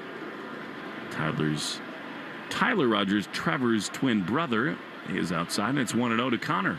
He swings and misses at a slider. This is the Submariner, and that was not close, and it's 1-1. Subaru New England scoreboard. Subaru summer finally here. Details at SubaruofNewEngland.com. Pitch outside.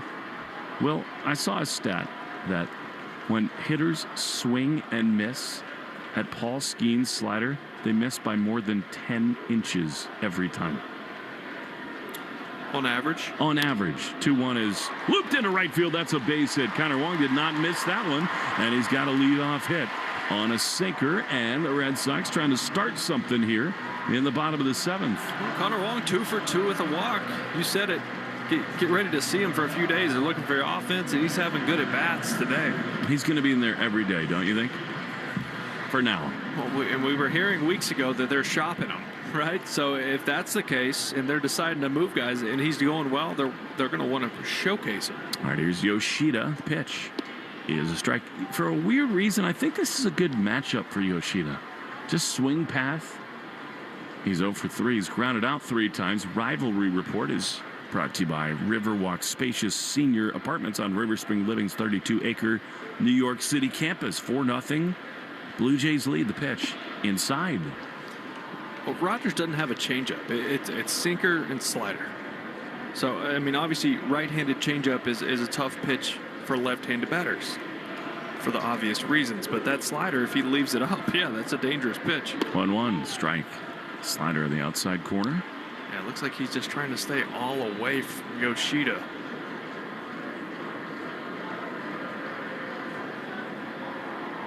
One on, none out. 4-0 Blue Jays, bottom 7. Rogers is ready. He throws, and he just misses outside with a sinker. 2-2. It's amazing how his 84-mile-an-hour fastball looks like it gets on batters, because that slider's about 72. And everything coming from down below. 2-2. High fly into left field, but it hangs up in front of the track. Schneider is there to make the play. And there is the first out in the spot of the 7th inning. Stay tuned after the game for the Nissan post-game show. Hurry in and bring home a winning deal. The Nissan Summer Sales Event. Now's the time to get behind the wheel of the Nissan Rogue, Pathfinder, and Frontier. Man, could the Red Sox use a bolt right here? Cedon digs in, right on right, pitch. Way outside. As a right-handed hitter, Will, against a Submariner like this, what are you thinking? You can't try to pull him, right? He doesn't throw hard enough. If you get a hanger, you'll pull it, but you have to, kind of like what Connor Wong did, try to shoot it to right center to stay on it. Well, no, here's a foul. Maybe that was that idea there. I mean, he was very late on a sinker, but is that the mindset there, 1-1? It's a mindset. I mean, if you try to pull him, you're going to roll over the sinker, which has a ton of movement, or you're going to swing and miss at the slider by a foot or more. 1-1. Pitch. Fouled back. Man, he had something to hit right there. That's the one you have to do damage on. Sinker, middle, but fouled back 1-2. Yeah, and with that approach, guys like this are going to combat that approach with fastballs in on the hands. He has the lowest release point in Major League Baseball. 1-2.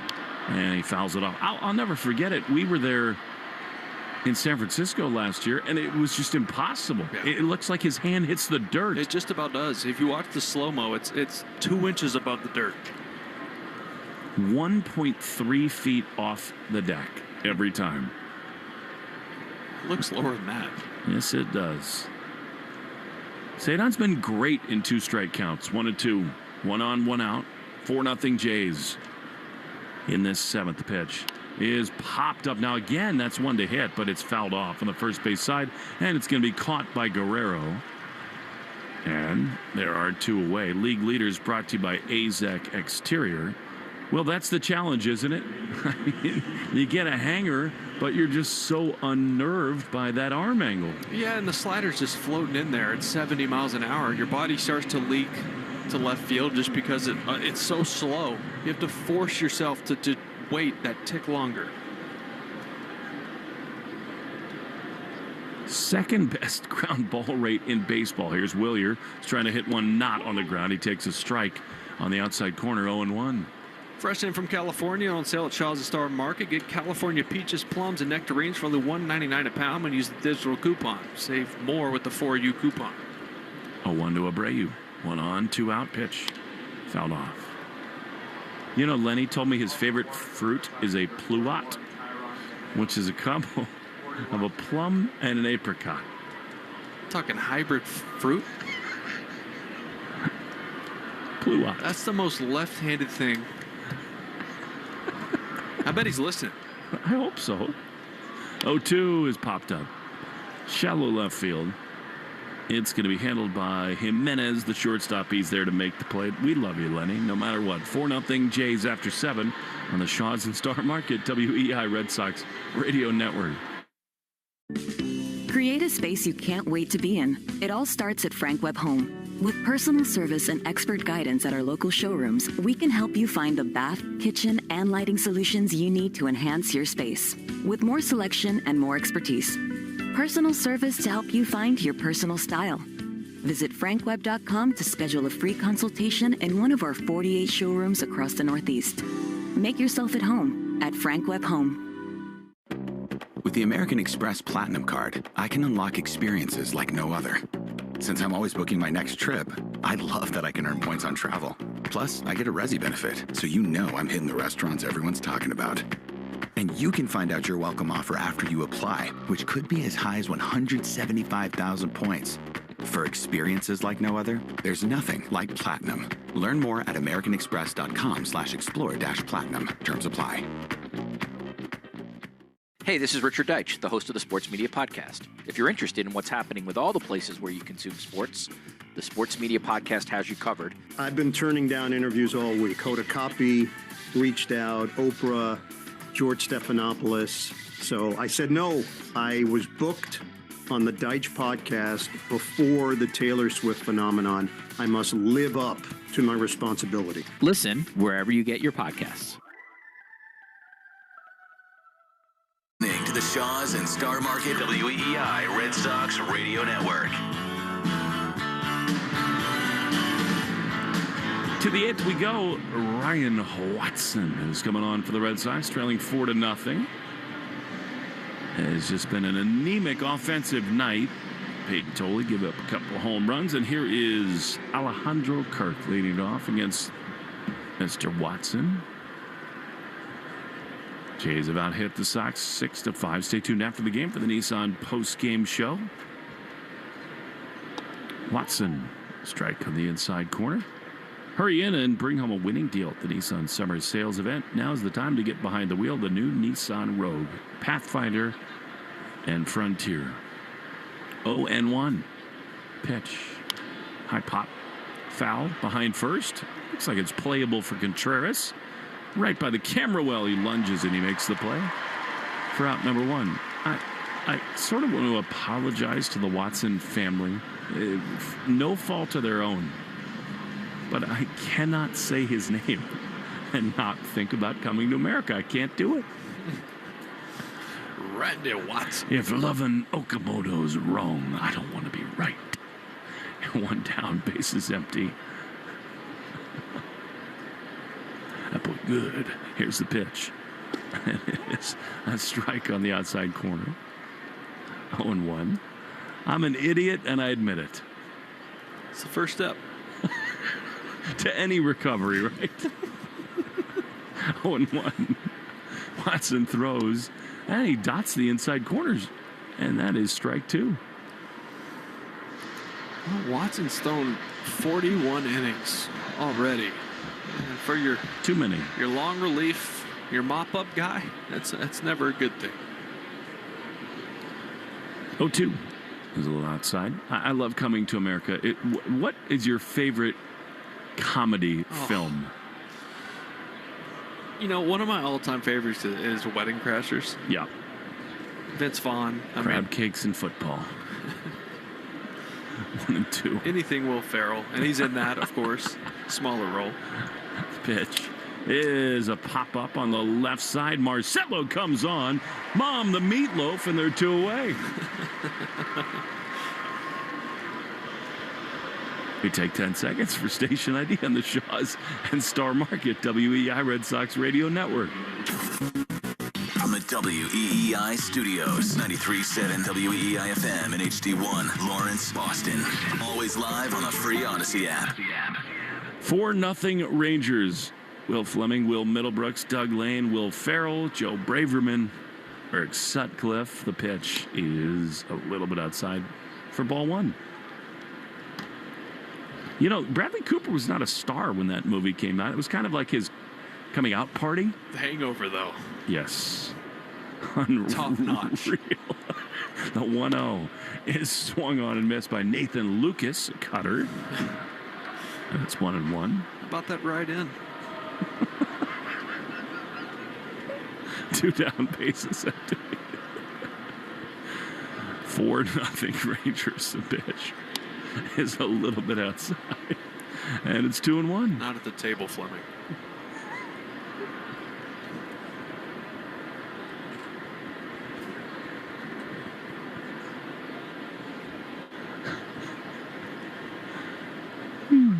2-1 is down and in, and it's 3 balls and a strike.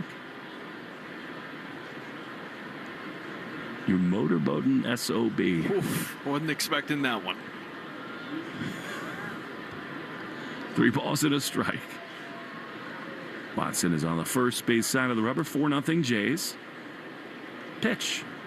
Swing and a miss. Big cutter. It's 3-2. Was it A Star Is Born with Lady Gaga he was in? Oh, man. What an awesome movie that is, by the way. I mean, so many of the songs sung in that movie are like legitimate great hits. 3-2. Swinging a foul. The dude who played, I want to say Lafayette in Hamilton, was Lady Gaga's friend in that movie, and he's the guy who gets on the private jet with her as she goes to the concert the first time she sings with Bradley Cooper. The 3-2 is high in the air to center field. Cedon is back on it. He's there to make the play, and he ends the 8th inning. In the shallow. We go to the bottom of the 8th, 4-0 Blue Jays. The Shaws and Star Market, WEI Red Sox Radio Network. Choose to lean into it. Every Mazda is engineered to give you effortless control. I wake up. At D'Angelo, here's how you really make a sandwich. Toasty bread. Fresh cut veggies. Oh. Grilled to order with top quality meat. All topped with melting white cheese and built out to perfection. Now that's a sandwich worth craving. That's D'Angelo. Ho ho, wow. Order now at D'Angelo's.com. I want to tell you about a new podcast from Odyssey called Family Lore. It's about interesting family stories and the truth behind them. It's available now on Apple Podcasts, Spotify, or wherever you get your shows. Remember enjoying those iconic red, white, and blue freezer pops in the summer? Now imagine that flavor reinvented as an energy shot. Introducing the Firework Freeze 5-Hour Energy Shot. A flavor explosion of sweet cherry, zesty lime, and electric blue raspberry that all come blasting together for a seriously refreshing shot. Ignite your taste buds with the flavor of the summer. Get a Firework Freeze 5-Hour Energy Shot today. For more information, visit 5hourenergy.com. Fresh in from California, peaches, plums, and nectarines are on sale at Shaw's and Star Market. Hey, it's Lou. Today through Thursday, you can pick up California peaches, plums, or nectarines for only $1.99 a pound when you use the digital coupon. Find this and other special savings, plus reward points and recipes when you use the Shaw's Deals and Delivery app. Short on time, order free curbside pickup, or get delivery. Save more with the 4U digital coupon. Shaw's and Star Market, the official supermarket of the Red Sox Radio Network. You're listening to the Sox on the Shaws and Star Market WEEI Red Sox Radio Network. Now, back to the play-by-play action.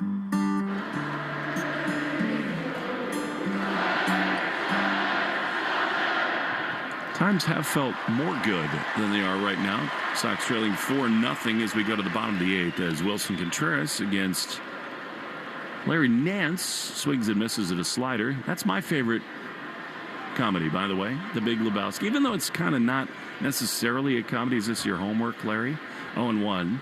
You know it's his homework, dude. The pitch is swung on and missed, a slider, and it's 0-2. Ask him about the vet.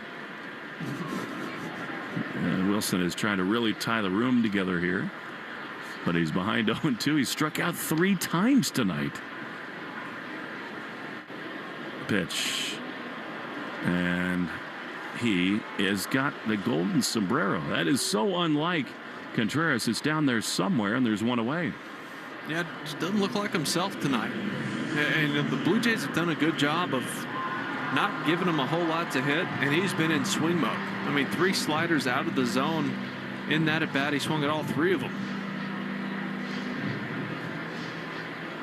So not the night for the Red Sox. After an off night, they've just been totally anemic offensively. Here's Jarren Duran, who takes a fastball way up and outside. And that is ball 1. Over the line, Smokey. Duran has singled, grounded to second, and flied to center. Pitch. is fouled back. I'm not sure it's possible to play a character better than John Goodman did Walter in The Big Lebowski. Honestly.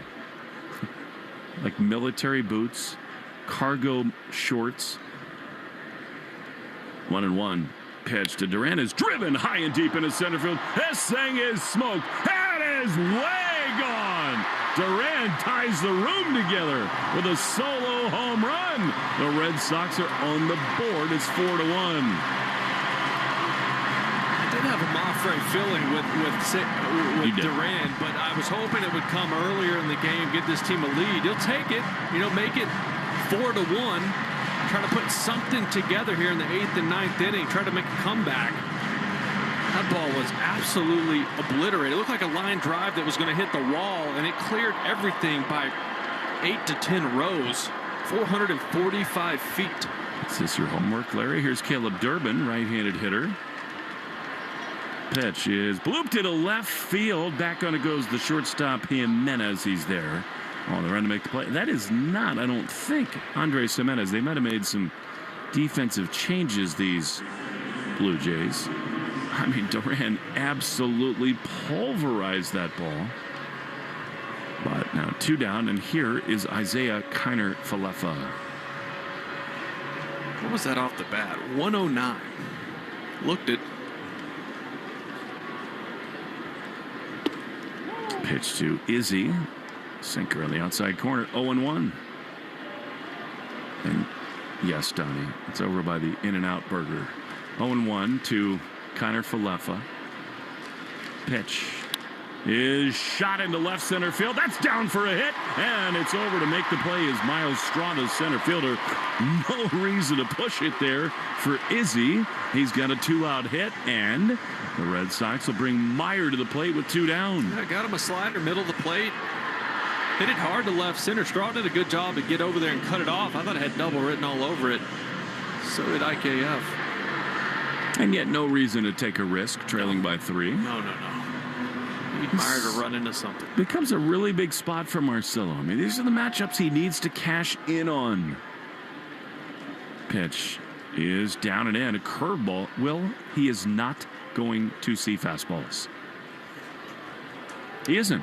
Nope, not in this league. I mean, you have to prove that you can make the adjustment, right? This is weird. After the first pitch, here comes Pete Walker, the Blue Jays pitching coach.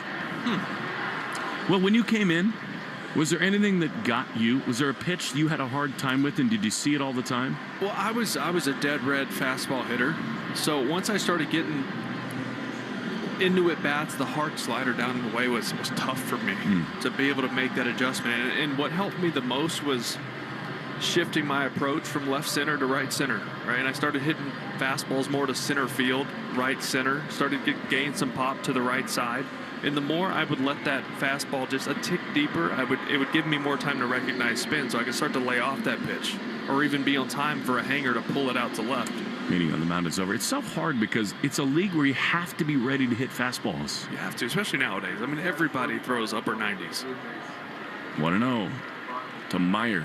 4-1 Blue Jays. 2 down. Izzy at first. Pitch. Swing and a miss. Again, curveball.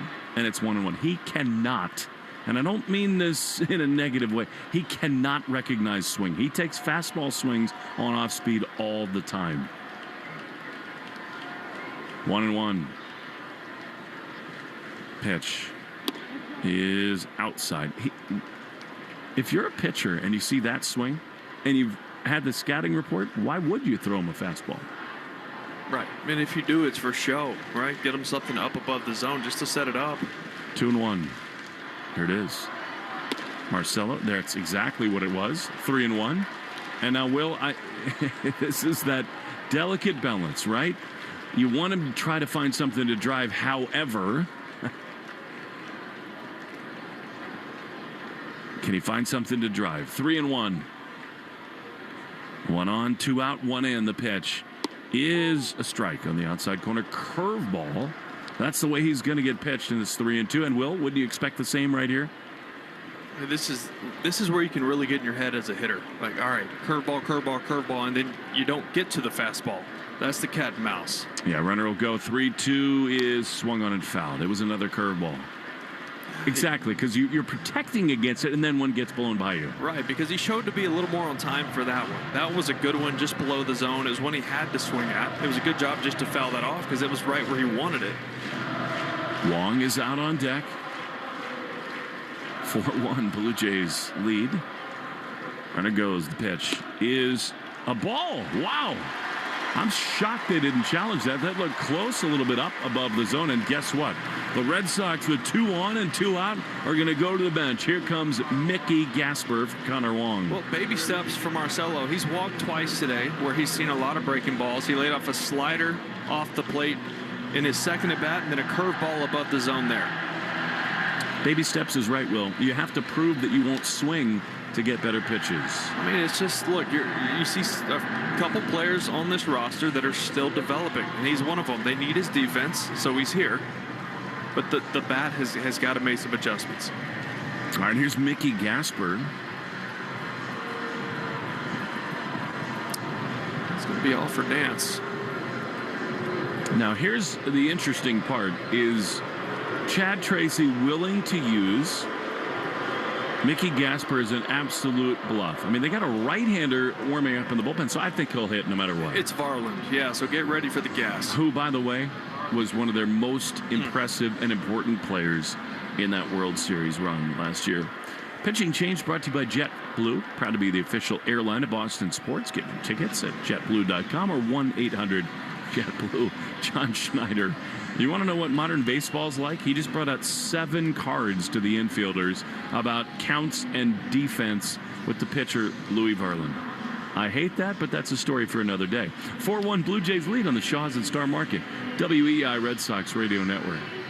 Hi, it's Tom Caron, trusted voice of the Boston Red Sox and proud owner of a Ford Explorer. Ford helps me manage life's curveballs with expert service and genuine Ford parts. Ford Pass app lets me check vehicle health and schedule service to keep my vehicle off the injured list. Remote Start lets me start my Explorer's cool down in summer and warm it up in winter. And with complimentary mobile service, pickup and delivery, they come to me at Fenway, the studio, or Maine. You can't beat that. Visit your New England Ford dealers to learn more. Having health insurance is a must-have, and the Massachusetts Health Connector has a power-packed lineup in Connecticare plans that delivers. At the top of the order, lower premiums make bumpy costs affordable. The middle of the lineup is packed with low copays and no deductibles, so you can save money on everything. From an urgent ER trip to managing chronic disease like diabetes and hypertension through no-cost prescriptions. Round out the order access to Connecticare plans now at mahealthconnector.org, and you have a winning team with you and the Massachusetts Health Connector. Louis Varland is on for the Blue Jays. The Red Sox will bring the tying run to the plate, and Mickey Gasper.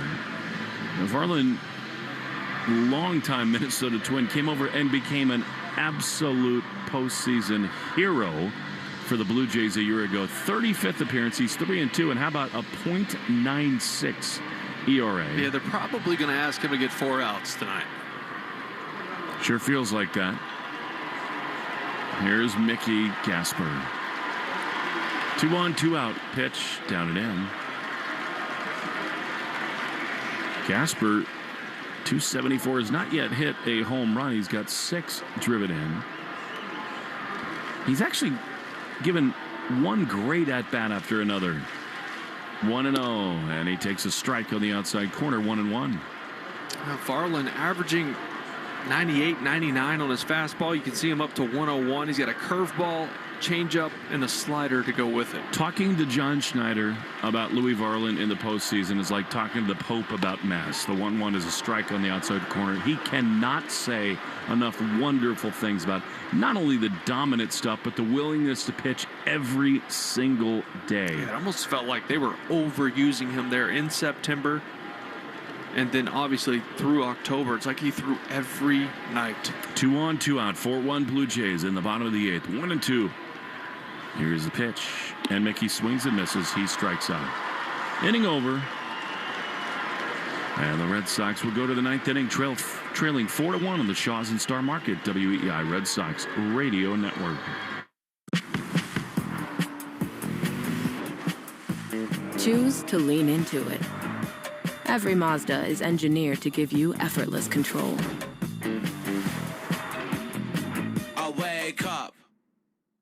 This summer, a brand new premium concert experience debuts at Xfinity Center. With premium experiences at Xfinity Center, you get access to brand new open-air suites, luxury boxes, premium parking, in-seat wait service, and more at every show. Plus, members get exclusive access to the Backyard Club with elevated food, private bars, and the best pre-show atmosphere. Lock in your season tickets today. Visit XfinityCenterAmp.com or call 617-596-7753.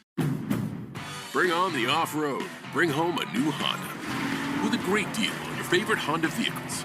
With the rugged Honda Pilot, Ridgeline, CR-V, and Passport, the road might stop, but the fun keeps going. All from the 2026 Kelley Blue Book Best Value brand. For a limited time, well-qualified buyers get a 2.99% APR on a 2026 CR-V.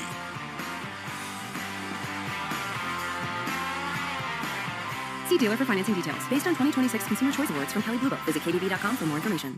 The podcast Campus Files is back with more stories of scandal, crime, and intrigue on college campuses. Campus Files, available now wherever you get your podcasts.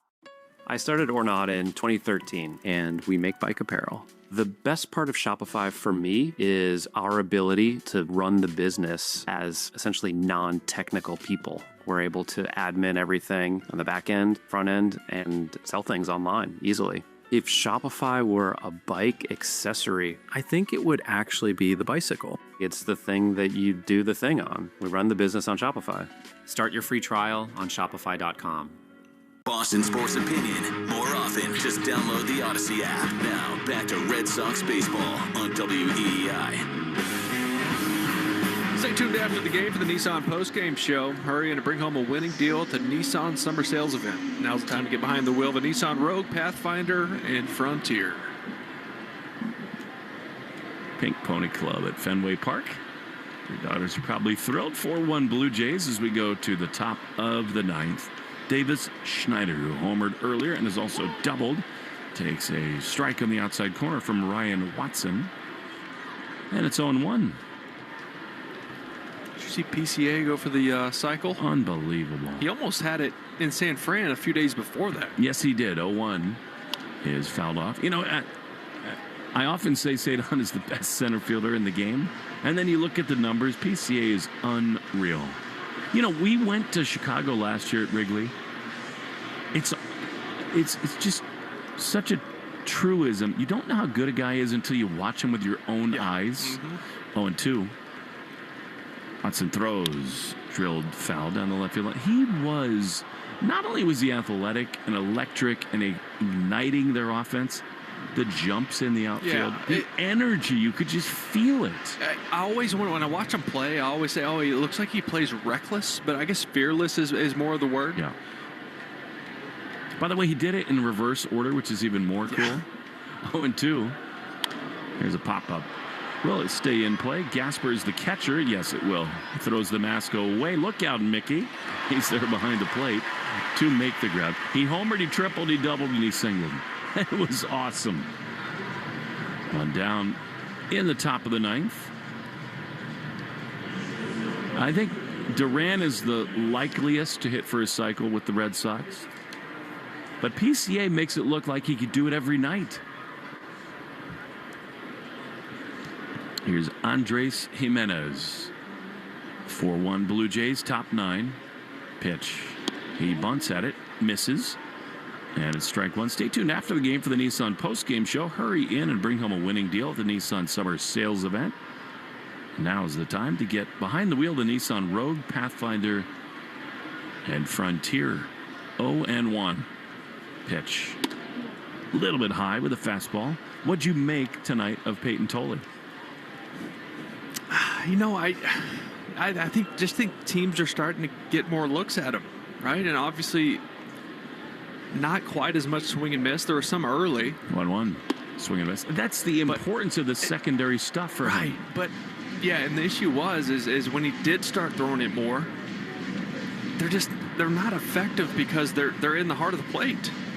Right, he's got to find more command with those pitches so he can work them off the edges for swing and miss and weak contact and get back to the fastball, but they're hittable. One down in the top of the ninth. 1-2. Pitch is a check swing on a curveball. Defensive alignment brought to you by James Hardy. It remains Contreras at first, Connor Falefa at second, Marcelo at short, and Durbin at third. Hardy Siding is America's #1 brand of siding. Watson shakes off Gasper here. 2-2. Pitch. Swing and a miss. He got him. Good curveball. And a 2 down. It's a fascinating thing with these two young left-handers, Tolley and Early, because they're so different. Where Connolly, oftentimes the first time through, shows everybody everything. Right. And they then adjust to that. They're ready for the curveball and the changeup and the slider as Miles Straw digs in. He's 0 for 3 tonight, 2 down, the pitch. This is it. And Tolley is the exact opposite. He shows fastball over and over and over again. And I think both these young guys who are studs for the Red Sox are going to learn that this league learns who you are. The 1-0 is a strike, and it's 1-1. Yeah, and Connolly, for a guy who didn't give up a home run for so long, has really run into trouble with the long ball. 4 of his last 7, he's allowed 2 home runs. 1-1. Pitch. Outside. It's just a classic case of the debate between what's going on in the game. And it's a delight to watch Gray, Early, and Suarez pitch because they got stuff. They pitch. They do everything in every count. But if you make a mistake at 93 in this league, it gets launched. 2-1 is outside, and it's 3-1. Whereas Tolley, who throws 197 tonight most of the time, if you do that over and over again, it's going to get hit. 3-1. 2 down, bases empty. Here's the pitch. Strike. Nope. Called a ball. I'm surprised they don't challenge that. It was up and in. And Ryan Watson issues a 2-out walk. Isn't that crazy, Will? I mean, as the offensive numbers in this game continue to decline, I looked yesterday, the league average slugging percentage is under 400. The league average slug is under 400. And yet, these pitchers who do consistently do the same thing, they get hit. Here is George Springer. Trouble time here for Watson. Good visit from Gasper after a fastball up. I just think that tells you how good arms are right now in this era of baseball. And that's with so much emphasis for hitters to slug and hit the ball out of the ballpark. And the swing plane and uppercut and hitting the ball in the air. Maybe, it induces more swing and miss, but also pitcher stuff is at an all-time high right now, all across baseball. Like to be Mizorowski or Skeens, that's for sure. Jeez. 1-0. 1 on, 2 out, the pitch. Drilled high and deep to left field. That is slugged, and it's going to be a 2-run homer. 6-1 Blue Jays. The Red Sox take 1 step forward at home and now 2 steps back. And they trail by 5. Miles Straw just hit a ball 438 feet. And it is George Springer to go deep. And it is 6-1 Blue Jays. 438. Goodness gracious. Could kind of see that coming, couldn't you? Springer was lying in the weeds all night long. Yeah, and it looked like, the last couple batters, Watson's command was just out the window. He's just trying to find the zone. Mickey went out there for a visit. He's just trying to find something, laid a cutter in there. Oof. All right, here's Ernie Clement with a 5-run deficit. The pitch is swung on a miss. And look, this is not about Ryan Watson, Will. But, and it is a capital B but, they have used him too much, and it's a sign of a team that is scuffling big time that he's on the mound and that he's still here. The 0-1 is popped up behind home plate, and Gasper does have room on the warning track to make the play. Inning is over. 6-1 Toronto, bottom 9. They're going to cue the light show at Fenway Park. Trailing by 5 on the Shaws and Star Market, WEEI Red Sox Radio Network. Football is fun. Why shouldn't your football podcast be the same? Follow and listen to Heed the Call NFL podcast with Dan Hansis and Mark Sessler wherever you get your podcasts. Summer is finally here, and there's nothing like going to a game and treating someone special to a day at Fenway Park. Ace Ticket is the official ticket partner of the Boston Red Sox, which means you always get the best seats at the lowest prices, all backed by Ace Ticket's helpful customer service. Ace also has tickets to this summer's hottest concerts and all the World Cup matches. The New England Patriots schedule is out now, and Ace Ticket has seats for all home and away games. Call 1-800-MY-SEATS or visit aceticket.com right now. Hey, it's Will Fleming. Summer is road trip season, and whether you're heading to a beach or a barbecue, protect what matters to you most with Massachusetts' #1 auto and home insurance provider, Mafre Insurance. Mafre is local, and they deliver coverage that's outstanding and affordable. Listen, accidents happen, and when they do, you can trust that Mafre Insurance has your back. Feeling calm and confident in the face of the unexpected? That's the Mafre feeling. Visit Mafre Insurance, that's MAPFRE insurance.com to get the Mafre feeling today.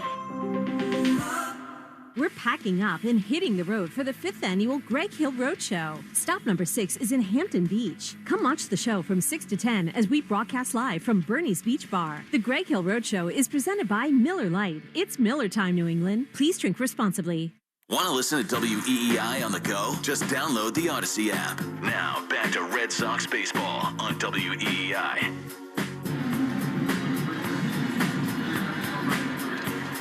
Masataka Yoshida is going to lead it off as we go to the bottom of the 9th inning. By the way, that's the 300th home run of George Springer's career as Masa swings and grounds one into right field for a leadoff base hit. The Red Sox trailing by 5.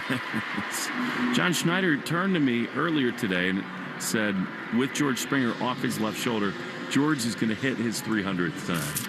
Well, and he did it in front of, I'm sure, some friends and family, being from Connecticut.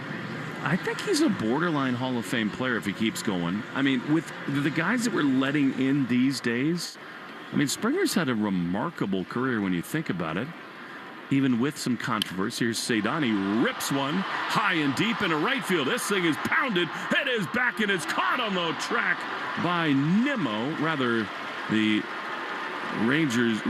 Blue Jays right fielder, I beg your pardon. And there is a loud first out there off the bat of Cedon. Lucas made the play. Cedon was beyond frustrated. He thought he got enough of that to at least get off the wall. Lucas had a tremendous play. Kind of almost overran it. Still caught it as he slammed into the fence. That ball is smoked. You hear it, you see it, and Lucas took that one away. But you know what? Stay with the process, Cedon. He has been really good. Here's Willier, who swings and fouls one off on the first base side for strike one. Varland continues in the game. You were right, Will. They wanted him to get the last 4 outs of the game. Varland has such a different kind of set pattern and delivery. The pitch is a strike on the outside corner. John Schneider told me over and over again in the postseason, Varland just came into his office and said, I want to pitch today. Is it 15 games in the postseason? Amazing.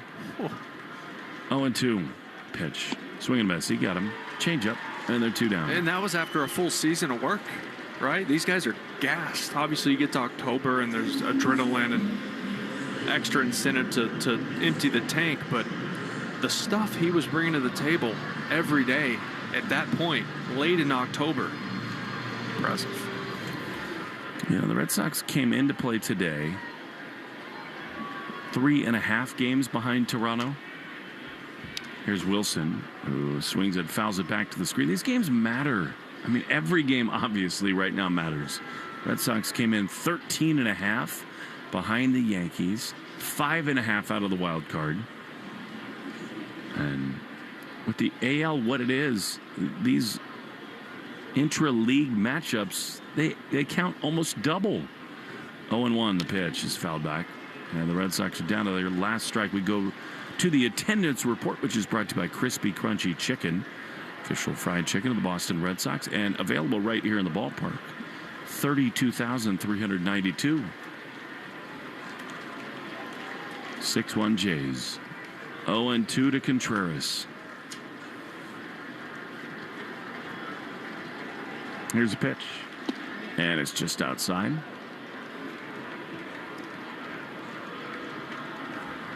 Red Sox tomorrow will have Jake Bennett on the mound against Max Scherzer, who is a surefire Hall of Famer. 1-2 to Contreras. Marcelo watching Duran, who would be next. The pitch is just outside. Yeah, and it's 2-2. That is a 6:45 first pitch. And then a 1:35 finale with Gray and Yasevich. And then we head to Seattle. Yes, we do, with the U.S. men's national team. 2-2. Pitch is high. It's hard to overstate, Will, these next, call it 8-9 days, how important they are for this team. Big time. You're hoping to find a way to get hot against the Blue Jays, right? Because they're not only ahead of you in the division, but in that wild card race. But coming into today, this team's still back 5 games. 3-2. Is ball down, and Contreras keeps the game going. Varland will now have to face Jarren Duran, a 2-on a 2-out.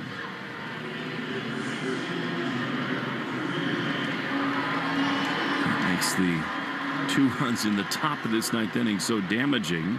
A Springer dinger, as they say in Toronto. Instead, the tying run could be at the plate, but not now. Here's Duran. Pitch low and outside.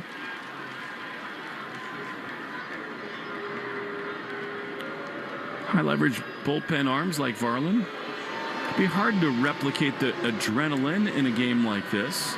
Did you ever, as a hitter, Will, find it harder to lock in when the game was kind of out of hand? Yeah, at times. I mean, in a game like this where it's still, 6-1, where who knows? Obviously you wish it was still 4-1. Like you said, that home run was a killer. But yeah, at times, definitely, right? You have to realize, like, those are the at-bats where you had to lock in a little extra.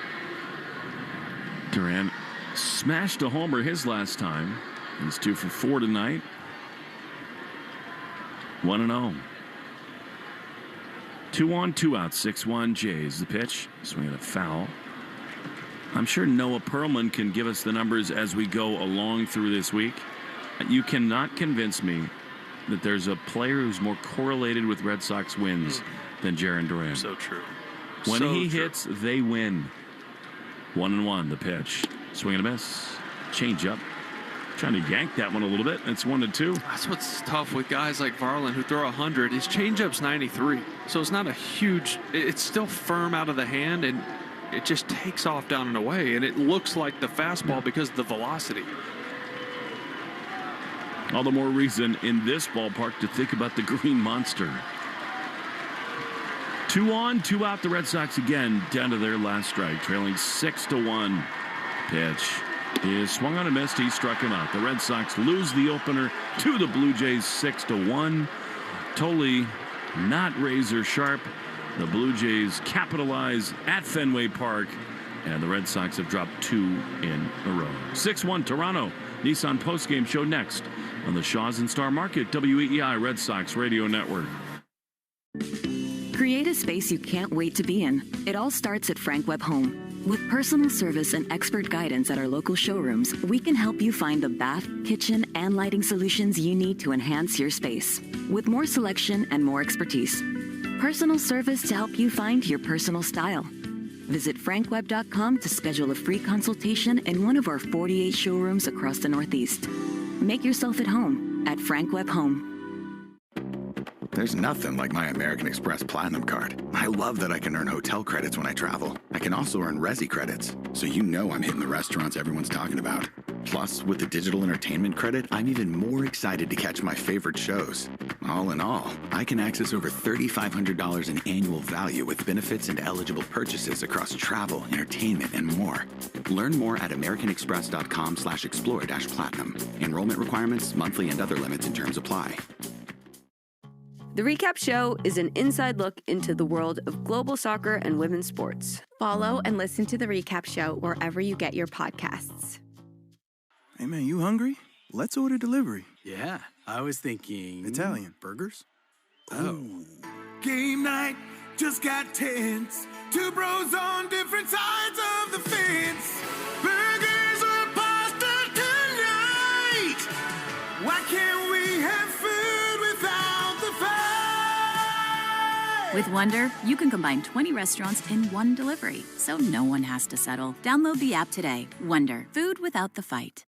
Visit the 99 this Father's Day weekend for a great lineup of menu specials Dad will love, like the slow-cooked baby back rib combos, a juicy 18-ounce T-bone steak, or their famous colossal lobster rolls. You gotta love the nines. You're listening to the Shaws and Star Market WEEI Red Sox Radio Network.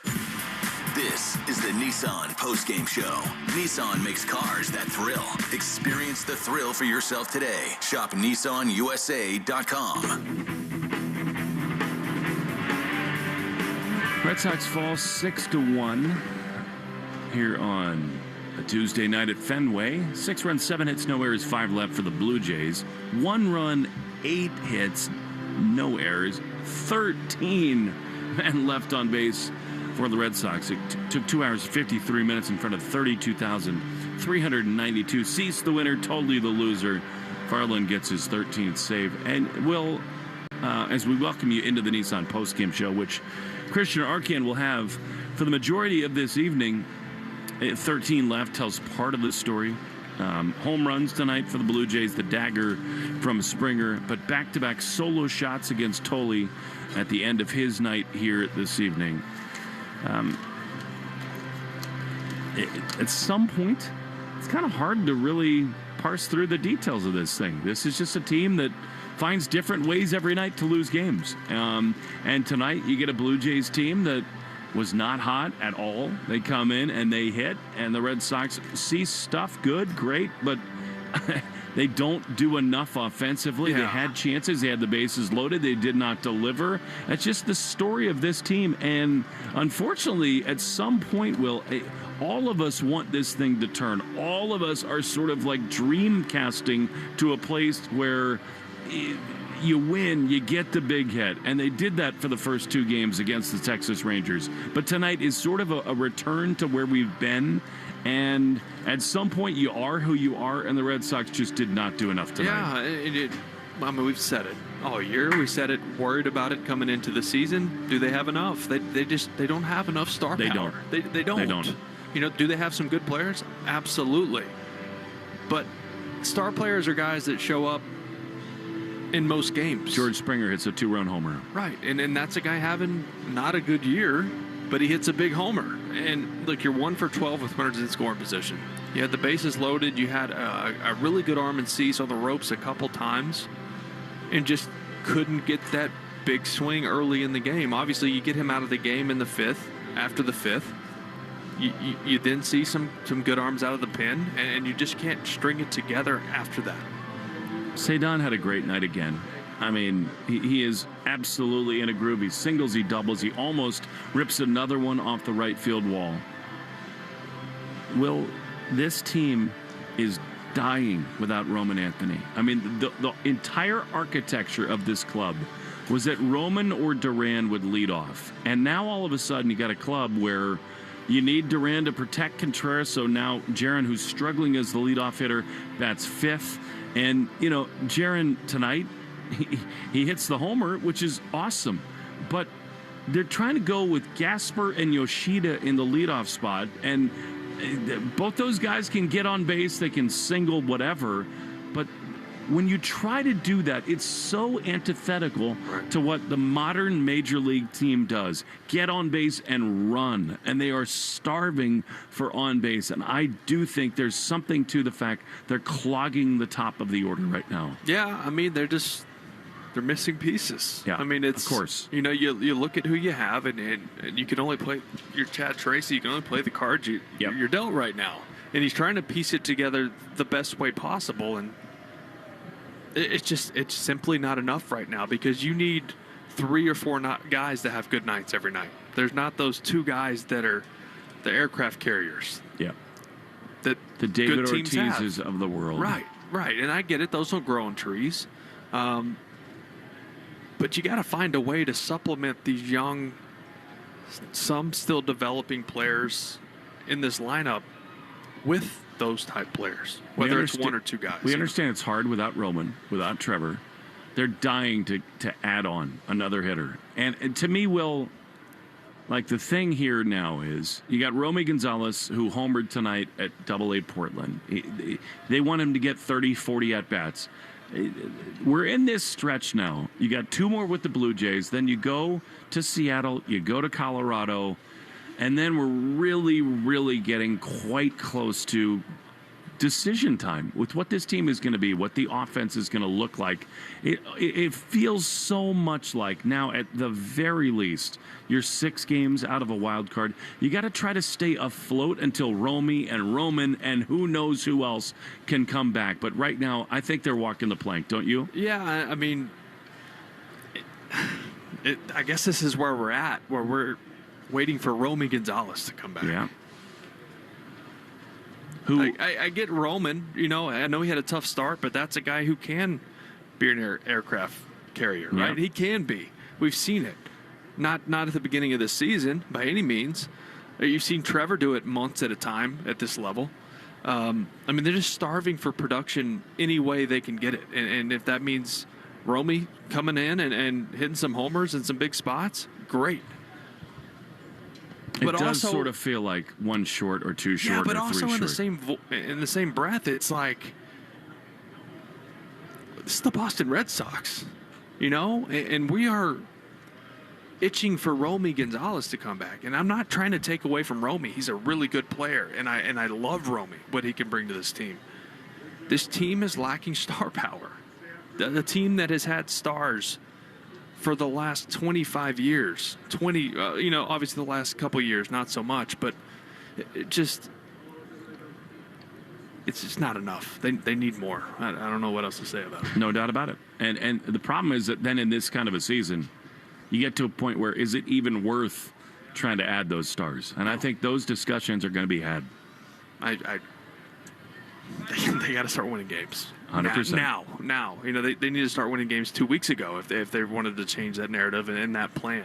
But right now, I would say the front office is planning and starting those conversations already with other teams about what can we get for him? What can we get for this guy? What can we, Not fun. It's not fun. The Red Sox, with this loss, fall 12 games below 500, 29-41. New day tomorrow. Red Sox will try to get it going. And still a chance to win this series. Still a chance to go 4-2 on the homestand. And that has to be the objective. Sure. You can still win the series. You got to win it. You can beat Scherzer. He's not the same guy he used to be. He's not. You need to go from Jake Bennett. I mean, once again, we're putting it on a guy, Jake Bennett, right, to keep you in this series. But, and look, it kills me to sit up here and be negative and talk about what this can turn into and what it's likely to turn into and what August and September is going to look like. Does not look fun. No. And that's part of the ebbs and flows of this business and being a big market team that has a lot of expectations after a lot of winning over the past couple decades. So it's where we're at, and we got to be honest about it. And this is we're in a tough spot right now.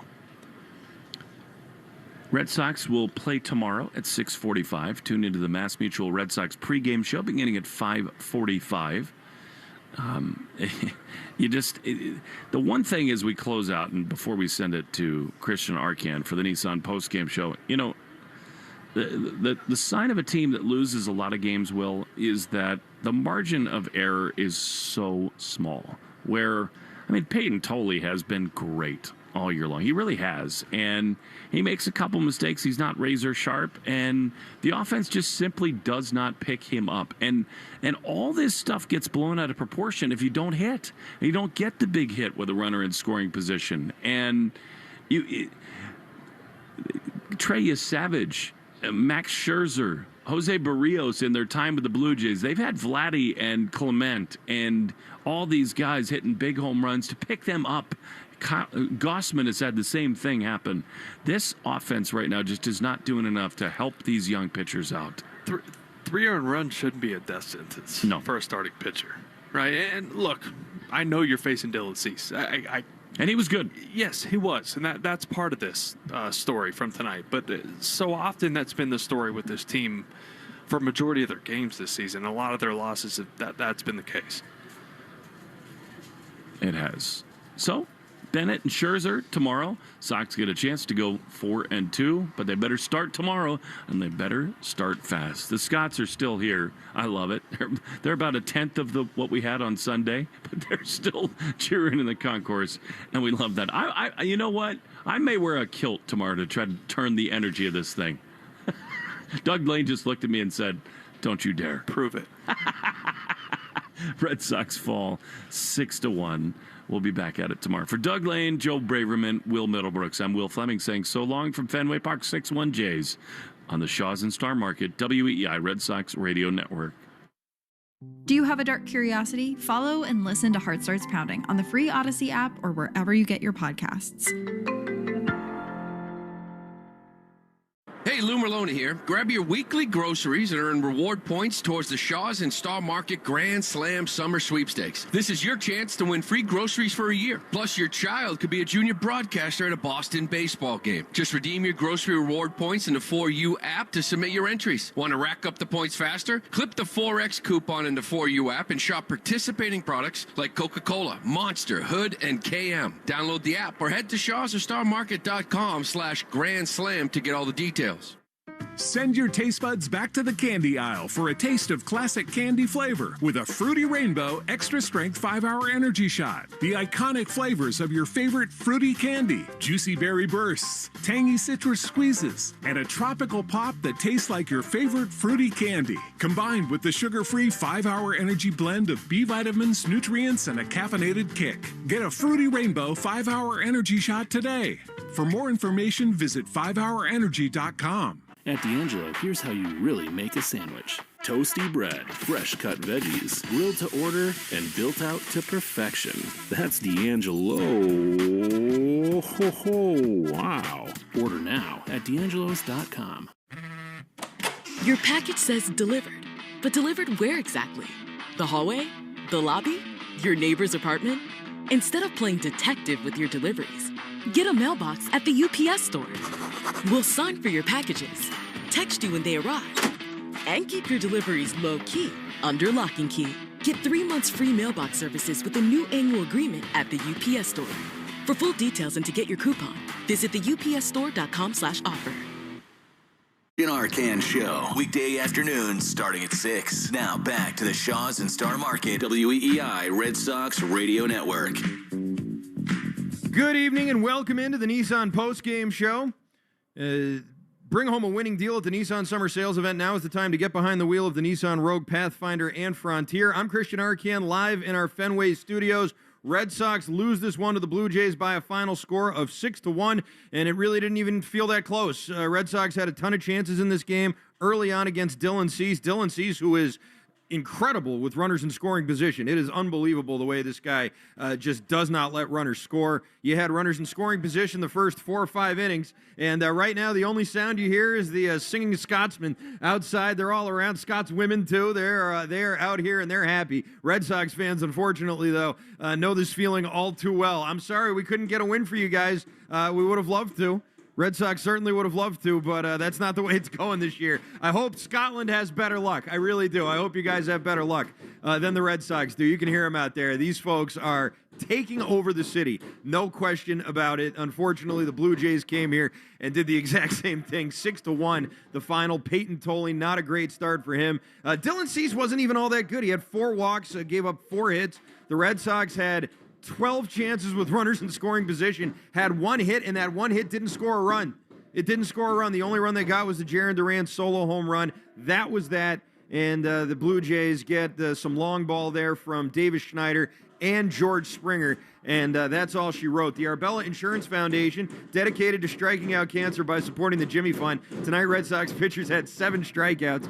It's another $350 to the Jimmy Fund to help strike out cancer. Arbella, here for the Jimmy Fund, here for good. For every double the Red Sox hit, we donate $50 to the American Diabetes Association, brought to you in part by the Massachusetts Health Connector. If you need health insurance, go to mahealthconnector.org. find the right plan for you and your family. There was one double tonight, struck off the bat of Ceddanne Rafaela. That brings our total to 119 and our total money to $5,850. For every four-bagger the Red Sox hit this season, Red Sox Radio Network donates $40 to Cars for Kids. We're making our donation. You should too. Call 1-877-CARS-FOR-KIDS or go to carsforkids.com and donate your car today. That's Cars with a K. One home run in this game. It was, again, Jarren Duran, and it was a laser beam. His 12th of the year, 445 feet, straight out to center field. All the offense the Red Sox could muster. Still to come here on the Nissan Postgame Show. We'll have your Subaru of New England postgame scoreboard, your player of the game, your play of the game, and we'll let you know about tomorrow's game as well. Don't go anywhere. That's all coming up next right here on the Nissan Postgame Show. Hurry on and bring home a winning deal at the Nissan Summer Sales Event. Now is the time to get behind the wheel of the Nissan Rogue, Pathfinder, and Frontier. We'll be right back. You've built a killer sports podcast. You bring the heat every week, and you have a loyal audience. But when it comes to monetizing, you're still leaving too much on the table. That's where the Odyssey Creator Lab comes in. We host your show for free. No fees, no catch. You focus on delivering the play-by-play and hot takes, and our experienced sales team goes to work bringing in ad dollars. Let's turn those downloads into revenue. Apply now at creators.odyssey.com and start making money from your podcast. If you own a business, you've heard it all. From fast funding to easy approvals, everyone says the same thing. LendSeek is different. We show you what you actually qualify for. LendSeek's AI-enabled platform matches you with funding options with no guesswork. Up to $5 million in as fast as 24 hours. If you've been in business over a year, doing at least $50,000 per month, apply for free with zero out-of-pocket costs and access to over 100 lenders. Start ready, stay ready. Lendseek.com. LENDSEEK.com. Town Fair Tire has the area's largest inventory of name brand tires at discount prices, including Michelin tires, which give you the perfect match. A relaxing driving experience from your vehicle, along with all-season design for ultimate performance that stands out from the crowd. And Town Fair stands out from other dealers with a guaranteed lowest price on Michelin tires and gives you more free services for life than anywhere. Nobody beats a Town Fair Tire deal. Nobody. Name brands at discount prices. Town Fair Tire. Boar's Head brings to the deli the taste of deep-fried turkey. One bite, and flavor takes over. Perfectly seasoned and deliciously golden fried. A backyard tradition, available at the deli. Presenting the Friar's deep-fried turkey breast. Only from Boar's Head. Every week on the Moth Podcast, real people tell their stories live on stage. I burst into tears. And I wasn't sure if I was crying because I hadn't been kissed in a really long time or if I had just never been kissed like that before.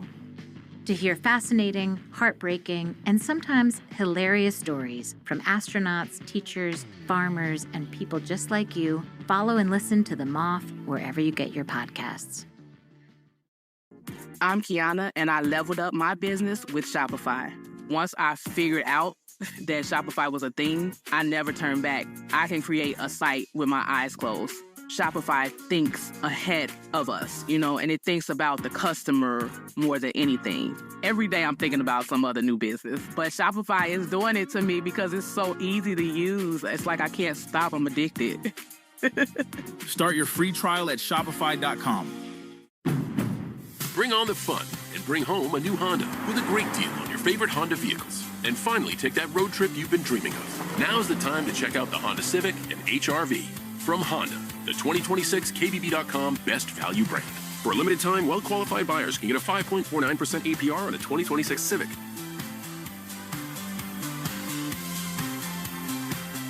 See dealer for financing details. Exclude Civic Si and Type R. Based on 2026 Consumer Choice Awards from Kelley Blue Book. Visit KBB.com for more information. Red Sox Review after the game on 93.7 WEEI.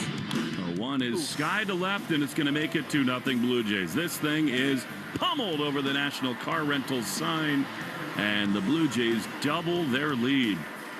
Peyton Tolley has not been a victim of the home run ball this year. That's only the fourth he's allowed, but Davis Schneider wins the mustache battle, and it's 2-0 Toronto. Normally, I love a good mustache battle, but not tonight. This is the Nissan postgame show. Hurry in, bring home a winning deal at the Nissan Summer Sales Event. Now is the time to get behind the wheel of the Nissan Rogue, Pathfinder, and Frontier. And what you just heard right there was your McFarland Energy play of the game. Davis Schneider, a home run in the fifth inning off of Peyton Tolley, part of back-to-back home runs with him and Andres Jimenez. That was Schneider's third home run of the year. A nice day at the dish for him as he finishes the night 2 for 4, 2 runs batted in with the home run, and also a run scored there with the home run as well. A good overall night for him, as he also, along with the home run, drove in a run on an RBI double in the 6th inning to score Kaz Okamoto. So tonight's Volvo Player of the Game, the official luxury vehicle of the Boston Red Sox. Visit your local New England Volvo retailer and take advantage of our limited time offers today. Gonna have to give that one to George Springer. George Springer, who finishes slightly better. He was 2 for 3, did have a walk, 2 for 3 with a run scored, a home run, 3 runs batted in, also had a sac fly in the 3rd inning to open the scoring and put the Blue Jays on the board 1-0. Jays were up 3-0 before the Red Sox, 4-0 before the Red Sox broke the scoring in the 8th inning with the Duran home run. And unfortunately, that was all they could muster. Meanwhile, 3 home runs allowed, 2 of them for Peyton Tolley. As you heard, that's not really been an issue for him this year, but it was certainly an issue for him tonight. Also an issue for Ryan Watson, who gave up that Springer home run, which was an absolute blast. Landed right out here on Lansdowne Street over everything on the Green Monster. Just that kind of night. Red Sox, if you thought maybe there was going to be some momentum from that Texas series, first of all, it's very ambitious of you to think that because they did lose the finale. But to come out in this one, Dylan Cease is tough, but he didn't make it that tough for him. Dylan Cease did not have a great game. He had 7 strikeouts, which for him is very low, and had a lot of runners on base, plenty of ducks on the pond early on in the game. He's very good with runners on. He's very good with runners in scoring position, but it doesn't really excuse the Red Sox here. They've had trouble like that against all sorts of different pitchers, not just the Dylan Ceases of the world. So I don't really buy that as an excuse. It's just more of the same from this offense, more of the same, unfortunately, and doesn't really seem like going to be getting any better. Let's get to the Subaru of New England scoreboard update. Let love bloom in a 2026 Subaru. Find yours at SubaruofNewEngland.com. Some finals to tell you about first. Like the Yankees, who pummeled the White Sox 12-2, your final score. Garrett Cole picks up the win. The Nationals 6-4 winners over the Royals. Curtis Mead with a tie-breaking 3-run homer in the bottom of the 7th inning. That would give the Nationals the lead and give it to them for good. Phillies topped the Marlins by a final of 8-2. And in progress right now, some games to tell you about as well, like the Reds, who lead the Mets 5-3 in the top of the 9th inning in Cincinnati.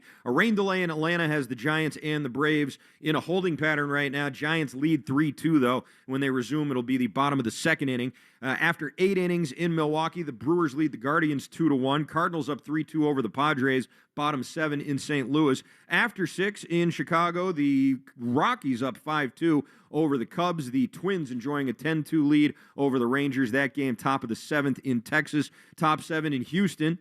I should specify Arlington, Texas there for the Rangers. In Houston, Texas, top of the 7th, the Astros and the Tigers tied up at 1 run apiece. Angels up 1-0 over the D-backs.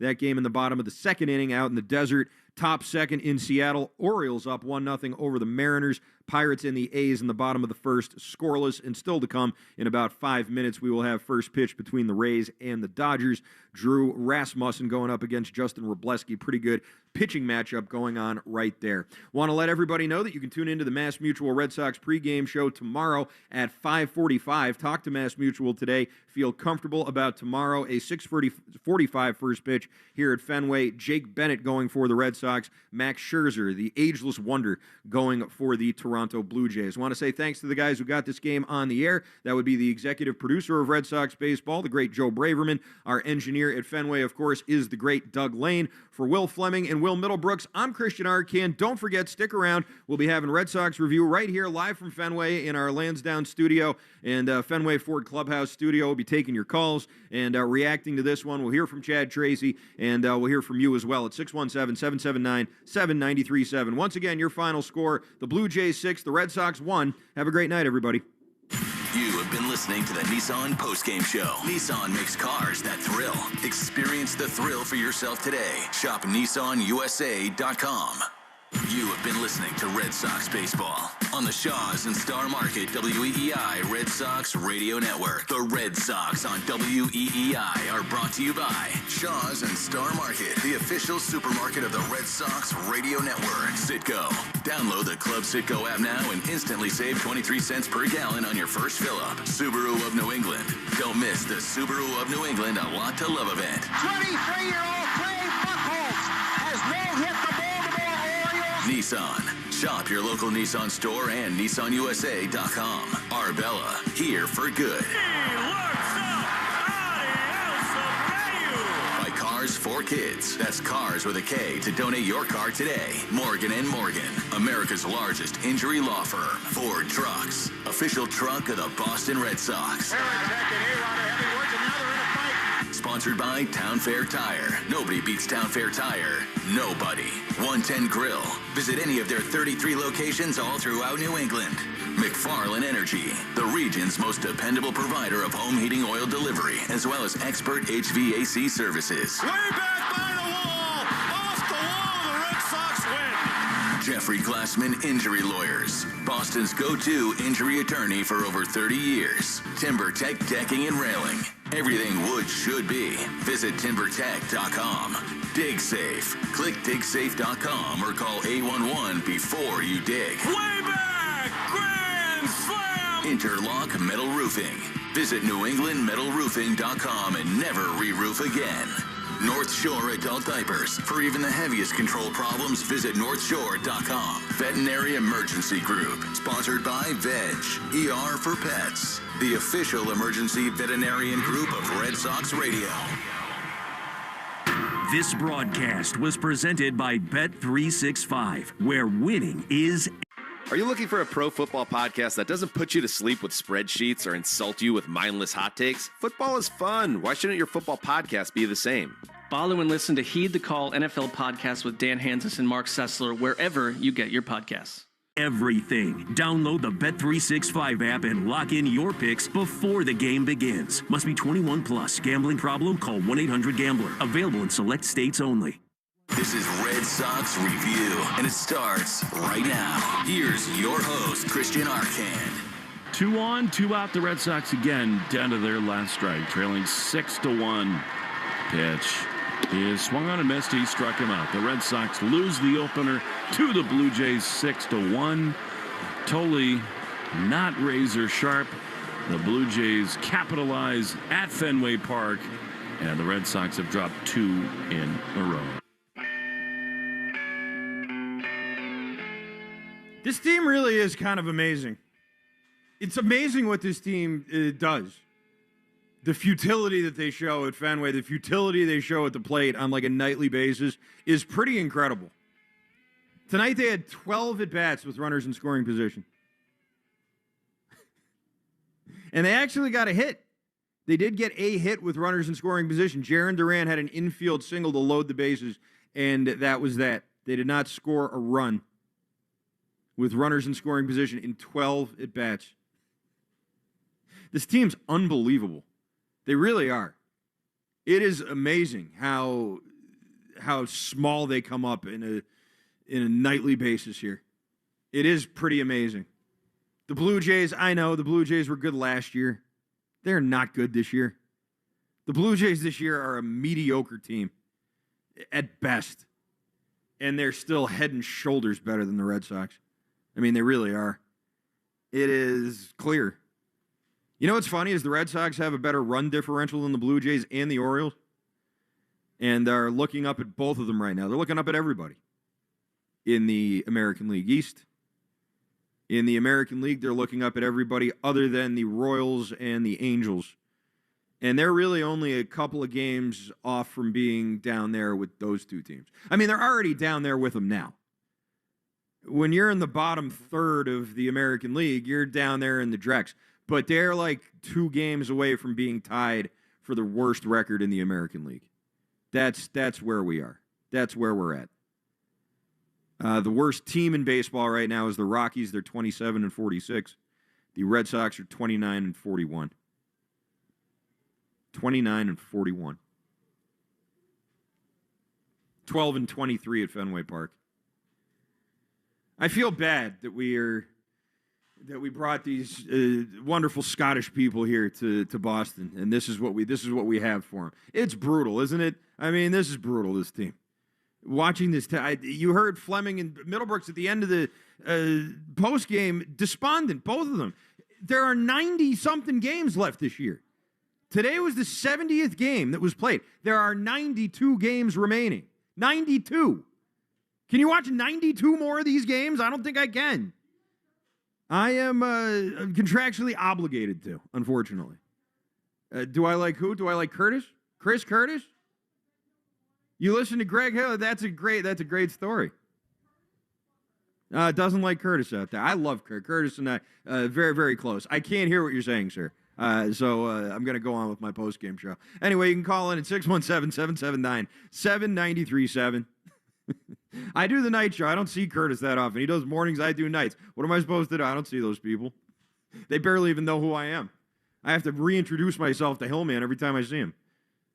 That's only partially true. At any rate, this team, man, this team, really, they get chances, they don't take advantage of them. Peyton Tolley and Connolly Early, the two of them combined lately, have not been very good. Tolley had a great start to the year. Early had a great start to the year. People were talking about them like they were the future of the rotation, and lately, Early has been giving up tons of home runs. And Peyton Tolley, this is the second straight start where he's looked shaky. Back-to-back home runs in this one. Only lasted 5 innings before he threw 90 pitches. Only 6 strikeouts, which, is not bad, but, it wasn't like he was out there mowing guys down. I am officially, I've been out on this team for a while. I've been out on the possibility of them actually doing anything, actually making the playoffs or anything like that. But at this point, I think it's kind of like, is it going to be time to make a decision? I think the decision's been made. I don't think you're hearing all this stuff about John Henry. I don't think you're hearing all these rumors about Craig Breslow at the end of the year. I don't think you're hearing any of that unless the decision's already been made. And the only thing that could really deter that decision, because they're not in any rush to actually do anything, they're not in any major rush to actually go out there and swing an early trade. They can wait till the deadline. It's all the same to them. They're a team at the bottom of the American League. It's basically all the same, so what are you going to do? I think there's probably going to be, hello there. Hello. Hi, everybody. Oh, yeah, Section 10, very cool. Big fan of theirs. Big fan of Section 10. Puerto Rico, very cool, very cool. I got to tell you, you're outnumbered by the Scots these days. The Scottish people, they're everywhere. Oh, thumbs down in Scotland? I wouldn't do that too loud. You're going to be surrounded by people in kilts and bagpipes any minute now. Another fine podcast, Play Tessie, by the way. But they don't have merch. They don't have merch like the Section 10 guys do. I didn't know there's Section 10 jerseys. I didn't even know that. I see people in the T-shirts sometimes, not often the jerseys. You want to chime in on this one? We got room for you here, 617-779-7937. First, though, let's hear from the manager, Chad Tracy. Rob, back in Brighton, if we have that. Here is Chad Tracy after the game. Yeah, it's tough. We took 4 or 5 walks, obviously drove the pitch count up, and gave ourselves chances. I think we had a runner in scoring position or multiple in each of the first, all 5 of the innings he pitched. We're one big hit away. Some of those were 1 out, so one or 2 hits away from taking a lead or multiple run lead there, and we just couldn't break through. But we had him on the brink and had our chances there to get the knocks, and we just couldn't get him. What did you think of that? Thought he was okay. The straw at bat was 14, 15 pitches. It was a full inning's worth of pitches. Probably ended up taking an inning away from him at the end, and then obviously they hit the home runs there late, but great at bat by Straw. He obviously gets the ball in play at the end of it and puts it into right field, moves the runner up. They get the sac fly, but even after that, he was fine. And then the home runs number gets over 90, and you look back at that at bat and feel like that maybe pushed him to the brink, but not a bad effort. They had Barlin obviously ready in the 8th inning for that spot. Yeah. That kind of, he's been as good as he's been this year. Yeah, he's got an ERA with a 0 in front of the dot, so it's pretty good. It's their choice there whether to use him. But when you get the tying run up, you feel like they may go to him. So he's awfully good.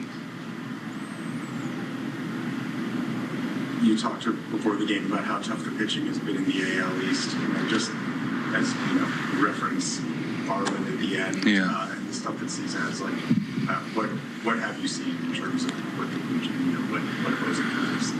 I mean, you can see it's Cease can lose the zone at times, but he's he did a pretty good job. There was a handful of like 3-2 counts, a bunch that he got into 3-2 counts, and then made a quality pitch or a pitch right on the bottom rail. He's got good stuff, and it's sitting mostly 98, 99 miles an hour for most of the outing. So I do feel like we probably could have walked a few more times. He is trying to walk us a few more times. Maybe we could have taken a few more and change it. But he does have strikeout stuff. All right, there you go. That was a very brief Chad Tracy there after the game, speaking on this Red Sox loss, 6-1 to the Blue Jays. 617-779-7937 is your phone number. We're going to take a quick break here. We're live at Fenway. We'll get to your phone calls next. For years, Gone South has been a podcast about crime in the American South. But for our new season, we're widening the lens. Through deeply reported, narrative-driven stories, we're digging into the myths, scandals, and power structures that still shape the South, and, in a lot of ways, the country itself. Follow and listen to Gone South Season 5, an Odyssey podcast, available now on Apple Podcasts, Spotify, or wherever you get your shows. Hey, it's Ken. The world's biggest soccer tournament is underway, and you can trade the entire tourney on Kalshi. On Kalshi, you can trade every match from the opening stage all the way to the final. Several big matches coming up at Boston Stadium here in our area. England and Ghana on June 23rd. And right now, England is trading at a 75% probability to best Ghana, meaning a $100 trade on England pays out $131.04 if they win. Or maybe you want to go with the upset. Norway, June 26th, taking on France. Norway trading at 22% probability to best France, meaning a $100 trade pays out $431 if they win. And on Kalshi, remember you're trading against peers in a live market, meaning there's no house. And as the probability changes, you can buy in and out of your position. Download the Kalshi app, and for a limited time, use my code KEN, K-E-N, to get $10 when you trade 10 at Kalshi, K-A-L-S-H-I, trade the beautiful game. 18 plus only. Restrictions and eligibility requirements apply. Event contract trading involves risk and may not be suitable for all investors. Prices, values, and available markets may differ from those mentioned. For more information, see Kalshi.com/regulatory. Boston, your road to $1 million starts here, and you can meet some of the biggest names in sports. On June 28th, get free athlete photo ops with Red Sox legend David Ortiz, Olympic gold medalist KK Harvey, and Megan Keller. Only when the Road to Fanatics games comes exclusively to Dick's House of Sport. Step up to the closest to the pin challenge, and you could punch your ticket to Fanatics Fest this summer in New York, where you get to compete against 50 of the biggest athletes in the world. June 28th, Dick's House of Sport, Boston. RSVP now at fanaticsgames.com. Everything Boston Red Sox. This is Red Sox Review on WEEI. 1 on, 2 out, the pitch. Drilled high and deep to left field. That is slugged, and it's going to be a 2-run homer. 6-1 Blue Jays. The Red Sox take 1 step forward at home and now 2 steps back. And it is 6-1 Blue Jays. 438. Goodness gracious.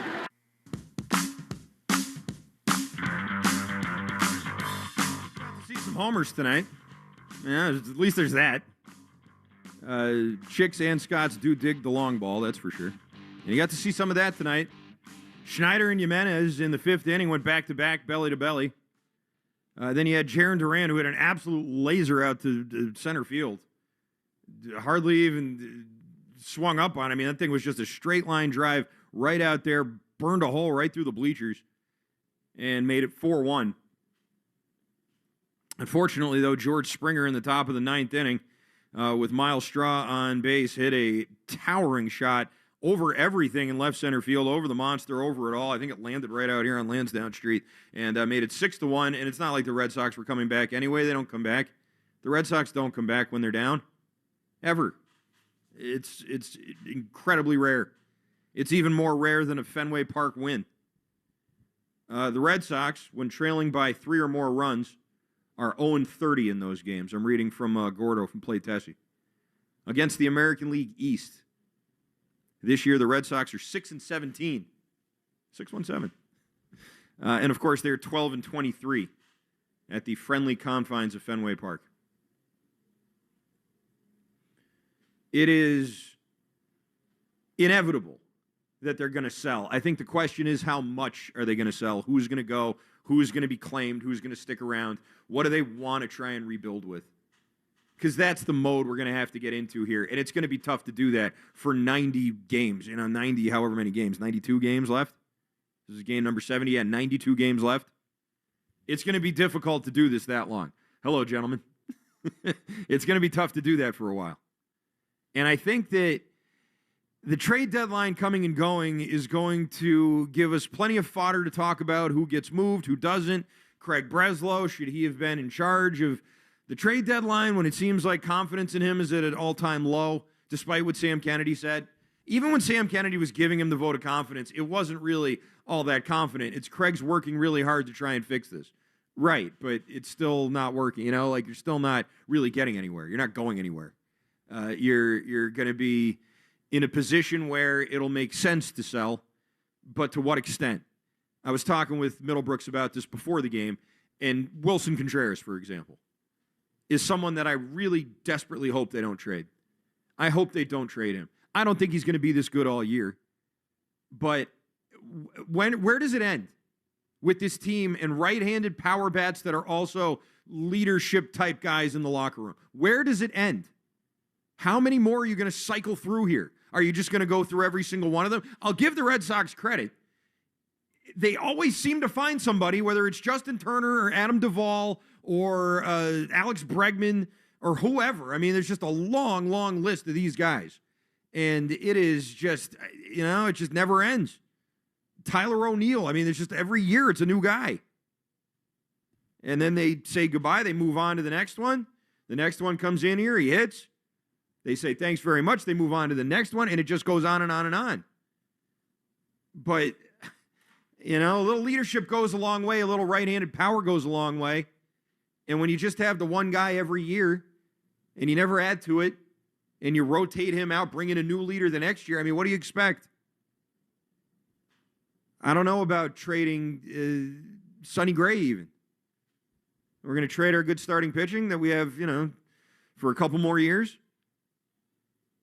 It depends, I think, on how long this rebuild is going to take.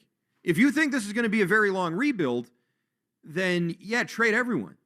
If you think the Red Sox can make some moves, bring in some reinforcements, get younger, get some prospects to be able to either develop or, you trade them too. It's assets to work with.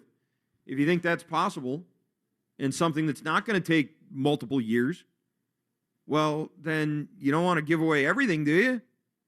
Aroldis Chapman, bye. But does that also mean no Slayton, no Garrett Whitlock? Ranger Suarez? Ceddanne Rafael? I mean, who are we talking about here? How far does it go? How far are they willing to go? Because it's not just going to be all rentals. If you're really serious about cashing in your chips, then you're either going to do it or you're not going to do it. I don't know what their timeline is. I'm imagining that if they do blow it up at the deadline, they will be going into next season with a new chief baseball officer and someone else making those calls. How much of a leash are they going to get? These are all questions that for the next 92 games we're going to have to start answering for ourselves and seeing how they react. 617-779-7937 is the phone number. Let's go to the phones. I've kept you people waiting long enough. And I can't click on any of these calls. So let's go to Johnny in Brooklyn, Rob, if you would. Johnny, hello. Yo. Hey, thanks for the call, man. Yeah, that statistic about the never coming back down 3 is pretty incredible. I wonder how many other teams can say they've done that before. Yoshida, DH and leadoff tonight, not ideal. And, I guess I'll end on saying that as far as the Red Sox and the trade deadline goes, put me down for a vote of no confidence. Thanks, man. Appreciate you. Have a good night. You got it, Johnny. Thanks for the call. You're not alone. You're not alone. And not just because Breslow's had a rough go this year. I'm talking about his trade deadlines since he took over. His trade deadlines have been very uninspiring. Easy for me to say. There's just nothing to him. Dustin May you bring in for a good prospect who's playing well. And now Dustin May's suddenly, like, nasty. He's taking no-hitters into the 6th inning. Perfect games, 1-hitters. That's cool. Steven Matz, that's all you ended up with last year. That's all you end up with is those type of guys. And Breslow, I think, went out of his comfort zone just to get those guys. And those guys weren't anything. Susan is in Worcester. I can't imagine she's too happy. Hi, Susan. Hi. I think first of all, I want to say one thing about you. You do a fantastic job. Thanks, Susan. Appreciate that. This is what I said to Ken on the 2 o'clock show. You don't need 5 guys in a booth. You don't. If you got one person right. like you, I said Wiggy, too. And Wiggy happened to hear me say that. He called into the show to thank me. Mm-hmm. That was my biggest thrill ever. Well, that's great. I haven't had too many lately, so I was really happy with Wiggy saying that. Well, Susan, I get a thrill every time you call in. How's that sound? No, you don't. Yes, I do. I have one right now. It's been a thrilling night for me. I had the Scottish mob come and bang on the windows. I got guys outside right now waving at me. It's been a great night. Everything except the Red Sox getting their ass kicked. It's been a pretty good night. You know, all in all, I'd say. One other thing about Roman Anthony. Yeah. This guy is soft. He's one of the biggest busts in baseball. And I'd love one chucklehead out of the media to say it like me. And Will Fleming, every thinking that we need him back. You know what, Will Fleming? He's not coming back. He's not going to do anything. He thinks once he comes back, he's going to be Superman. This is what happened to Roman with all these chuckleheads, giving him all these adjectives. He's great. They put him up with Ted Williams and who else? Well, I called him Mike Trout, Susan, so I'm guilty of this too. Thanks for the call, Susan. Call back anytime, please. Really, it's always... That's why I hate the media. Bye-bye. Oh, please. I mean, listen, there's a million reasons to hate the media. Us getting too excited about a prospect, that's not our worst crime. I'll say that. We do a lot worse than that. Getting too excited about a prospect is kind of par for the course, if we're being honest here. You know, that happens a lot. I was excited about Roman Anthony. We all were. Everybody was excited about him. After what you saw last year and the way he played at 21 years old, he looked incredible. I was calling him Mike Trout. We were all calling him, you know, Fred Lynn, to Tony Conigliaro, whoever. Any good young player that made an immediate impact. I mean, you know, he was getting compared to all of them. And then this year happened, and yeah, I mean, I'm not going to call the kid soft, but it has taken him a real long time. I mean, we're 44 days away from a sprained finger, torn finger, that hasn't healed at all. You know how, like, Wolverine has a skeleton that heals itself? Roman Anthony has whatever the opposite of that is. He has a body that doesn't ever heal. It just stays torn or whatever. Like, it doesn't fix itself, which is unfortunate because, you know, all the hopes and dreams of this entire franchise rest on his brittle shoulders. 617-779-7937. Christian Arcand here live from Fenway Park. We'll take a break, come right back, get to more of your phone calls right here on Red Sox Review. WEEI, New England's sports original. Create a space you can't wait to be in. It all starts at Frank Webb Home. With personal service and expert guidance at our local showrooms, we can help you find the bath, kitchen, and lighting solutions you need to enhance your space. With more selection and more expertise. Personal service to help you find your personal style. Visit frankwebb.com to schedule a free consultation in one of our 48 showrooms across the Northeast. Make yourself at home at Frank Webb Home. Our kids are grappling with anxiety on a scale no generation has faced. Fortunately, scientists like Dr. Kristen Benito and Dr. Josh Kemp understand that remarkable crises require remarkable solutions. So their teams at Bradley Hospital are creating AI tools and virtual reality exposure therapy to transform mental health care. Because our kids' success tomorrow depends on the breakthroughs we make today. Brown University Health. The future of medicine is here. The Recap Show is an inside look for fans into the world of global soccer, women's sports, and all things gal culture. From the inside perspective of 2 World Cup champions and Olympians. Follow and listen to The Recap Show wherever you get your podcasts. Onyx, I keep having stomach issues. Please make me a doctor's appointment. Okay, are you suffering from diarrhea, bloating, gas, or oily stools? If so, you may want to ask your doctor if it could actually be a problem with your pancreas, called exocrine pancreatic insufficiency, or EPI. My pancreas? How is EPI treated? A prescription medicine like Creon, pancrelipase, is used to treat people who can't digest food normally because their pancreas doesn't make enough enzymes. Creon is the #1 prescribed treatment for EPI. Creon may increase your chance of fibrosing colonopathy, a rare bowel disorder. Tell your doctor if you have a history of intestinal blockage or scarring or thickening of your bowel wall, if you are allergic to pork, or if you have gout, kidney problems, or worsening of painful swollen joints. Call your doctor if you have any unusual or severe gastrointestinal symptoms or allergic reactions. Take Creon as directed by your doctor, and always with food. Do not chew capsules, as this may cause mouth irritation. Other side effects may include blood sugar changes, gas, dizziness, sore throat, and cough. These are not all the side effects of Creon. You can learn more at 1-800-633-9110. Before your appointment, visit creoninfo.com. That's CREON info. The Nissan Rogue. Pack it. Push it. Rev it. Rip it. Test it. Trust it. Drive it. It can take it. The 2026 Nissan Rogue. Built for all the noisy, crazy, happy chaos you can throw at it. Nissan. #1 in new vehicle quality. For JD Power 2025 U.S. Central Quality Study Award information, visit jdpower.com/awards. Hey, it's Ken. The world's biggest soccer tournament is underway, and you can trade the entire tourney on Kalshi. On Kalshi, you can trade every match from the opening stage all the way to the final. Several big matches coming up at Boston Stadium here in our area. England and Ghana on June 23rd. And right now, England is trading at a 75% probability to best Ghana, meaning a $100 trade on England pays out $131.04 if they win. Or maybe you want to go with the upset. Norway, June 26th, taking on France. Norway trading at 22% probability to best France, meaning a $100 trade pays out $431 if they win. And on Kalshi, remember you're trading against peers in a live market, meaning there's no house. And as the probability changes, you can buy in and out of your position. Download the Kalshi app, and for a limited time, use my code KEN, K-E-N, to get $10 when you trade 10 at Kalshi, K-A-L-S-H-I. Trade the beautiful game. 18 plus only. Restrictions and eligibility requirements apply. Event contract trading involves risk and may not be suitable for all investors. Prices, values, and available markets may differ from those mentioned. For more information, see kalshi.com/regulatory. You never know where your next unforgettable experience will pop up. That's why bringing along an American Express card opens the door to rewards wherever you go. Morning coffee run with an old friend? Earn cash back. Weekend getaway? Earn miles. Dinner at the hottest restaurant in town? You get the idea.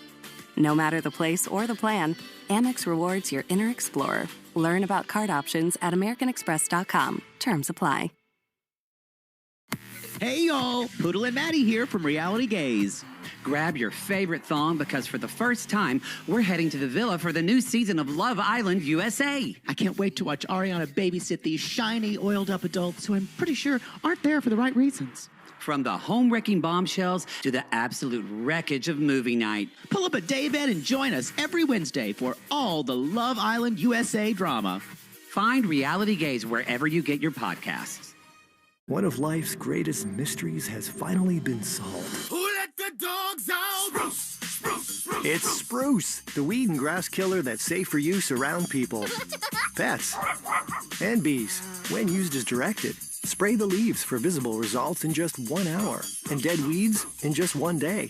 You spray, they play. Spruce, pet friendly, weed deadly. Find wherever weed killers are sold. Indeed presents hires you can't afford to get wrong, like a hospitality manager at a 5-star hotel. So I just checked into room 318, but someone was in there. Room 318. Oh, you were supposed to be booked in 813, which is now booked. So what do we do? How about rock, paper, scissors for who gets the bid? This is the time for sponsored jobs. This is what happens when you don't sponsor your job on Indeed. Next time, get matched with quality candidates with Indeed sponsored jobs. Visit Indeed.com/hire now and sponsor your job today. You're back to Red Sox Review on WEEI. Pitch. High drive, real trouble. Deep left center field, back on it, Cedon. He can't find it, it's off the wall. He plays the carom, a run will score. Cedon beautifully dekes the runners, but it doesn't matter much. It's an RBI double, 4-0 Toronto.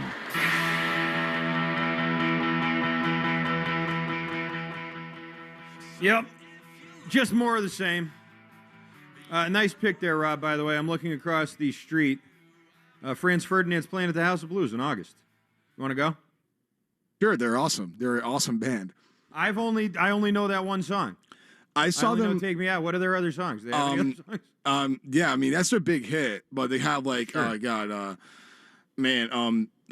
Oh You Girls. That's another big hit they had in the 2000s, 2010s. I think I remember that one actually. Yeah. Like, I mean, I gotta go through my mental Rolodex for that. But I did see them play with Modest Mouse and the Pixies at Fenway, I think, a couple years ago, and it was an incredible show. Very cool. Very, very cool. Yeah. We got some more Scots outside. Hello there, gents. Ladies and gents, very good to see you. Good luck in your match. Sorry the Red Sox couldn't win a game for you here, unfortunately. We thought you guys would bring some luck. And you did, actually. In the first two games, you did. But since then, not even the luck of the Scotch can get this team off the schneid. We'll continue with your phone calls here in just a moment. 617-779-7937 is the phone number. It's Red Sox Review here, live from our Fenway Park studio. Christian Arcand here with you. And let's continue with the phone calls. David's in New York. Go ahead, David. If you would there, Rob. Hi, David. Hi, how you doing? My condolences on another loss. I was thinking about the young players that the Red Sox have, and they just. I mean, I really have questions about all of them, except for Stevan Rafaela. I mean, Roman Anthony can't stay on the field. Mm-hmm. Brian Bello and oh my God, and Christian Campbell can't get out of Worcester. Mm-hmm. And Marcelo Meyer reminds me of Pedro Serrano from Major League. He can't hit a curveball. Yeah. It's like, you're not wrong. It's very, very discouraging, particularly in terms of if they're going to be looking to break up this team and and build for the future. I mean, these guys were supposed to be the future. I know. It's going to be hard to sell this, David. It's going to be hard to sell another youth movement rebuild. And that's why I don't think you can do that. I don't think you can go full youth movement rebuild. The fans are going to revolt. I agree. I think they should keep Contreras, and I also think they should keep Sonny Gray. I mean, I know he's 36 or something, but, he's an ace. He really is. Yeah, he's been playing great. Thanks for the call, David. Appreciate it. Appreciate you. I'll say this. If you get blown away by some offers and you get top prospect, like a top 10 prospect in minor league baseball, I don't think you're going to get that. But let's say someone really, really wants Sonny Gray or Chapman or something, and they're willing to go above and beyond. And listen, when you're a team that's selling, when you're a team that sucks, and you have good players and bullpen arms, which are valuable right now in the trade market, you have what other teams want. You will get bidding wars that will start. There will be teams that are trying to get what you have. That's the way it works. And you're going to have to navigate that. Craig Breslow is going to have to navigate that. And frankly, I mean, listen, we haven't really seen him or any Red Sox GM in a while navigate a trade deadline like that. Not since 2014 and Ben Cherington. 2014, I'll never forget that trade deadline. It was one of the first Red Sox games I ever covered as a studio host. This was back in my first tenure at WEEI. And I was on the day after that trade deadline. And they traded John Lester. They traded John Lackey. They traded Jake Peavy. They traded Andrew Miller. They traded Stephen Drew. I know, right? That one really hurt. But Lester, I mean, they traded John Lester, who was one of their homegrown talents, won a World Series, was sick and had that awful bout with leukemia. I mean, he really was beloved. And they moved on from him and other veteran players. And listen, it didn't cripple them. They were back in the World Series in 2018. They won. But they did it with a youth movement that is now gone, mostly. The youths of 2018, I mean, you don't have any of those guys anymore, really. It's become a ghost town, And now you have another youth movement starting. And that youth movement can't really get off the ground. It should be a good one. I mean, Peyton Tolley, Connolly Early, Roman Anthony, and Marcelo Meyer. Those four should be the envy of the whole league, really. Having four guys that age who are all, considering what the two pitchers were doing to start the year and how good they were, Meyer, Anthony, what Anthony did last year, Meyer never really showed that he was going to be that elite type of hitter anyway. He's an elite defender. But the other three, I mean, they all showed flashes of it. Tolley and Early showed flashes of it this year. And boy, did the Red Sox waste it if that flash is over. And I'm not saying it is, but Tolley's last 2 starts have not been great. And Early's last few starts have not been great. He's given up a ton of home runs. And so this is what you're left with. Masa Yoshida leading off with his .245 average and .329 on-base percentage. And you don't really have a better option. We're going to put Durbin there, Connor Falefa. I mean, you may see this. You may see him actually try it, but, you know, it was Mickey Gasper last week. It's Yoshida this week. It's just, you know, there's no real clear solution, I guess is the point. 617-779-7937. Let's go to Roberto in Chicopee. Go ahead, Roberto. Hey, man. I love the show. You know, this is the only show I call. I love it. Oh, yeah? But that's cool. Thank you. If you notice, I call when we lose a lot because it's just this. Let me give you some numbers real quick, and I'll get off the phone. Shoot. Second to last in walks. Okay? Okay. Second to last in homers per game. Mm-hmm. How does a team manage that? Again, bottom 5 in slugging percentage, bottom 5 in OPS. This is the problem with this team, and I think I already told you this. They should have picked up that kid from Baltimore, Peter Alonso. Should have picked him up. By not picking him up, this lineup is it's basically they're juggling things that are not going to work. When you're missing, again, that 3 or 4 hitter, everybody else is hitting. Did you just say Yoshida was leading off? Yeah, tonight, and I think in that last Texas game, he led off too. It might have been more than that, but he was the leadoff hitter tonight. He went 1 for 5. Yoshida leading off, dude. Like that blows my mind. That's how bad this lineup is. And I'm gonna go again. The power is not there. The walks aren't there. The batting productivity is not there, mainly because hitters are hitting where they're not supposed to be hitting. All right, bye-bye. All right, thank you, Roberto. And call back anytime. There is one team in all of Major League Baseball that has scored fewer runs than the Boston Red Sox. That would be the Colorado Rockies. The mighty Rockies of Colorado have scored 333 runs. Sorry, I have that wrong. The Rockies have scored more runs than you. The Giants at 291. Oh, wait a minute. I got this completely wrong. Maybe this has been updated since. I was reading a Carabas tweet, but maybe I don't think he would be wrong. Let me double check here what I was looking at. Maybe there was an old Carabas tweet. Must have been. The only team with fewer wins, not fewer runs, fewer wins than the Red Sox. Not fewer runs, but fewer wins. The Red Sox, the Royals, and the Angels all have 29 wins.